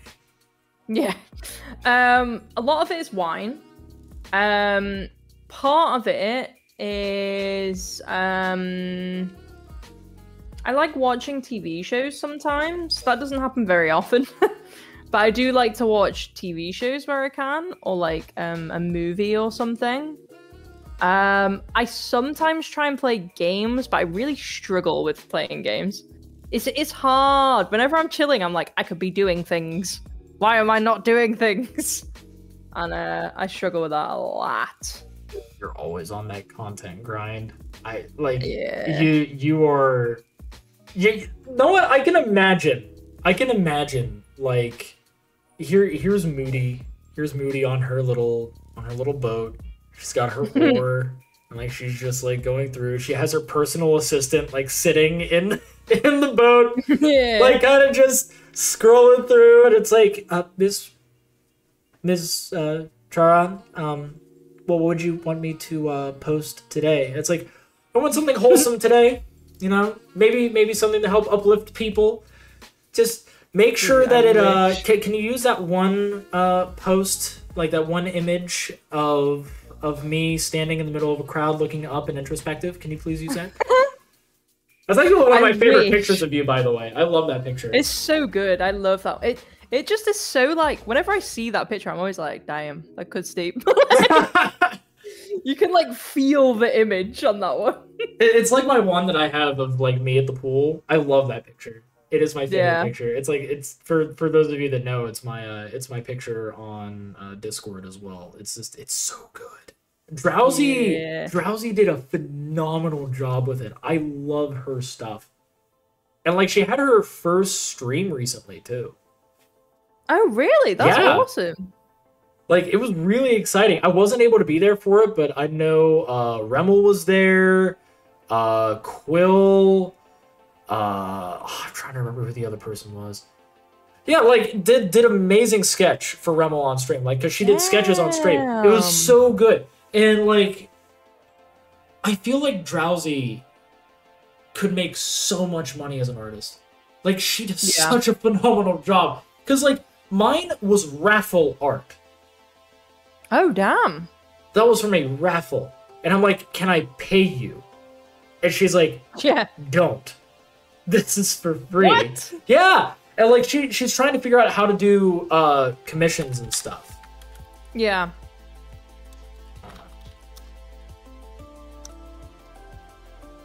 There we go. That's fair. Give her a shout out. Hell yeah. But like she has some ideas for prices. Honestly, I would love to see some Moody art in Drowsy style, just saying. Yes. I wish. Well, part of the reason I'm picking up another part-time job, gosh, is I have to replace all my emotes at the minute. Because a situation happened, nothing to do with me, with the artist that I was working with for my emotes. So now I have to replace all of them. So yeah, I picked up like a second job to try and get that done as quickly as possible. These things happen, right, guys? Stuff happens. It's out of your control. All you can do is try and deal with it the best you can. So meanwhile, yeah, here I hope am I can making goofy fucking emotes for myself. Well, like, the thing is, I've been trying to make my own, because for me, I was like, I had to remove them, like, instantly. And I didn't want to leave people without anything. Because again, if you're going to give me money for something, I want you to have something. So I started trying to draw my own, and I was like, bro, these are scuffed. These are so scuffed. Listen, like, I have some scuffed ones already. Like... Yeah. Because, I mean, I have, let's see, I have the Profound Sadness, the Super Angry one, the Skelemaxing one. I have those three. Like, I think mine are funny, in a way, especially the sad one. I love the sad one. Yeah, your one's great. But your one's great. I think there's like a level, the thing is, there's a level of scuff for me, which is hilarious. And then there's a level of scuff for me that's just like, it's just not that funny. It just looks like an 8-year-old tried to draw it. It's not like just the use the funny Carl 2-year-old drawing. It's use like the the Carl 8-year-old face one. that I made for you. Use that as your angry emo. I love it. I should do that, actually. I should. But yeah, I think that's a problem. My drawing is like on the level of an 8-year-old, where it's not like bad enough that it's so scuffed it's funny, but it's not good enough that it's good. So it's just sitting in a very awkward middle zone. And also I feel kind of bad because I have a lot of very proficient and very skilled artists that I work with on a lot of my stuff, and I don't want to put my scuffed ass nasty 8-year-old drawing emos alongside all their like really hard work that they've done to come up with like all this beautiful stuff. It just feels really bad. So yeah, I'm trying to sort that out at the minute, but it is what it is. I do want to work with more artists in the future. I think I've got a bump in the road. We'll get back on our feet soon. It happens. It's how you deal with the bump that matters. God, that is funny to me though. It's like my scuffed ass art next to all of these proficient people's names. It's like going into a modern art museum and it's like, here we have Rembrandt, Van Gogh, Yeah. Warhol, Moody. Yeah. It just feels bad, man, because they worked so hard and like spent all this time on it, and I'm like, if they ever hop in my stream and are like, what happened? Also, I think it was quite rough for me when it happened because I'm very fussy with the art that I get, right, guys? Yeah. It's very it's not actually anything to do with necessarily the quality of art. I just like really specific styles.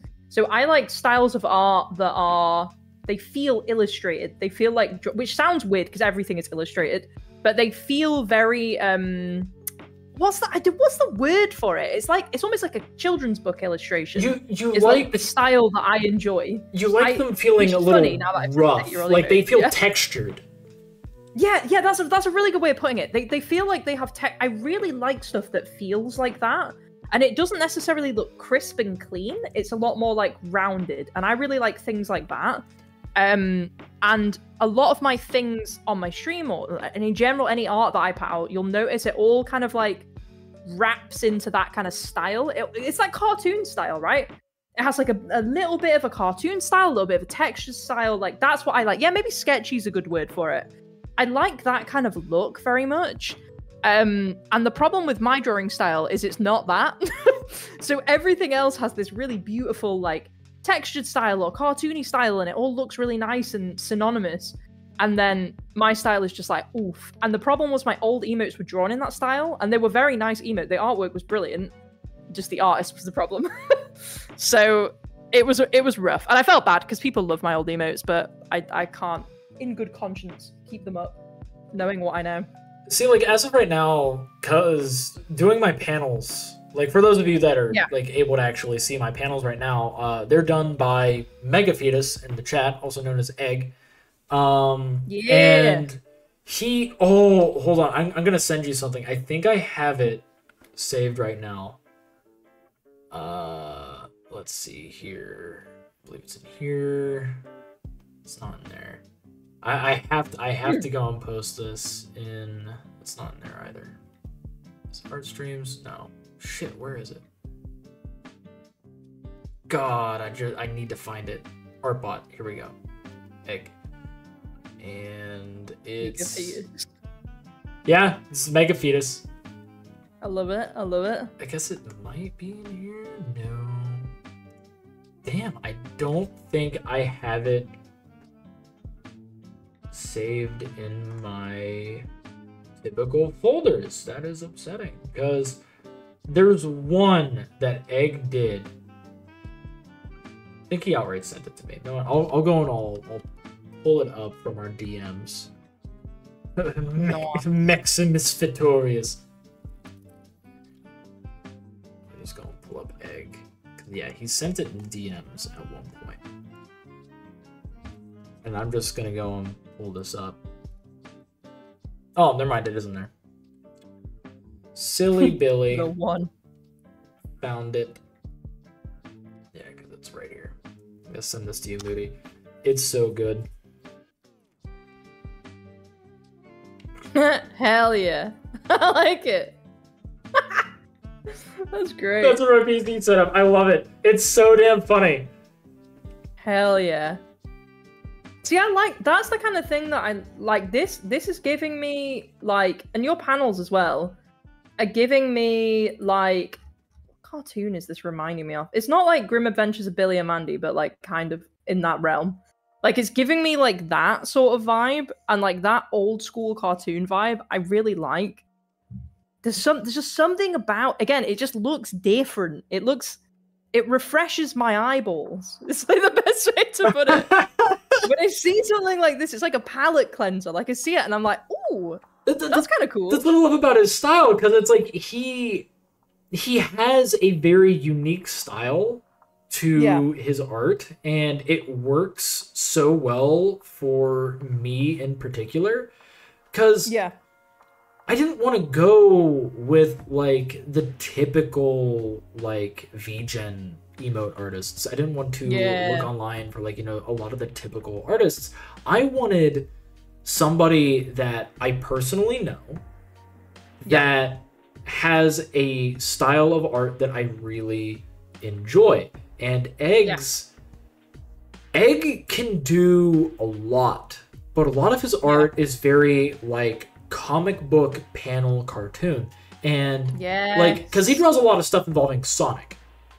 Like he loves Sonic and Sonic art, specifically Metal Sonic.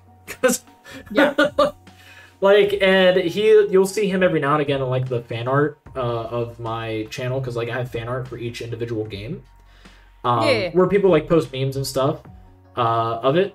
But yeah, Sonic was Egg's upbringing, and like he'll put Metal Sonic in there every single time. He's done art of Metal Sonic. He's made a D&D character that is pseudo based off of a combination of Hollow Knight and Sonic, because he also loves Hollow Knight. So that's what I love about Egg. That's what I love about him and his style. And he's amazing. And that's like, and his little character that he has is an egg. He looks like a Yoshi egg. Hell yeah. So like that's what I love about him. And it's like he does an amazing job. He actually did like a lot of D&D character art. Yeah. And he also did the art that I have of myself, where it's me sitting there like with the sunglasses on, and I have the coffee cup that says #1 Undead. Ah, nice. He did that sketch for me, and I loved it. Yeah. But like he's doing my panels right now. He's feeling a little sick. He's feeling a little sick right now. He's a little under the weather. Like he's taking a step back, and I'm very patient with him. And I think that's a big thing for a lot of streamers, is like be patient with your artists. Yeah, don't rush him. Oh yeah, he made Chumph. It was a Chad Flumph that he made. Like that was great. Like he had it mogging. Like it has the Chad face. I don't have the pic right now, Fernando, unfortunately. But yeah, like I think that being patient with your artists and vetting artists too. Like, that's another thing. I think that's something that's not done enough is vetting artists. Yep. Yep. It's difficult. There's a lot of like art scammers out there. And I see so many times people come up and they're like, "Oh, I've been scammed and blah blah blah has happened, and you know, I've lost all this money from it." And sometimes you just can't tell, right? Sometimes you go for art, it's just not possible. You can do all your research, doesn't matter. Someone just has a change of heart and runs away with stuff. We've seen that before in the VTuber community. But I think a lot of the time, and this is rough, right? And I understand this from a smaller creator's point of view. Yeah. A lot of the time, I would say, this is my personal advice for you as a small VTuber, and we can talk about how it scales up. If you are a VTuber who is maybe looking to do your first model debut, maybe you are someone who is sitting around, like, let's say 8 concurrent, 7 concurrent, something around that, and you're trying to get everything together, my advice to you is, for your specific category, do not risk working with an artist who probably doesn't have about like at least three reviews on VGen or something like that, right? I think once you get to a point where you're maybe getting a viewership of like 10 viewers or like 15 viewers, or maybe your income's a bit more flexible, that is the point that I would say start diving out and give smaller people a chance. If you are a very, very, very, very small VTuber, don't do it, because this is where a lot of like the scams come in. Unfortunately, a lot of those accounts that don't have that many reviews on them tend to be scammy accounts. It's not everyone, and I don't want to lump everyone in the same pool, but the likelihood of you ending up getting wrapped up in a scam with someone that doesn't have that many reviews is a lot higher.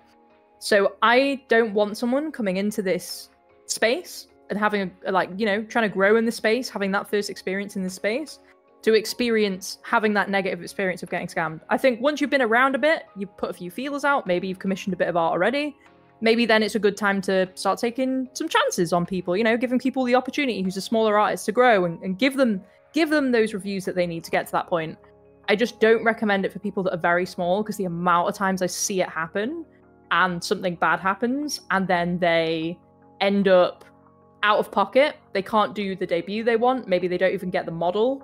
Like, things like that can go very horribly wrong. And I just don't want anyone to go through that, because it's heartbreaking. People save up so much money for this kind of stuff. And it's very rough. Expensive medium VTubing. And it's like, and I know a lot of people put out there, it's like, oh, it doesn't have to be expensive. And it's like, you're right. It doesn't have to, but it requires more work if you don't want it to be expensive. Like, there are people out there that are in the space that have become largely successful because they have chosen to not only like draw up, but rig their own models.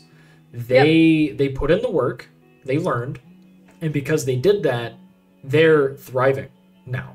And not many people can do that because it requires a ton of effort. You have to have that time and that gumption to push yourself to do that. And like there are people like Moody and I, to where myself, I value my wife and my job more than my stream. And for Moody, she values content over breathing. And like it's just true though, and it's important. This is like the thing with this, right? I spend so much of my time doing this. It impacts my personal relationships with people, and this is why I don't recommend it. It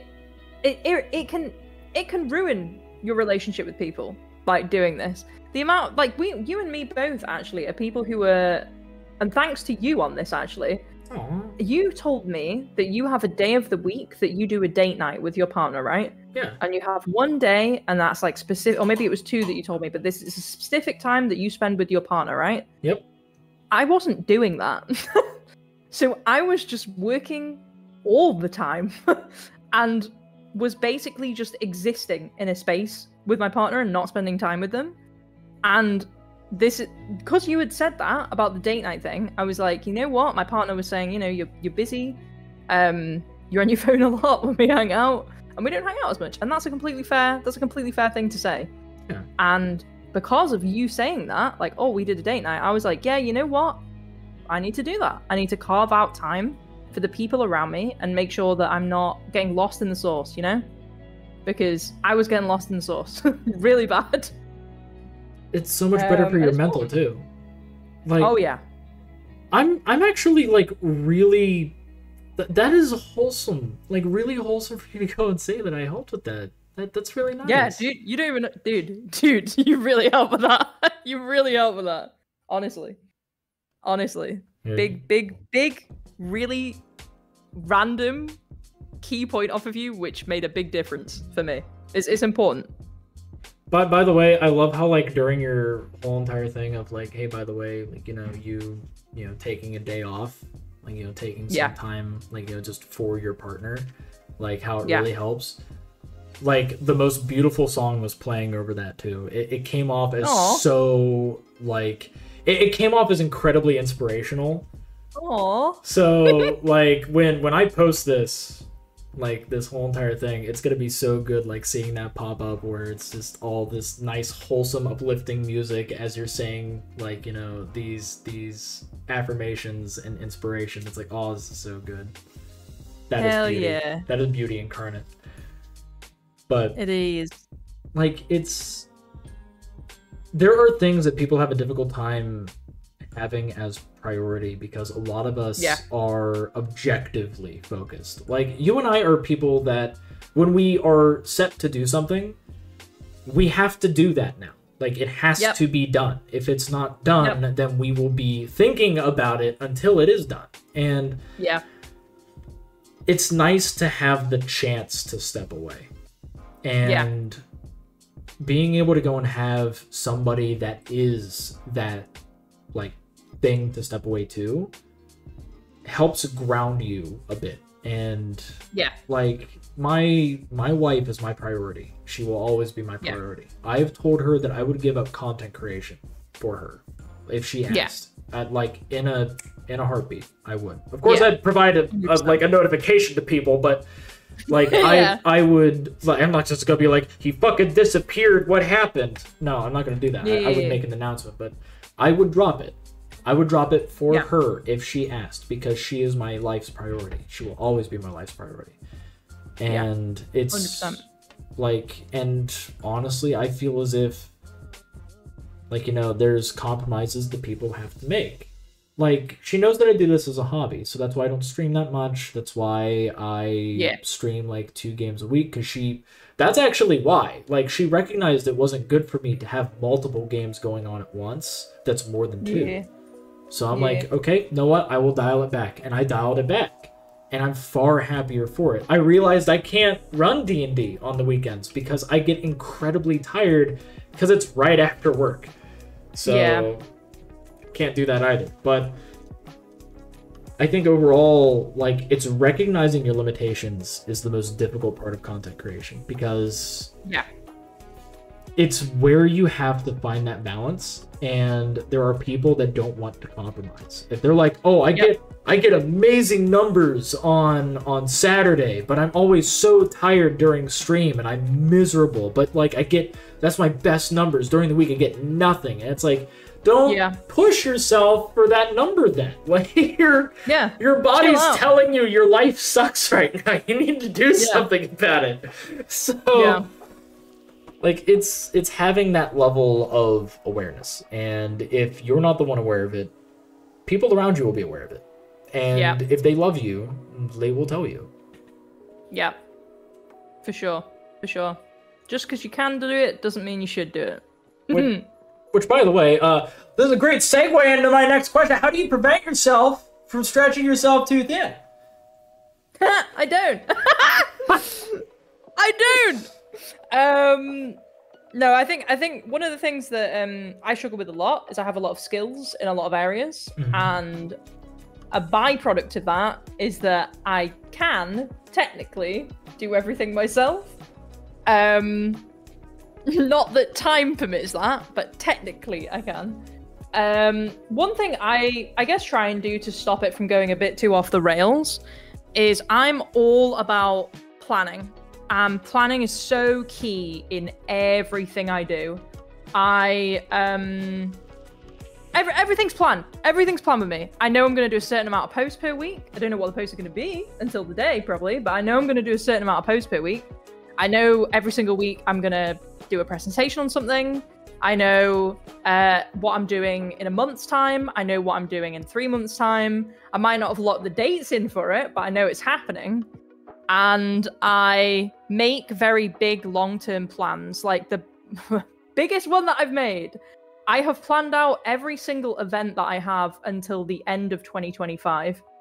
I planned so far in ahead so that I'm just always prepared, and I always know at what point I can take a break and what point I can't. And I think that helps me a lot as someone that does push through stuff a lot, is to be like, right, well, I know I can take a break here, but then I've got to put a lot of time and effort in over the next like week. It's like the way that I kind of look at it. Like, great example at the moment. I know I'm about to pick up that part-time job. I think it's starting next week. Oh no, it's starting at the end of next week. So I am trying to prepare as much stuff as I can for like streaming, prepping, events, everything like that now, so that when that starts, I'm not drowning. It's planning. Planning is your friend. Trust me. Trust me. I can definitely agree with that, with like, because that kind of goes into when I brought up having like a roadmap for what you were going to be doing for content. Yeah, for sure. So it's like being able to go and have, seeing what you want to do as a visual is so much easier for you to contextualize whether or not it's as massive as your brain is making it come off. So it can actually help you not be discouraged. Yeah. Yeah. Oh, for sure. For sure. It's motivational. The thing I like about it is I find it very motivational to go like, oh, hey, I've got an event coming up on this date. I'm going to prep all this stuff for this.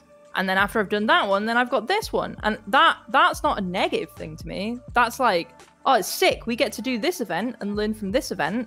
And then I get to do another event after that and take all the learnings from the event I've just done and pull that all into the next one that I do. And that motivates me. That makes me excited, because then I'm like, oh, cool. Again, it's that thing I've always said, I'm improving. And in my brain, I'm like, this is great. This is fun. This is good. I can learn things from this. You know, I'm really happy that like the massive scientists that are looking down at Earth are looking at you and being like, yes, this one's making great progress. Soon she'll be able to go make it to the end of the maze and get that cheese. Literally. I love it. Honestly, it's like that's kind of where it's like I feel as if people have a difficult time like navigating through the VTubing space. Is they're also falling for, like, you know, as you were mentioning before, scams. And like this is where I think this is necessary. Like, this is a necessary topic to talk about right now, is how do you notice scams in the space? Because like there's let's see, I saw it here, there we go, because this was part of our like little bit of a science style of question, where it was AI is a subject that many in our field of content creation have had to touch on from time to time: art theft, scam models, and violations of TOS. But sometimes the use of AI tools can go under the radar. From my understanding, you have a bit of experience involving spotting the use of certain AI tools for social media posts. How would someone just in their everyday perusing their feed spot the use of it? So one of the ways that I can spot AI, so I'm quite well versed in social posting, and one of the things that I spot all the time in social posting is AI writes in a very specific way, and it doesn't write in a very conversational or human way is the best way of putting it. It writes oftentimes in the way that a textbook will write. Yeah, lack of soul is a really good way of putting it. You can tell when AI has written something, sometimes by backtracking and realizing what the prompt is that has been used for it. A really great example of something to try is to be like, write me a post promoting my debut on X day at X time. Here's a little bit about me. I'm a fairy VTuber with an Australian accent, right? You can tell sometimes when people have put that in the prompts, because the way the sentences flow together is very odd. It's like grammatically correct, but the way that AI moves between the topics in the conversation is very like squished in a box. Like the flow isn't there. The sentence, the way I'm talking right now is not in those tweets. It's very like fairy VTuber debut on this date. Be there if you like Australian accents. Like, it will write it like that. So it writes it like a ransom note.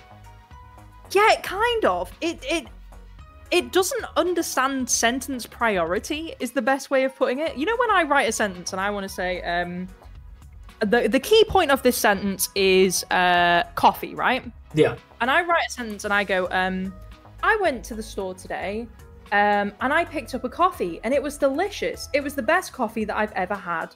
And then I went and I drove to work and I had a great day talking with my friends, right? That's me, a human, making up this conversation, as I might have that. It's a bit of a weird conversation, but I might have that conversation with someone. When you talk with AI doesn't know what the important point of the story is. So it doesn't know what to put emphasis on. So the story the AI might come up with is, I woke up today and I went to the coffee shop and then I went to work and then I talked with Charon. And it doesn't understand that the story is about the coffee, that you had a delicious coffee, because it doesn't understand what delicious is. Like, it understands delicious is good. It understands delicious is to do with taste, but it doesn't understand that for a human, the fact that the coffee was delicious is important. And the reason I know the coffee is delicious is important is because maybe my coworker wants to go and buy that coffee, right? But the AI doesn't know that. So it just writes the sentences in a very weird way, where nothing is the specific focus of the sentence unless the prompt has been written in that way. And the problem that I see with people using that, because people will use AI to structure their social media posts. Yeah. And you can tell it's been structured by it because there's no focus. There's just no focus on the important part of it. They'll talk about the debut, but then they'll talk about the fact that they've got an Australian accent at the end. And they'll make a big point about the Australian accent at the end, rather than the point that it's a debut. It's like really messed up. So it is quite obvious. So it's like, it's as if the post is being written by a second grader. Yeah. Because like second grade like sentence structure tends to be, I really like red dogs. Red dogs are neat. I saw a fire hydrant. It was also red. Like, it feels like it's not a period at the end of the sentence, it's a wall. Yeah. It's very, there's no flow. There's just no flow whatsoever. In a conversation, red dog, big cloud.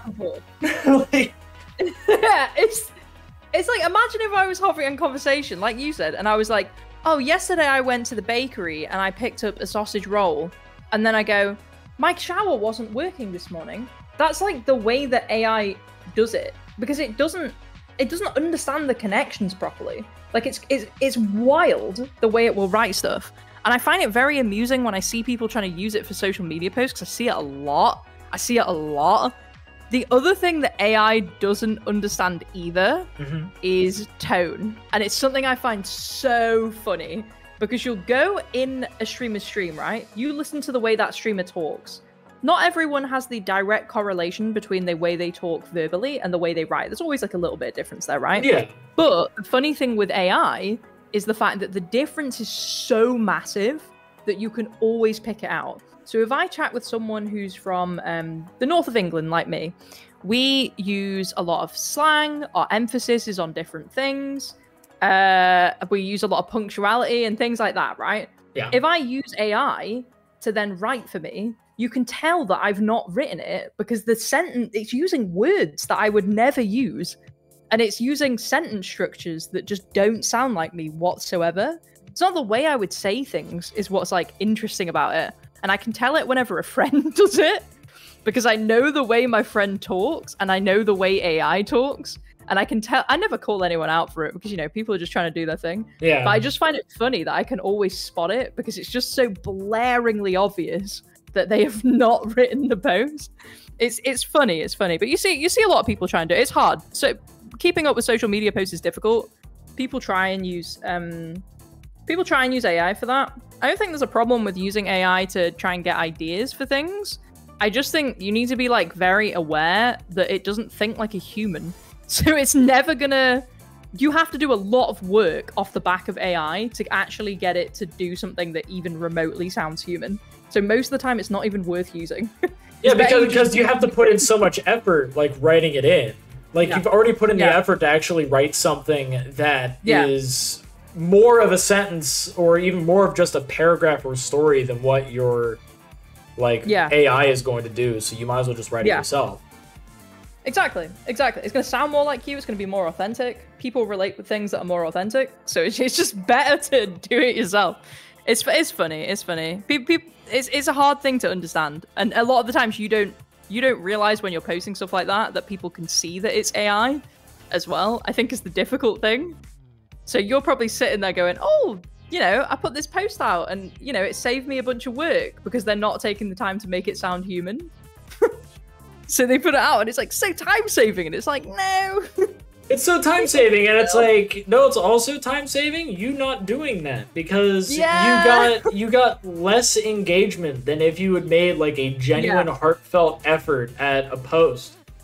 Exactly. It's funny. It's hard. It's hard. Not everyone's creative brained. Again, I'm lucky. I work with copy all the time. I find it a lot easier. It's just practice. It's just practice. It's also just exposure to platform. If you spend a lot of time on Twitter, you understand what kind of things work well. You understand what makes people engage with things, and it becomes a lot easier. But I think jumping in the game early doors, if you don't fully understand it, you're going to struggle. It's going to be very daunting. You're probably going to try and use something like AA to make it easier, not realizing it's making it harder. Yeah, because honestly, you have to immerse yourself no matter what. Like, if you are wanting to actively engage and contribute to a space, you have to immerse yourself in that space. You can't just sit on the edge of the pool and dip your toes in the water. You need to actually start swimming. And if you're not going to even try to tread water, then you're never going to get that far and play with the big kids at the other end of the pool. Yeah. I spent probably about a month just enjoying Twitter, existing on Twitter without posting anything before I actually kicked off this account to understand Twitter, so that when I did get going, I could hit the ground running. But like, you're not going to get it if you don't use it, and you don't constantly use it. You're not going to learn, because the algorithm changes every month. You've got to stay on it. You got to stay on the ball. You don't know whether or not you're going to be the one to rise to the top. Exactly. Are you the lucky ice cube? I love it. But overall, like, I feel we've touched on like some really amazing topics, and something that I do want to bring up, because like you mentioned like how the algorithm changes like once a month. So in the constantly evolving content sphere, how have you managed to navigate it? What advice would you give to others starting out to navigate it? Yes. One of the easiest things you can do to learn a platform is observe what does well.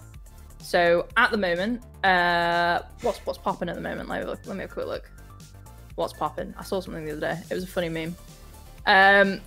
Best thing to do is go through, look what's popping. Not necessarily what's trending, because that comes and goes, right?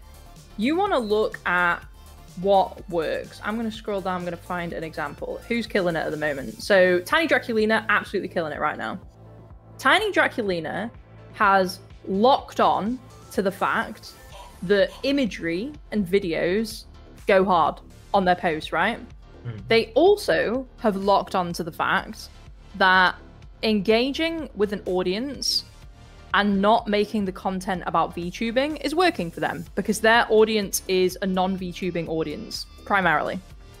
And I'm looking at Tiny Draculina's post, and I'm going, nice, I can learn things from this, right? I can look at their posts, I can see what kind of video content's performing better than the other video content.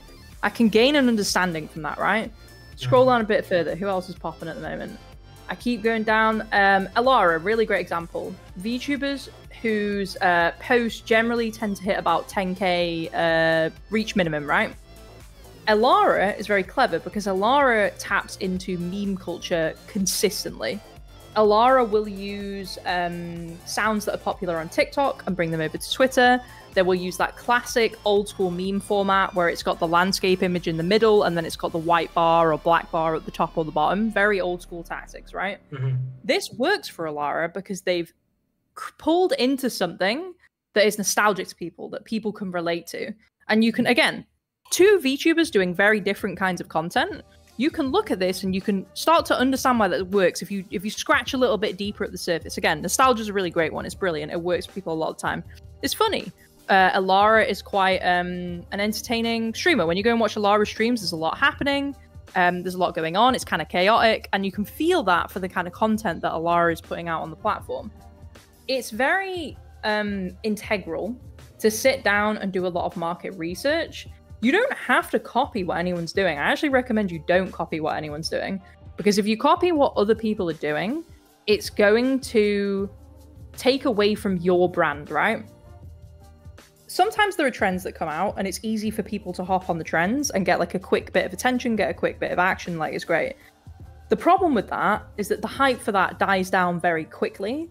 And if you can't maintain momentum on that, all the reach that you grew out of that one post that you did where you jumped on a trend is just going to die. And then you're going to be back at like stage one, right? So my recommendation is always find your type of comedy, find your type of humor, find your type of content that you want to post on Twitter, see what other people are doing in that sphere, see what other people are doing on Twitter in general that's working for them, and then pick little points of that you enjoy and kind of mold that into a big rubber band ball of stuff that you want to put out there and experiment. Get going with it. Start chucking it out. Pick things up again. I know Tiny Draculina's doing a great job with video content. Maybe that means that I want to start using video content to promote the things that I'm doing. I know that memes are well. Maybe I don't do it in the style that Alara has done their memes, but maybe I put meme content out there and see how that performs. You know what I mean? It's all about finding those elements that are performing well and then breaking it down and trying to understand why it does well. If you're a viewer or someone, viewer's maybe not the right word for Twitter, if you're a user and you're going through and you're looking at what people are doing, what is going to make you want to engage with that post? And once you understand what makes people want to engage with the post, that helps you understand how you're going to have your own success on the platform and how you can use that to your advantage. Rant over. I mean, to be honest, like that's very good advice, because it feels like it's obvious. It feels like something that would be obvious for people to go and try and do, but yeah, it's at the same time, this is why big businesses like Pizza Hut and Domino's and Papa John's, like, they compete with each other. And like, to be honest, even though that VTubers are like, we're all colleagues because we're all in the same space, we are also competitors. We are competing with each other, and as such, you look into your competition to see what they are doing correctly, and you being able to adapt what they are doing and find a way to get it to where it does work for you. So like for you, like, you do roundabout at minimum 2 posts a day, both of them participating in 2 separate things. One of them is more on a business side. The other one is more on a wholesome side. And with that, because that's the usual. Sometimes you switch it up. Because I'll see you like post a video thumbnail involving your next upcoming stream, or you will post like, hey, by the way, here's a new TikTok. Now we know that there is something that is tied directly to that, and it's that you've done your own research based off of whom of which in the space is actually succeeding. So it's like, this person's popping off right now. They just posted something involving their TikTok, which means that TikTok is more than likely going to be higher up in the algorithm. So I'm going to post something involving my TikTok, so then it can catch on to the, like, if their post was a speedboat and it's making the waves behind it, being able to catch partially on that and have it to where you're making your wave last longer. And like getting, just because it's not you leeching off of it by any means. It is you recognizing that what they are doing is working. And because of what that person is doing is working, you making something or doing something that falls within that category but isn't necessarily the same thing, can get it to where maybe you can give that trend, quote unquote, longevity. And then other people would do the same, and it can actually cycle back around to where it's like, hey, I went and we'll say Funari Mori, because she's a friend of mine. So we'll do Funari Mori. She posts a compilation video of all of August, like something that she did all of August. Like, here's a compilation video for all of August. It's like, okay, compilation video. Know what? I have a lot of clips. I'm going to do a compilation video of a lot of my clips, and I'm going to post about that. You have a completely different set of like content than what she makes. So it would Yeah. turn into like, okay, here's like this clip, it's all a bunch of like different memes. Somebody sees the Kirby meme pop up on you. Yeah. Now somebody's going to be like, well, know what? This is directly related to it. I'm going to put like my memeable moments.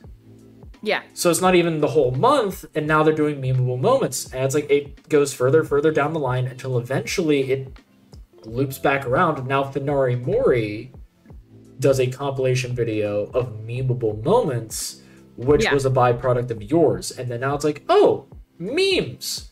Let's do memes now. And then it can be a self-fulfilling loop if needed.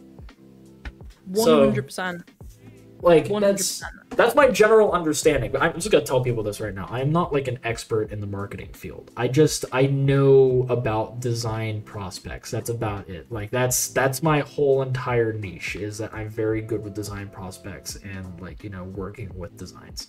Like marketing, not necessarily my forte. I've dabbled. Moody is the professional in the field. So like that is where like we're leaning further into her on this, but like her giving any amount of confirmation, like that might also not be entirely accurate because she's going off of what I've said. So like, you know, like she's able to extrapolate as needed, and this is also an ever evolving industry. So who knows? Maybe everything we're talking about will be dated in like 2 years. Because that's what happens a lot. Oh yeah. And I want to show you guys an example before we move on. I've sent you a couple of links of what it's kind of what you were talking about, of how what it looks like to take someone else's post and take inspiration from that post and create something that is different, that is not a copy. And I think a lot of the times people, so there's a phrase that Ludwig coins a lot of time that I like a lot, which is called the yoink and twist. And it's a very good way of describing. He doesn't, the way he does it, I don't fully agree with, but the concept of the yoink and twist is smart, because it's look at content that someone else is doing, understand what works with that content, and then take it away and put your own twist on it, as you said. And I think it's very easy for people to look at content that someone else is doing, take that away, and then maybe just change a bit of the wording rather than actually change what the post is. So some people might recognize this post. This was from someone hilariously in marketing that doesn't work in VTubing, who had decided to make a VTuber growth handbook and put it behind a paywall, basically. Yep. And it was very funny. It was very dumb. And they thought that they would be able to sell this and make money off of it. It was a whole terrible thing, right? What I found very funny about this post when I saw it is they've done something which is very it was a scam. Yeah. What was very interesting about it is they've done something which is very key in social media, which is something called a hook. So the first line that they've got there at the start is a combination of words that are going to grab people's attention really quickly. So VTuber growth guide. Majority of VTubers on the platform see something like this, see the first line, and they go, oh, a growth guide? Interesting. What's going on? And they'll read more, right? Very funny. The other element that I found very funny about this post was that it said the first 40 people who retweet, I'll DM it to you for free. I just thought that was absolutely ridiculous. Yeah. That, like, by the way, Arcadia VT is like, she's already made the Google Doc for the beginnings of the free one that they're doing. So like I saw that today because they posted it today, and I'm like, fuck, I don't have time to read it. It would be great for this. Yeah. There's a lot of people that have which is brilliant. Another really great one who's done it is what's her name? I watch her all the time. Her name's like August Anomaly. She's brilliant. Mm-hmm. She is also going to be putting out a guide like that. I think she's just hit partner recently. Yes, she did. But again, this was something I just found very funny, and I went, this is hilarious as someone who works in marketing. And I was like, I want to do a twist on this. I want to do something different to this that might make people giggle, that might make people laugh if they recognize what that original was. So this is what I did, taking that as advice. again, we've said in my community before, people love Kirby and they love using Kirby to interact with me. So my thought was like, let's do VTuber growth advice. If you see the post, it's got that classic start on it with the hook that hooks people in, what's going on. And then I do a twist on it and I make a joke out of it. And I make a joke out of the fact that you have a little gremlin, you release Kirby, and then that's like classic return back to the original tweet of first 40 retweets get a free DM on how to release their inner goblin, right? But by the way, you hit 44. You hit 44, which means I mean, just saying, you gotta give him that. you gotta give it to him. Just saying. But that's the thing. Like you can take something like that that's happened in the industry, something that is, you know, getting a lot of attention at the time, and you can make it you. You can make this your own thing, and you can have your own twist on it. And I think that's just an important thing to show of like, you can take inspiration from things, just make them you, make them different, make them feel unique. Oh God, please, please. Oh jeez, get out of here. Oh my gosh, no legs, Kirby, no. The buffer at the end is great. Oh my gosh, but yeah, it's just a classic example of, you know, mix it up. Yeah. Get inspired, just mix it up, you know? Yep, and like I've done things and fuck, it's like it's old. It's old. I don't even have them anymore. There was something that I did because I made a post at one point. And I'm just gonna doom scroll until I eventually find it, but people kept bookmarking something. Oh yeah, you know people are saving that later for a yoink and twist later when they bookmark it. And yoink and twist. But they kept bookmarking it. And I'm like, why are you guys bookmarking it? So every single time I saw a new bookmark, I made a meme about it. Nice. And I kept posting reply tweet after reply tweet after reply tweet of it. And I think I have it here. Okay. I have the line of them. Hell yeah. Let's see here. Yeah. So here we go. I'm gonna go and share this. All right. So these are my. This is my media, and like I kept getting these tweets. It's like you fucking deserve 6 bookmarks. What the heck? It's like, is this so good? But that's like, because this was happening with Scarlet. She was just getting more and more bookmarks, but I had been doing it to myself. Yeah, because it was this. And it's like, it was just reply tweet after reply tweet after reply tweet after reply tweet after reply tweet after reply tweet after reply tweet. It's like the number keeps going up. What are your intentions? That's it's only gone up. What have you revealed yourself and I'm appealing and no another? It's like it just keeps going up and up. It's like, why are you so upset over being bookmarked? I'm not upset. I just want to know why you would. You serious? Ha! It's like another bookmark. Like it just kept going and going and going. Gosh, I love it. And then it's like Undead not knowing why he's being bookmarked. it's just making me laugh so hard making them. It's like, what will probably stop? This is done right there. It's just so 10 perfect. Bookmarks. It's like it expands further and further.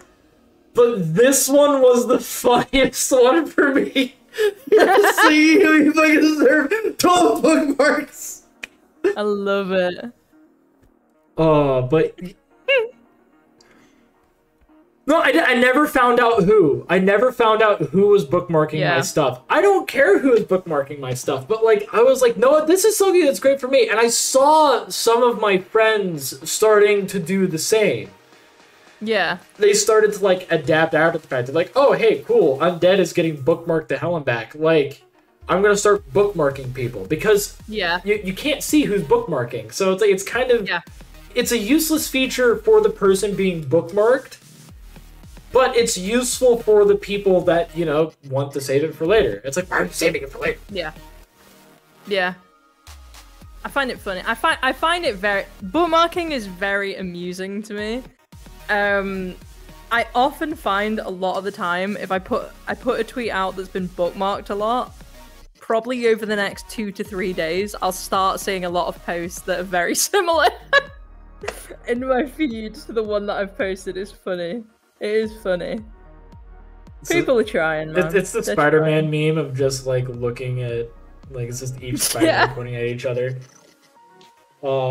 It's like, wait, you're me. No, you're me. No, you're me. And it's like, we're all kind of different. He has web shooters. You have it naturally. You're the Spider-Man Nepo baby. Like, it's like those three. I love it. It's so funny. It's another thing I find really funny as well, because I can tell when people have done it with my tweets. I have a very specific way of writing my tweets that other people on the platform don't write like this. I write... If you scroll through my tweets, you will see that I tend to write my tweets in 3 chunks. It's like a chunk of text at the top, a chunk of text in the middle, and a chunk of text at the bottom, and then it'll be like an artist credit or a tag after that, right? Mm-hmm. And I find it so fucking funny when it's a tweet that I've written that is in that style. I will see someone else post the tweet in the exact same format about pretty much the exact same thing, and it always makes me laugh because I know that they've tried to yoink and twist it, because it's not the way people write. It's a very boomer way of writing. I like writing like that because I think it's funny. It's like I do the same thing, except like that's why I got like Twitter Blue or whatever the fuck the check mark is, because I don't like shortening what I have to say at all. Like, so I got it so that I can make massive blocks of text. And a lot of the time when I do that, it's just me like expositioning at the world. But usually, and like this is only from what I've noticed, whenever I make like a wholesome, uplifting post, those get a lot of traction. And like I get a lot of engagement off it. And it's like, cool. I was mainly just posting it because like I was just a little upset that I was seeing like people being put down, and I don't want them put down. I want them to like, you know, feel as if they not only matter but also that they're seen. So like that's why I'm making the post. Like that's why I do a lot of my content, is I want people to feel seen. I want people to feel valued, and like in the content creation space, it's why like I tell people I don't like I'm not aiming for a collab at all. Like I just want to hang out with friends. Like that's it.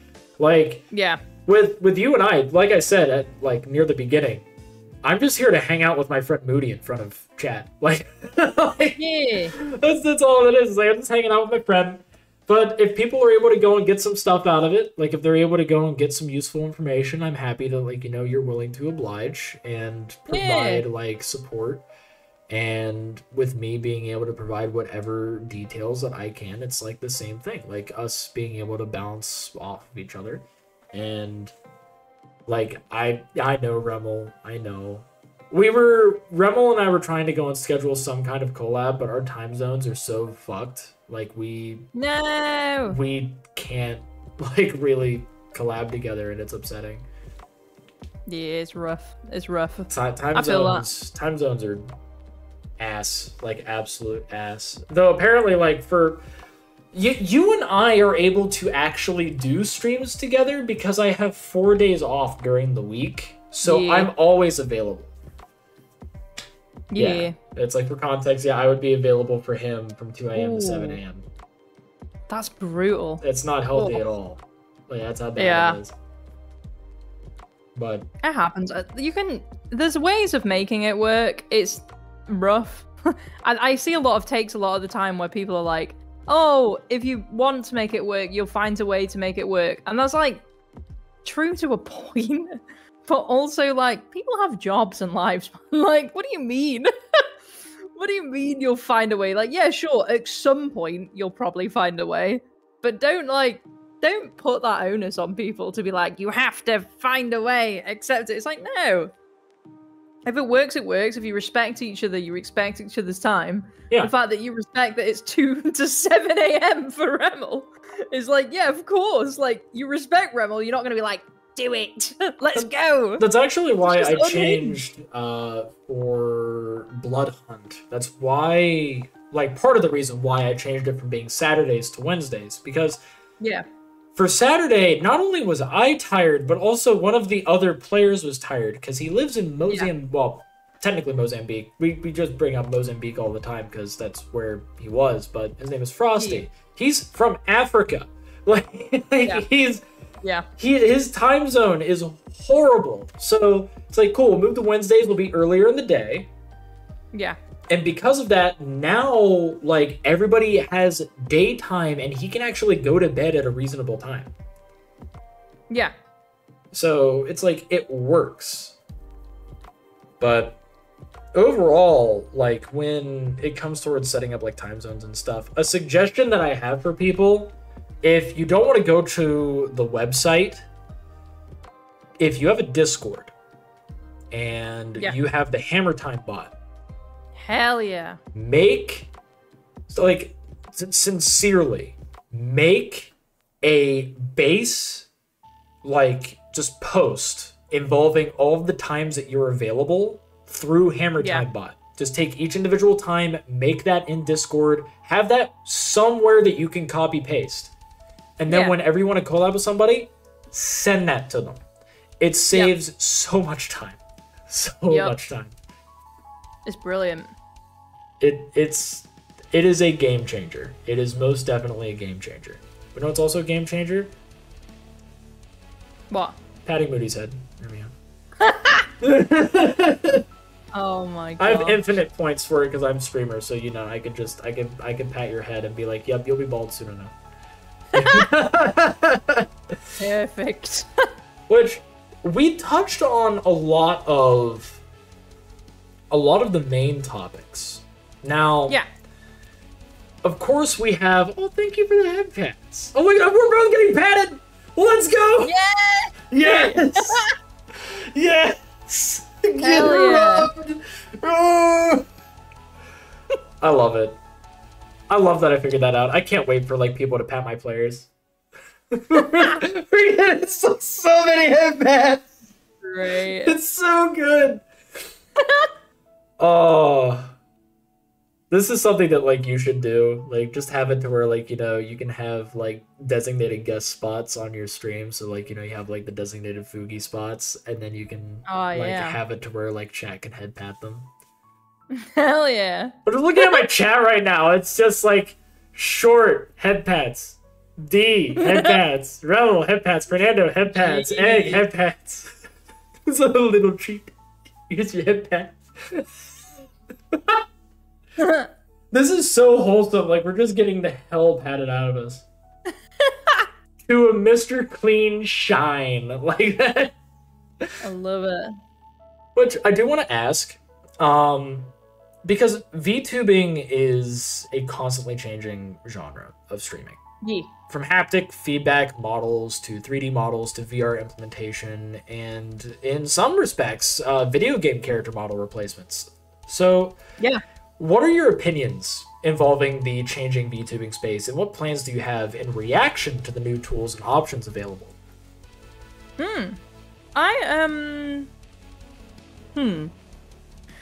I think it's great that the space is changing, and we're seeing loads of different stuff. I'm a lover of variety. I love being able to go into a stream and being like, what the heck is going on? I love this.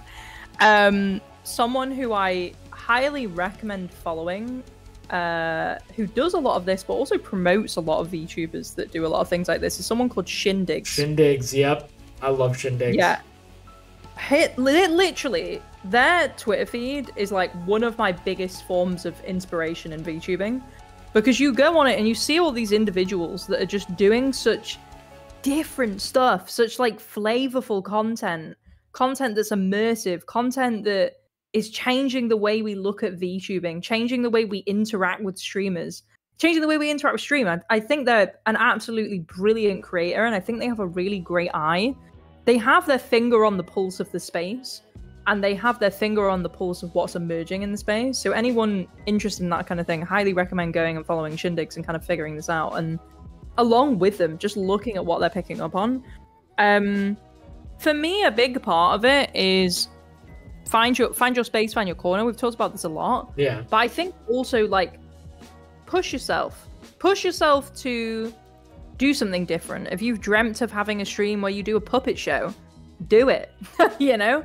Get there, make it happen. Plan it out. It might take you a while to get there, but do it. Just do it, man. Like have fun with it. Do something different. Like, I am so inspired by innovation. Like, a huge part of my role where I work, they've actually assigned me this, is they want me to innovate the way that we work there and innovate the way we present information and innovate the way we sell things. And I find it so inspiring when I come on Twitch and I watch someone like Shindigs and they've decided to make a stream where they can allow chat to have TTS conversations with them. They can act like they're a teacher in a classroom, and chat will interact with them as if they're pupils. They had a really funny stream a while ago where chat locked themselves in a car and Shindigs was trying to convince chat to let them back in the car. And the chat was talking to them with TTS the whole time. It was hilarious. And I think things like that are just so much fun and so... they're just different. They're cool. They're what I think... They show us what the sky's the limit is of VTubing. And I think we should all be aspiring to do something like that. It doesn't have to be anything like that. But you should have in the back of your head... I talk about goals that are achievable.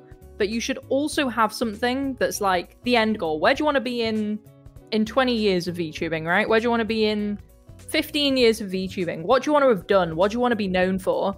And I think that's something very fun and exciting that we can all kind of tap into in our own unique ways. And again, just make the platform a more interesting space, make it a more flavorful space.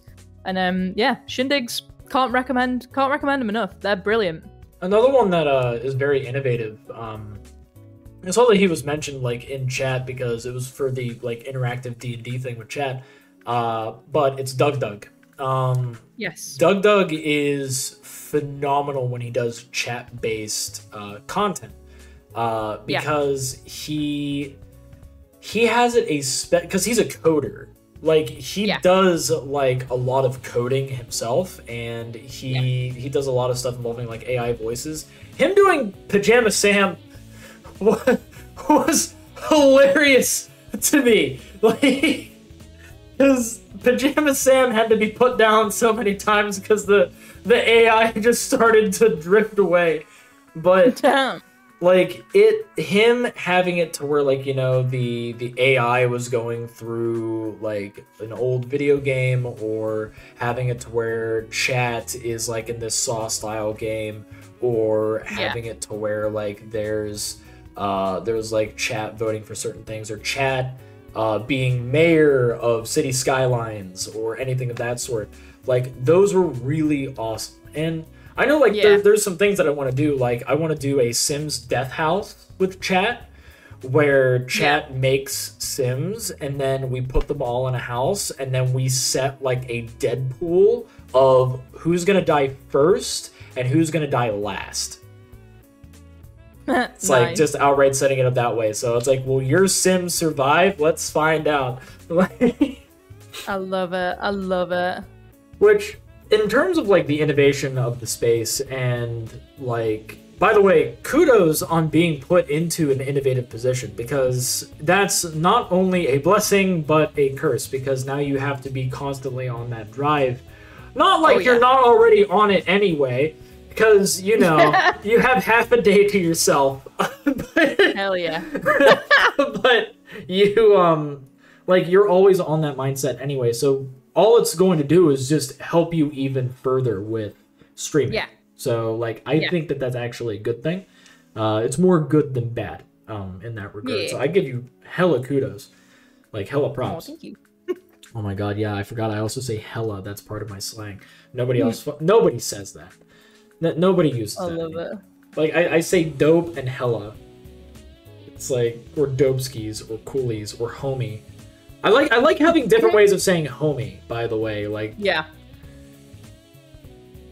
I forget. Oh yeah. Oh shit. I had one for you. I forget. It's like, I think it was like Fairy Woman in Christ. No, Fairy Woman on the Sticks. That's what it is. Yeah. But it's like, I have like so many different ones for like so many different people because I want it to where everybody has something unique to them. Like if I'm dealing with somebody who is like, oh, they're a fairy VTuber, it's like, sup home fae. Like I say it like that, or it's like sup home bones, like if they're a Skeletober. Though really it's like Skella homie, Vertebrother, Vertebrethren, hell yeah. you know, Skella sister, like, you know, that sort of thing. I usually do that too. But I love it. I love it. In terms of like the innovation of the space, it's time to make people cringe, because I have some old videos of you that you had to your own dismay sent me. I forgot about that. Yeah. As soon as it'll let me pull them up. Oh dear. Yeah, it's refusing to. Let me pull it up. Let me embarrass you. Hold on. Oh yeah, because I have those. So let's see here. I think I ought to be able to pull it up now. I can close that up. Must get Moody embarrassed. Oh dear. Oh dear. Damn, it just doesn't want to bring it up. Why must you fight me? Is this the Google Drive ones? Yeah, it's the Google Drive ones. Ah. What do we gotta do?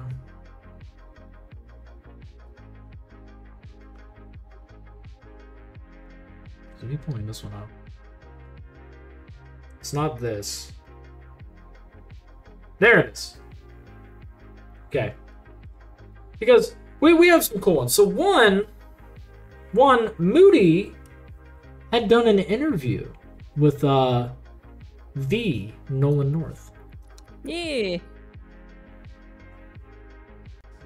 like to apologize to my family, my wife.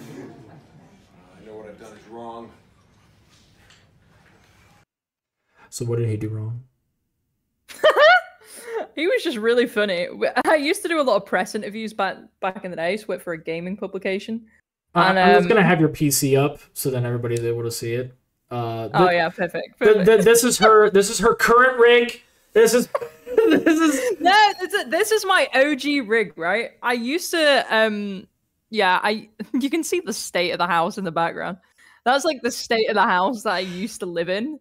And this is what my PC would look like. It was constantly covered in dust. There were spiders in it at one point. It was a whole thing. It was a mess. It was on life support. But yeah, I started out from basics, guys. I actually started out on streaming on a laptop way back in the day. But this was the first PC machine I had. Oh yeah, it's a beauty. It's the handles. I've still got this machine and it still runs. I've updated it since, but it's a beauty. It's a beauty. This is my OG machine. Look at Humble this. beginnings. Look at this thing. She probably, when she became the fairy woman, she saw this PC on the sticks. And it couldn't fucking afford to be there. It was on the shores. It's like, help me. And she's like, I have to pretend I don't know you. It's the awkward friendship from high school that you don't want to reconnect with. It's like, ew. Go and give them that, so like, terrible pursed lip look. And like, okay, bye. Cringes inwardly. Excellent cable management at the back, as always. Absolutely perfect. We love it. I mean, you gotta show this off too. Look at this. Look at this. Just walking. Oh down. yeah, Look at this that is cable. how I used to get my internet. This is how she got her internet.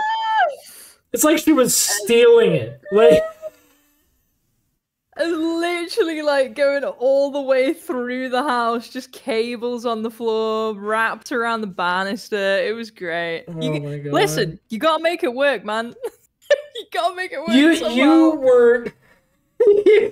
It looked like you were stealing cable. Like... Yeah. it literally looked like I was squatting in that house. Like anyone that would come over to that house was like, "You live here?" And I was like, "Yeah." I can hold on. I can imagine like early streaming day Moody, where like she's wearing like this. It's a dark gray kind of steel colored hoodie. It has like 2 stains on it minimum. She's wearing like baggy sweatpants, but they're the only colorful thing on her. Her hair is like a rat's nest. Yeah. Like she's clinging with both hands onto whatever cup of mysterious liquid she has. And she just like, she gives you a dead stare whenever you're talking to her. Yep. That's Moody from like 3 years ago. It was brutal, man. It was brutal. I've done the classic leave a cup on the desk too long and then go to pick up the cup you're currently drinking from and it's the wrong one. It's like old moldy tea. It's great. It's terrible. It's terrible. No, it's not moldy. It's cultured. Yeah. It's true. It's true. No, it was brutal. It was brutal. It's so brutal back then. And then, of course, which one do you want me to bring up? The hand tracking or the first model? I mean, the first model is a good place to go with. This is the OG. This was the very first model that I had. It's crazy. As soon as it loads. Yeah, it's slow. It's parsing through it. I swear I have good internet, guys. I swear. Yeah, this is what I started out with 3 years ago. Made it myself.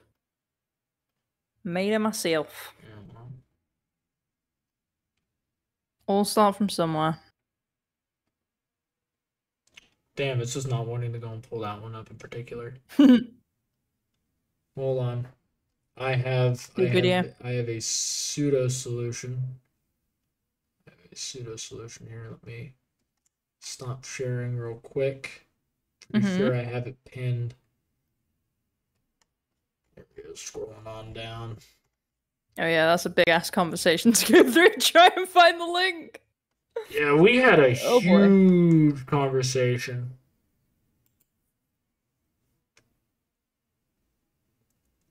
Dolce, why don't you introduce yourself to the class? Okay? Hi, my name's Dolce with 2 eyes. I feel anxious when I'm high. Dear God. Okay. Oh yeah. I think I could share my screen. A little bit. Yeah, you saw it? Yo, yeah. Fun fact about me also, I used to be called Moody Goth GF, was my original Scream name. That was your original one? Oh yeah. Oh yeah. On your burner That's profile? the OG. It's like a burner phone. The Twitter account is still there. Yeah, it still is. It's still there, not script from history. First Ant-Man was pretty good. Why is my arm over it? Come back. Oh my gosh. There's that hand tracking. So what happened to that? So I used to have a leap motion, which if anyone doesn't know what that is, it works with 3D models. So it's like a little motion sensor that you clip on you. You can put it on your head or you can put it like on the top of your shirt collar. And it specifically tracks your hand movement in relation to what's going on. It's a really great piece of kit. However, the iteration of it that I had was a very experimental iteration of it. It was one of the first iterations of it. And it used to mess up all the time and like misread the tracking to the point where like my hands would just start flying around on the screen all the time. It was a very fun part of the Moody lore, that, because a lot of people remember those days and miss the 3D model days because they want the absolutely crazy hand tracking back. It's great. It's so much fun. I highly recommend that. If you got a 3D model, get the leap motion if you can afford it. It's a brilliant piece of kit. The new one's a lot better than the one that I had. But it's a great piece of kit. It's very fun, very interactive. People like Vebe use stuff like that. You'll see when they're using their 3D. I think maybe Zen. I think Zen's got a different setup actually, but I think Vebe uses stuff like that. Okay. It's good to know for eventually when I'm a 3D skeleton. Hell yeah. Dude, I want 3D so bad. It's just very expensive and I can't afford it. See, I would want 3D, but I would want it for a very weird purpose.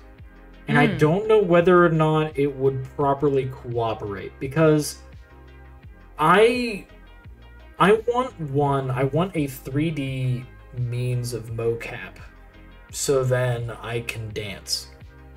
Because I like that. The dancing videos are cool. I took dance classes back in high school because I wanted to. It was for the incredibly dumb reasoning of, and it's not really dumb. It can be considered romantic and cute, but for me it just was not. It was not cohesive at all. But I did it so then I could pick up chicks. That was my thing in high school. It is cringe, and it never helped. It did not help at all. But I learned how to tango, how to breakdance, also known as street dancing. I learned how to ballroom dance, mainly just the waltz because it's the only one they wanted to teach us. I picked up on the basics of ballet because that was another one, was picking that up. But I think that we hit a lot of different topics. And I think we really touched on some things that can really help some people out. I know that if you haven't, just so that all of you know, if you haven't followed Moody, please follow Moody on her socials, on her outright, like on her other platforms, because she does talk about this every now and again on her streams, but you will see her post about this stuff, especially on like TikTok's a major one that you've done like a bit for that, where it's like involving like the marketing of oneself. But there's also with like Twitter, being able to go and receive those levels of advice is very helpful. Moody is somebody that I personally admire in the community. I think that she's done a fantastic job. Of course I admire you, girl. Damn. But but she's honestly amazing. Oh, you know what? girl.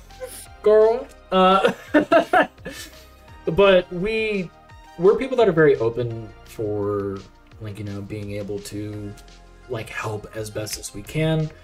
Of course, please recognize that we are human. We are not an actual fairy woman and a skeleton. So, like, you know, we don't exist purely on the internet. We exist outside of it, even though that Moody has said that she essentially doesn't have a life because she sacrificed it for content. Don't think that she's going to immediately answer whatever questions. She is busy. And, like, just please have respect for both of us in that regard. But one thing I do want to bring up, because at the end of these streams, I do something called Undead advice. Where if you have any kind of problem at all that you would like some outside, of course, like I suspect your sleep schedule is one of them. But it's not your internet anymore. You don't have like the cable management of Shelob, where it's like all the spider webs that are inside your computer case. I'm not trying to like pull out Ungoliant here and like just insert other like mythical spiders from existence. Summon Samwise Gamgee to fight your fucking computer tower. Hell yeah. But if there's any kind of advice that you would like, please, or just something that you would like some insight on, I am more than willing to go and help with that. I'm able, as Undead, I'm willing to go and provide some advice. Yeah, I have actually a very direct problem that I'm probably going to have to deal with in the next 30 minutes. Which is, there are mosquitoes everywhere in this apartment, and they are nomming on me like some sort of buffet. How do I sleep and not have all these mosquitoes eat me? So things that you're able to do involving mosquitoes, because typically people use citronella. Citronella is a specific kind of candle. It smells like very waxy. But you can mix different kinds of oils into them to go and make them smell better. A suggestion that I have is lemongrass, especially since you don't have pets. Lemongrass is toxic to cats, but it's not toxic to dogs. So that's something to keep in mind. But with you, I would suggest maybe getting like a citronella candle and burning that somewhere to where like it will pick up by your AC. If you have central air at all, then have it near that. But if you're just having it in one particular room, then burn the citronella candle in that room. Other things that you can do, you can use lemongrass oils and put that along like on your skin, because that will also cause the mosquitoes to not have a decent time detecting you, and also they can't ingest it. As a matter of fact, if a mosquito tries to push past the lemongrass oil on your skin, they'll start to drink some of that, and if they do, they will suffocate and die, because they have a particular breathing system. It's air holes that are on their thorax and their little proboscis that they stab into you with. That has a partial connection into that. And that's why, like, whenever you squish them, it's not just the back end of them that pops. It's also their thorax. And like, if you were to go and just put lemongrass oil on your skin, if you can go and have like some kind of body wash that has that typically works. That will actually deter them a little bit, because there's a lot of beauty products that have lemongrass in it, especially lotion. There's tons of lotions that have it, so that is something to keep in mind. So there's that, but there's also citronella candle. That's the one that I heavily recommend, is a citronella candle. Okay, I like it. I'm gonna invest. I need to sort myself out, because I'm riddled with bites. It's my biggest suggestion, because unfortunately, bug bites, they leave enzymes in your skin, and those enzymes cause other insects to be attracted to you. Once you get one bug bite, you will be like bombarded by bugs. Dude, come on. Come on. I love how, like, you saved this for me. It's like, oh yes, you're asking the farmer. Yes, this is good. Listen, I'm not used to this many bug bites, dude. And also, like, in the UK, we don't get mosquitoes like the ones that are in Germany. And I feel like it's a much more hotter climate situation, so I figured you might know. You might know. Because compared to the UK, the US is a lot less cold and wet. And D is also correct. Eating bananas as well. That also. Oh, okay. I like it. Because bananas help with your pores for that. Like really? Yes, because it has chemicals in it that counteract the enzymes that would leak from a bug bite. Oh, interesting. Okay. We're learning today. I've essentially brought up as much as possible to make you as unappetizing as you can be, which perfect. It's difficult because you're a whole entree. Look at you, you're a snack girl. Appreciate you. Oh my gosh! No, thank you. This has been so much fun. I appreciate it. I'm glad that you enjoyed it. By chance, because you are my guest, is there anybody that you would want us to raid out into? Ooh, who's about at the moment? Might be interesting to... Oh, Mortish is live. Do you remember Mortish? I do. We did her as the the druid. The what was it? It was a druid. It was the cool dark druid thing. We decided that she was brilliant. Oh, I see highly that recommend. She's playing Lethal Company. Yeah. Oh, that... Oh, hello. I wasn't expecting there to be hits. Yep. And they're jiggly as well. The jiggle physics on those. Oh, geez. Damn. Yeah. That's not the... Let's go. Not what I was expecting. Alright, well, we are going to be raiding into Mortish Noir. Hell yeah. She's currently been up for 2 hours and 24 minutes, and Lovely. What I will say, because she's playing Lethal Company right now, she's somebody that I very much appreciate, because we, like Moody and I, when we did our stream before, our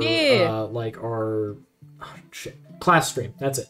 When we did our class stream, Mortish was on there. She has a very like beautiful avatar, though you will see that this one that she's currently is very cute. And inside a suit.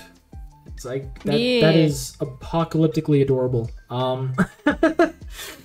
But please, all of you have a good one. Actually use Fernando's. I like Fernando's. Fernando's is nice. Skelly and Moody, right?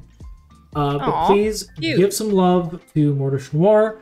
Thank you all so much for watching. Thank you, Moody, for being my guest on Dead Air. Thank you. And thank you all for the follows. And you're going to be seeing more content coming soon. My viewerthon is starting in October, so you'll be seeing that. Collabs abound. And by all means, give Mortish some love. She deserves it. She's amazing. Hell yeah. And so are all of you. You guys have a good one. Bye, everybody. Bye.